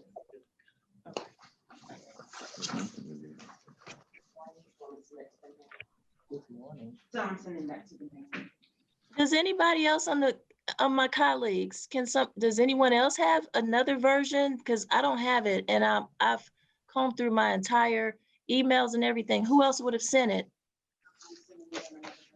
Okay, another, those who did not, everyone should have received it in the package that I sent. It should have also been included with the package. It was not. It was not. Okay. Commissioner Arrington, did you just say you have the same one that I have? Yes, I mean, the one that I have does not mention the county attorney at all. Let's do this. It was in the package that came from my office. I know that for a fact. Can't say who got it, who didn't get it. I'd like to make a substitute motion to hold so we can get all of the information that we really need, because I don't have what she's talking about. And Commissioner Arrington just confirmed that he doesn't have it either. Second. Substitute motion to hold this one. Now you have 3 others that would ask for the repeal of 885 and the other one, right? And Mr. Chair, those other 3 resolutions have not been provided to the public. They are not even on our agenda. No, they're not on the agenda, just for information. And I don't believe anyone is in support of those. The motion, just a minute. The substitute motion is to hold. Properly moved and seconded. Let's vote on the substitute motion to hold. Commissioner Houseman? Yeah, I'm not ready to vote on this. I'll hold it. Commissioner Ellis? Yes. Commissioner Morris? No.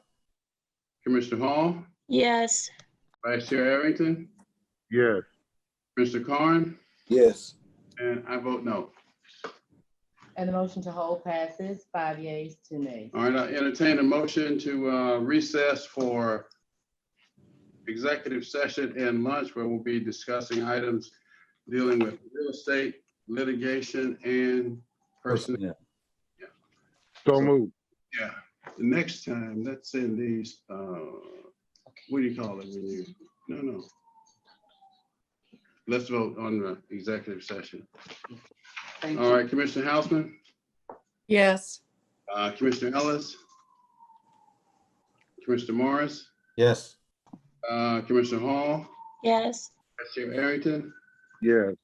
Commissioner Carn. Yes. Motion passes. Thank you. 5 All right. We're in recess. So Will we be sent some documents for executive session? Yes.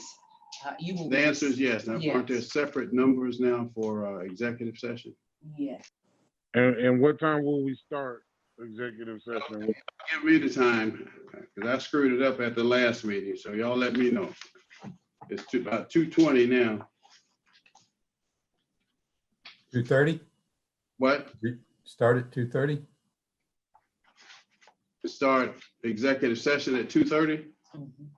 Okay. Any That's- objection? Okay. Do we have a call-in number? Do they Yeah, have? consent.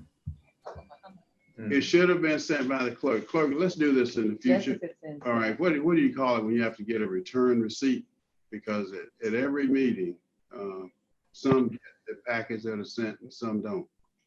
The packet, the one that I sent I put revised 8/14.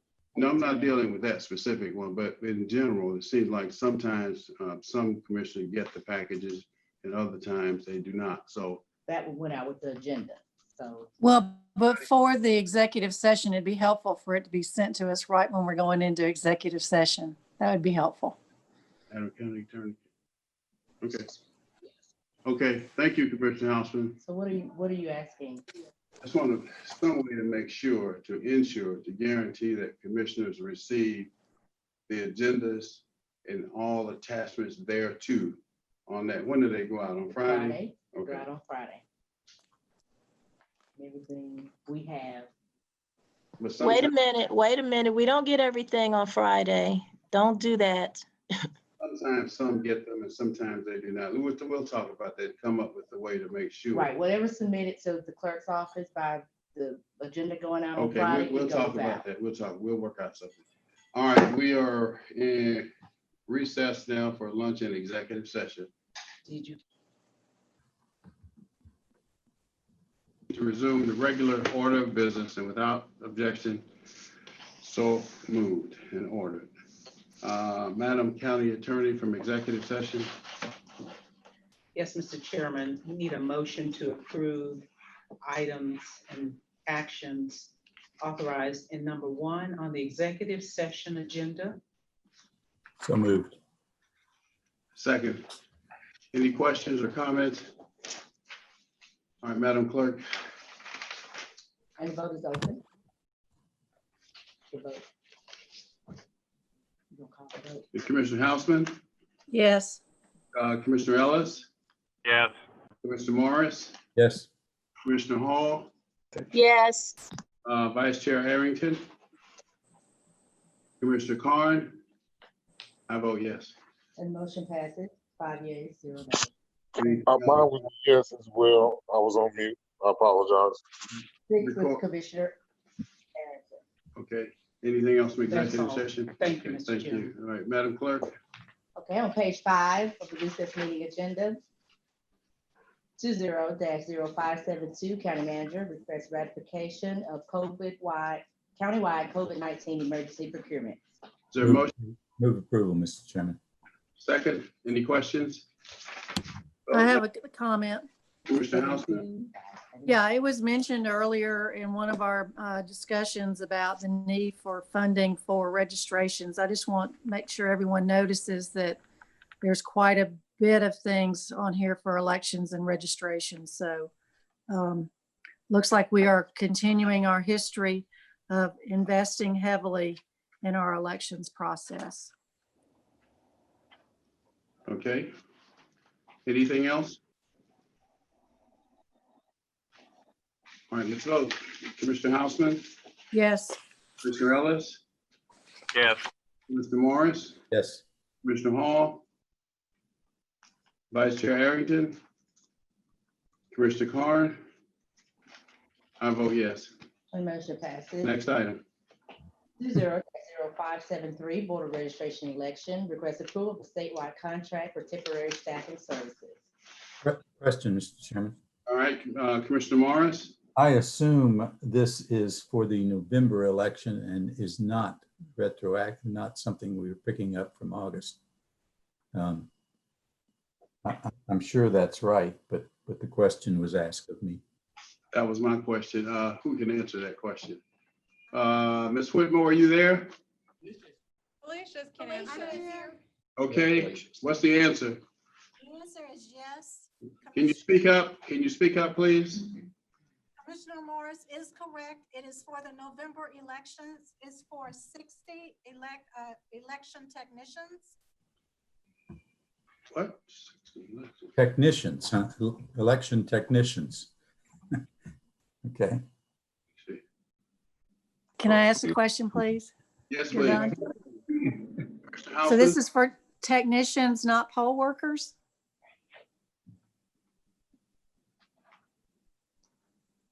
Can't hear you. Ms. Strong Whitaker? Ms. Whitaker, I'm here. we got to speak up. So the question is, this 910,000 is for what'd you call them? Electricians? Technicians. Technicians. Poll workers. Poll managers. Oh, it's getting worse. Poll managers? Line managers. Line managers and election technicians. Line. Go ahead, Commissioner Houseman. Well, I know that the Secretary of State's got a very aggressive effort to recruit volunteers for poll workers. They're engaging all sorts of civic groups and student groups and really making an effort to try and bring in younger poll workers than we've had historically. I checked today, and since March, they've sent us about 1,500 names. Almost 500 since June 9th. So I just want to make sure that we're, taking advantage of these folks when we talk about spending this kind of money, not just temporary staffing people. Mr. Houseman, I inquired about that too, with respect to that list that's coming from the Secretary of State's office. And Yeah, 3 times a week, they're sending names over. what I was told was that, and hopefully someone will be in the other room who can repeat what I was told, is that when people are first asked, would you be willing to be a poll worker? They say yes, but then when they get the telephone call, they say no. So that list really, it may be 300 names on it, but in the final analysis, we get very, very few takers. That's what I'm told. Well, my only ask is that we do try and at least vet these folks, because it's far better to have people that we can count on every election that know Fulton County rather than just temporary workers that we never see again. So I just think we benefit as a community from having people that know Fulton County working our polls. So as long as we are, and those people would get paid too, I recognize that. But I just want to make sure that we're not totally focused on temporary staffing to the exclusion of community members that want to serve as a poll worker. Mr. Manager? No, so we completely agree, and we're taking every referral and have put it into a database that has by person, which location they would be assigned to, and then if they get trained. So I think we're taking advantage of every volunteer, as well as then what we need to have from temporary staffing agencies. As long as it's focused on the community members first, that's all I'm asking. Thank you. I have a question. This is Commissioner Hall. Commissioner Hall, followed by, I think it was Commissioner Carn. Commissioner Hall. I was just trying to find, where does it say how many people will be employed It says it's not to exceed $910,000, but how many will it actually employ? Alicia, do you have the numbers in the other room? Can you hear me? Barely. Wow. Can you hear me now? Better. Yes. Yes. So it's up to 60 individuals, staff members, and it's a not to exceed amount. If they need 60, they will employ 60. If they need less than 60, they'll do less than 60, but it's a not to exceed. And it's through November 11th. So this will include the training, their training and other things. Thank you. You're welcome. Move approval, Mr. Chairman. Second. I have a comment still. Mr. Carn? Sorry. I touched on this earlier. I had spoken to a few of the mayors in South County. The upcoming election in November is, again, going to be unprecedented. I think we're going to, at some point, have to consider some more additional funding to handle the type of volume we're talking about. Talking to one of the elections board members, I think poll pads are going to be one of the biggest things that would keep the delays going on throughout election day in particularly. And I think they're going to need a whole lot more of those than they actually do have. Talking with the other some of the mayors though, one of the things I did mention and suggest is that for their larger precincts, that they have some type of a backup team of additional local folks that they can help us to recruit to cover, even if you have a poll with a full complement of 5 poll workers. At the end of the day, I think you're going to need 5 more in a backup position in that sense, because believe me, I think we would regret it if we did not put together some type of a contingency with the individual cities from some of their people that they know are reliable, that the citizens would see in the lines helping out, because we're going to need a lot of help on election day, more than we probably ever would imagine. So I support this, but I think we're going to need a little more before it's over. The motion is to approve. Commissioner Houseman? Yes. Commissioner Ellis? Yes. Mr. Morris? Yes. Commissioner Hall? Yes. Vice Chair Arrington? Yes. Mr. Carn? Yes. And I vote yes. Continue, Madam And the Clerk. motion passes unanimously. 20-0574 Finance. Request approval to amend an existing contract to administer the fully insured senior advantage plan.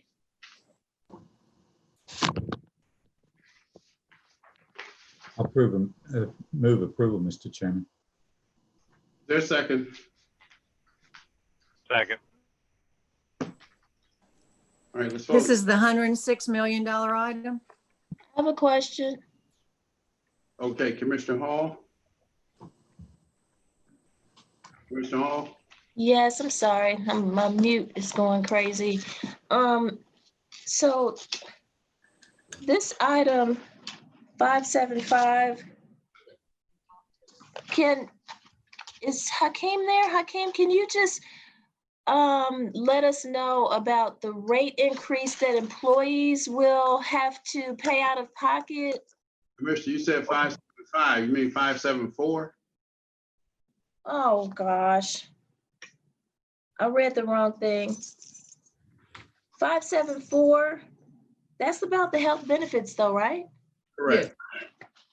This, Commissioner. Okay, I'm sorry. I'm thinking 575 because it's about the benefits too, but it's the rates. I'll wait till 575. Okay, the motion is to approve 574. Is it seconded? I'll second. All right, Commissioner Houseman? Are we not going to get a brief explanation of this for the benefit of the public? Okay, Whitmore. This item, this is a request to amend the contract for Kaiser so that, we can provide our Medicare eligible retirees opportunity to enroll in Kaiser Senior Advantage. At this moment, we are not able to provide that plan to them. So by approving this request, we'll be able to do that going forward.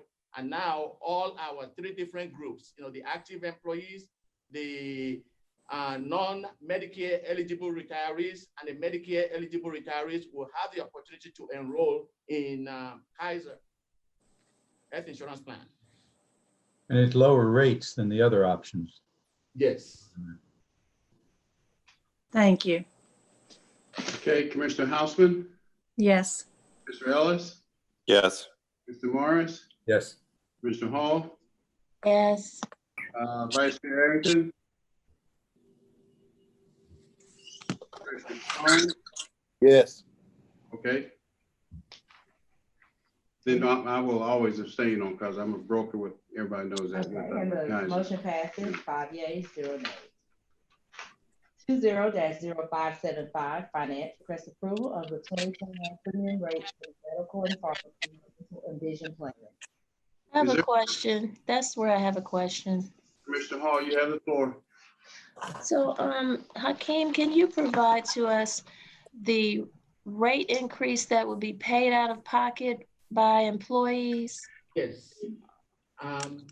So on this, we are proposing an increase of 1.4% to the premium for the Anthem self-insured plan, and a 2.5% increase to the premium for Kaiser HMO plans, for 2021. We are also requesting for Kaiser Senior Advantage to be offered, which you just approved.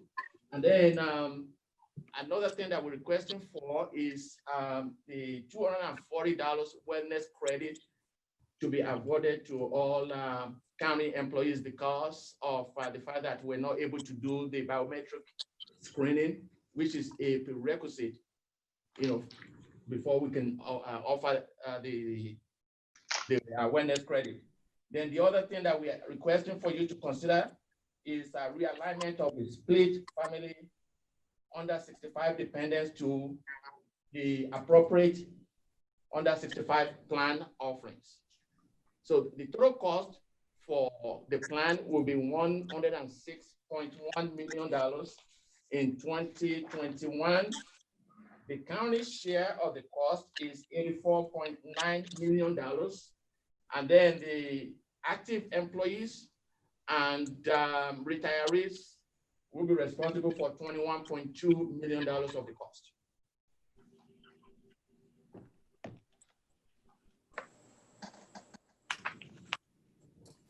Okay, so we all understand that everything increases year by year, and especially insurance premiums. But I just want to say, in lieu of the fact that we have COVID-19 and people are experiencing financial difficulties in their families and being laid off and evicted and so many other things, and people are trying to help their family members, it is a little bit disparaging. It's really not good to have an increase of out-of-pocket fees that employees have to pay for health insurance right now. But, we do understand that it's something that we can't stop the insurance companies from doing. And I am glad to hear that it's not as high of an increase as you would expect it to be. Thank you, Hakeem, for that information. Welcome, Commissioner. I have a question. Mr. Carn. Just real quick, like you said, no one likes an increase. I've dealt with many increases over the years on the municipal level. Hakeem, is there a possibility, could you possibly say that a portion of this increase could possibly be due to the COVID-19 pandemic? Is that even possible? Not really. If anything, we got a discount because of COVID-19. We got a discount because not too many people are using, the medical plan right now. They're not really going to their doctors. So we're able to get a 5% savings programmed into the cost estimate that our consultant provided us. Now, it is costing the county on the COVID side because of the fact that we do have our employees that affected by COVID. But we're able to, we've been looking at, the cost. So far, we have about over $500,000 that, we think, we'll be able to charge against the CARES fund. But overall, though, for this year, I'm sorry, how much to charge against the CARES fund, you said? over $500,000. We So over $500,000 of what's due, we can charge towards the CARES funding. Is that what you're saying? Yes, for this year, yes. So a portion of this increase we can pay with CARES funding. And Is not that this, what I'm hearing? not this increase. No, I'm not talking about this increase. This increase is for next year. I'm only talking about this year. You can Gotcha. use CARES funding next year. Okay, gotcha. Okay, that answers my question. Yeah. Thank you. Mr. Chairman, I'll move approval. There's no more questions. All right, do I hear a second? Second. All right, let's vote, please. Commissioner Houseman, Yes. Commissioner Ellis, Yes. Commissioner Morris, Yes. Commissioner Hall, Vice Chair Arrington, Yes. Yes. and Commissioner Carn. Yes. The motion passes 6 yeas, 0 nays. Mr. Chairman, if you just give me a minute, I just want to thank the Seagull consulting team. They've been waiting since morning, with the hope that they'll be able to answer any question that you may have in case I wasn't able to provide you a response. So I just want to thank them, and I'll be contacting them afterwards. Thank you all for your support.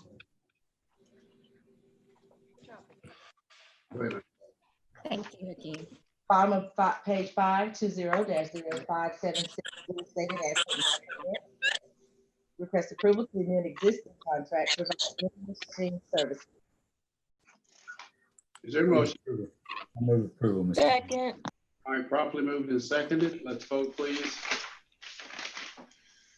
Commissioner Houseman. This is 576, correct? Yes. Yes. Yes. Commissioner Ellis, Yes. Commissioner Morris, Yes. Commissioner Hall, Yes. Vice Chair Arrington. Yes, but I'd love to see us get some healthy options like Arden's Garden as well.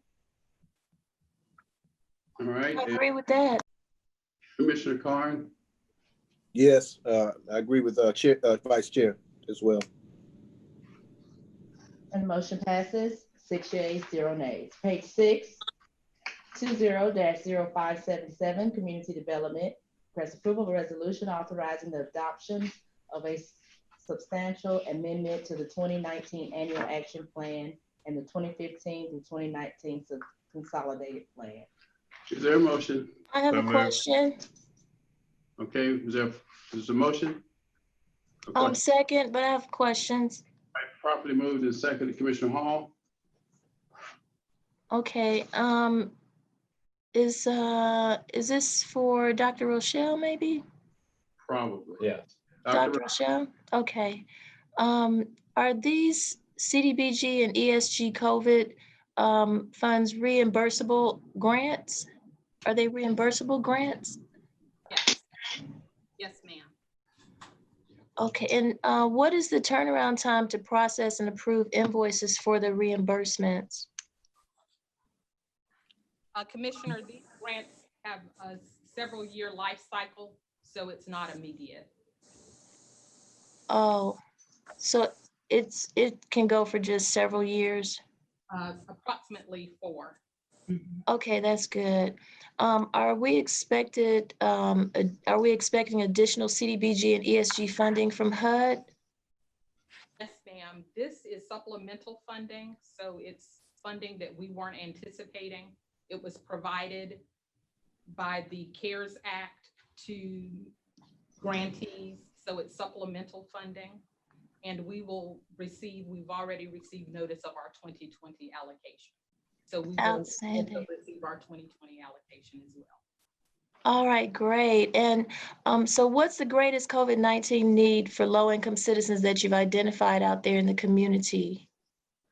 So for ESG, those funds will cover a variety of things like homeless prevention services. They will cover rapid housing, helping constituents to remain housed by providing financial support, also case management to connect constituents to other types of services. So that's the ESG dollars. Each of the municipalities that applied for funding are using these funds for a variety of community projects. One is, of course, personal protective equipment. We have municipalities that are going to provide hand sanitizing stations in their parks. We have some municipalities that are going to provide COVID kits for their students in their schools that are in low to moderate income schools. And we also have some of our cities that are going to provide emergency assistance through rent, mortgage, and utility assistance.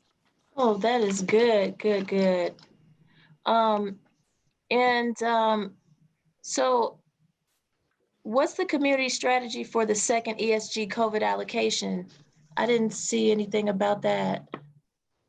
Yes, ma'am. So Fulton County received an additional supplemental allocation of CARES Act funding through ESG for $1.9 million. Those funds are also for homeless supportive services, and we will be advertising an application by the end of September. Nonprofit agencies that provide homeless support services may apply at that time. You said by when? I'm sorry. End of September. End of September? Oh gosh, that's coming up really fast. Okay, and I have one more question. Are there any COVID-19 homeless collaborations with the city of Atlanta? So the city of Atlanta receives its own ESG funds. However, we are always open to any type of. You said you're always open to it, but I asked, are there any collaborations with them right now? No. There are none? Okay. And so is anybody going to be working with them or trying to work with them, or are there any plans to work with them? I think we're stronger together. Commissioner, I'm very happy to reach out to the city. However, we are working with the city as it relates to the isolation hotel. Our behavioral health services have been providing behavioral health services for the Atlanta Isolation Hotel. Yes. Working with the city of Atlanta as it relates to permanent supportive housing, and have just placed the first clients into those housing units, and will provide those behavioral health services for those clients. But we definitely can also work with them on partnerships related to ESG specifically. Oh, great, because we're doing such a good job with everything you just mentioned with the behavioral health. I think we have other opportunities to be great in collaboration and partnership with them. So I'm looking forward to what that's going to look like. And did we receive the 2020 HUD allocations yet for like CDBG, ESG, and home? So we have received of those allocations, and we did receive a slight increase from last year, from 2.8 million to 2.9 million. That's good. That is really good. And so the funds are already available to the community? No, ma'am. Oh. We have received notice, and we have several regulatory steps that we must complete before we make the funds available to not only our municipality partners, but to the community. Okay, when do you think that the funds would be available based on that? So those funds are made available through an application process as well. And so we plan to release that funding through an application by the end of September as well. Okay, all right. Thank you so much, Dr. Rochelle. You and your team are doing a great job.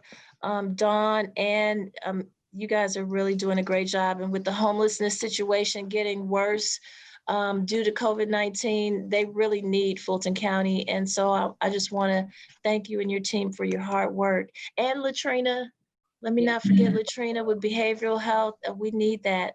Thank you, guys. All right, the motion before us is to approve. Commissioner Hausman, Yeah. Commissioner Ellis, Yes. Mr. Morris, Yes. Commissioner Hall, Yes. Vice Chair Arrington, Yes. Mr. Carn, Yes. And motion passes, 6 yeas, 0 nays. 20-0578, Public Works requests approval of a MOU between Fulton County and GDOT for water main and sewer relocation. Move approval. Second. properly moved and seconded. Any questions? No questions. Madam Clerk, cast your votes, please. Commissioner Houseman, Yes. Mr. Ellis, Yes. Mr. Morris, Yes. Commissioner Hall, Yes. Chair Arrington, Yes. Mr. Carn, Yes. yes. And the motion passes unanimously.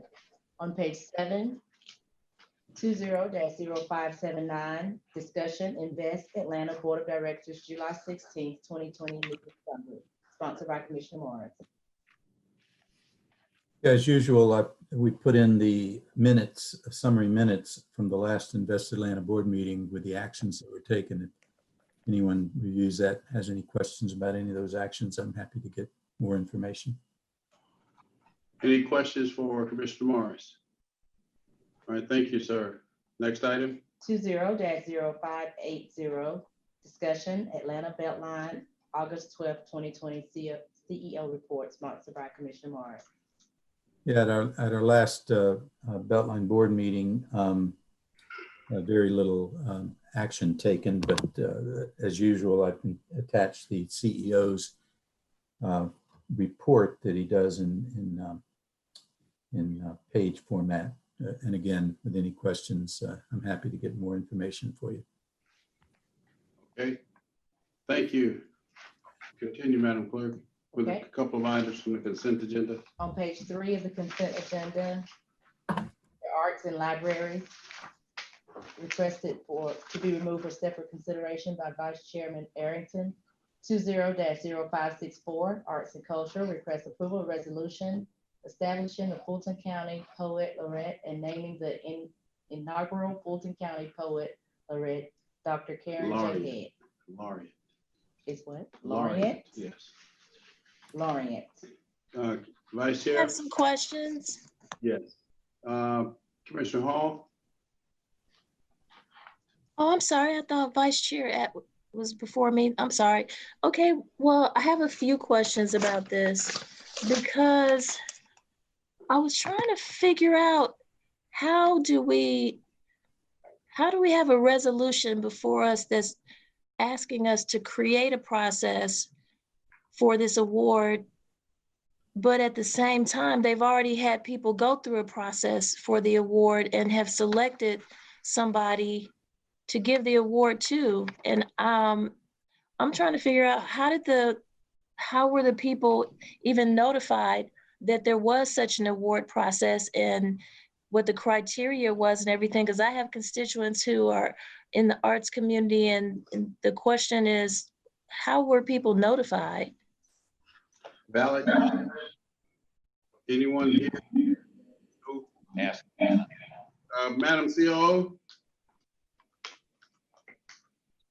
Commissioner Hall, that is a very good question. I do have to get some additional detail from Lionel Thomas on what the process was and how this resolution came into being. So Is it time sensitive?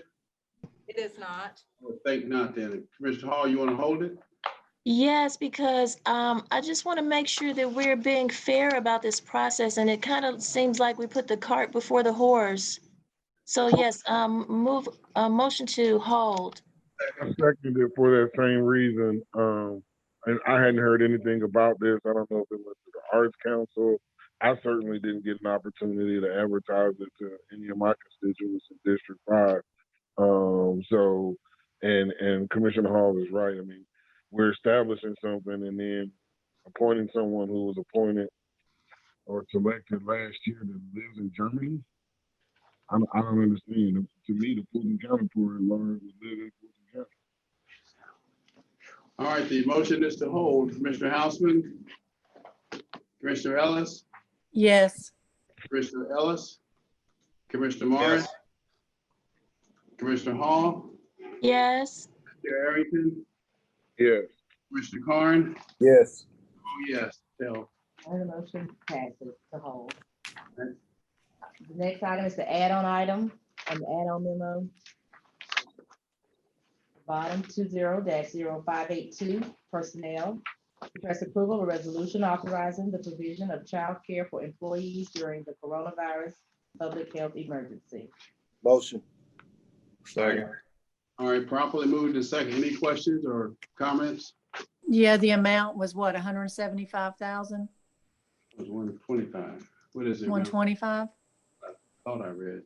Is that correct, Mr. Manager? Ms. Whitmore, Dr. Rochelle. I think I saw 125 someplace. Oh, it's in, it's, oh, the add-on.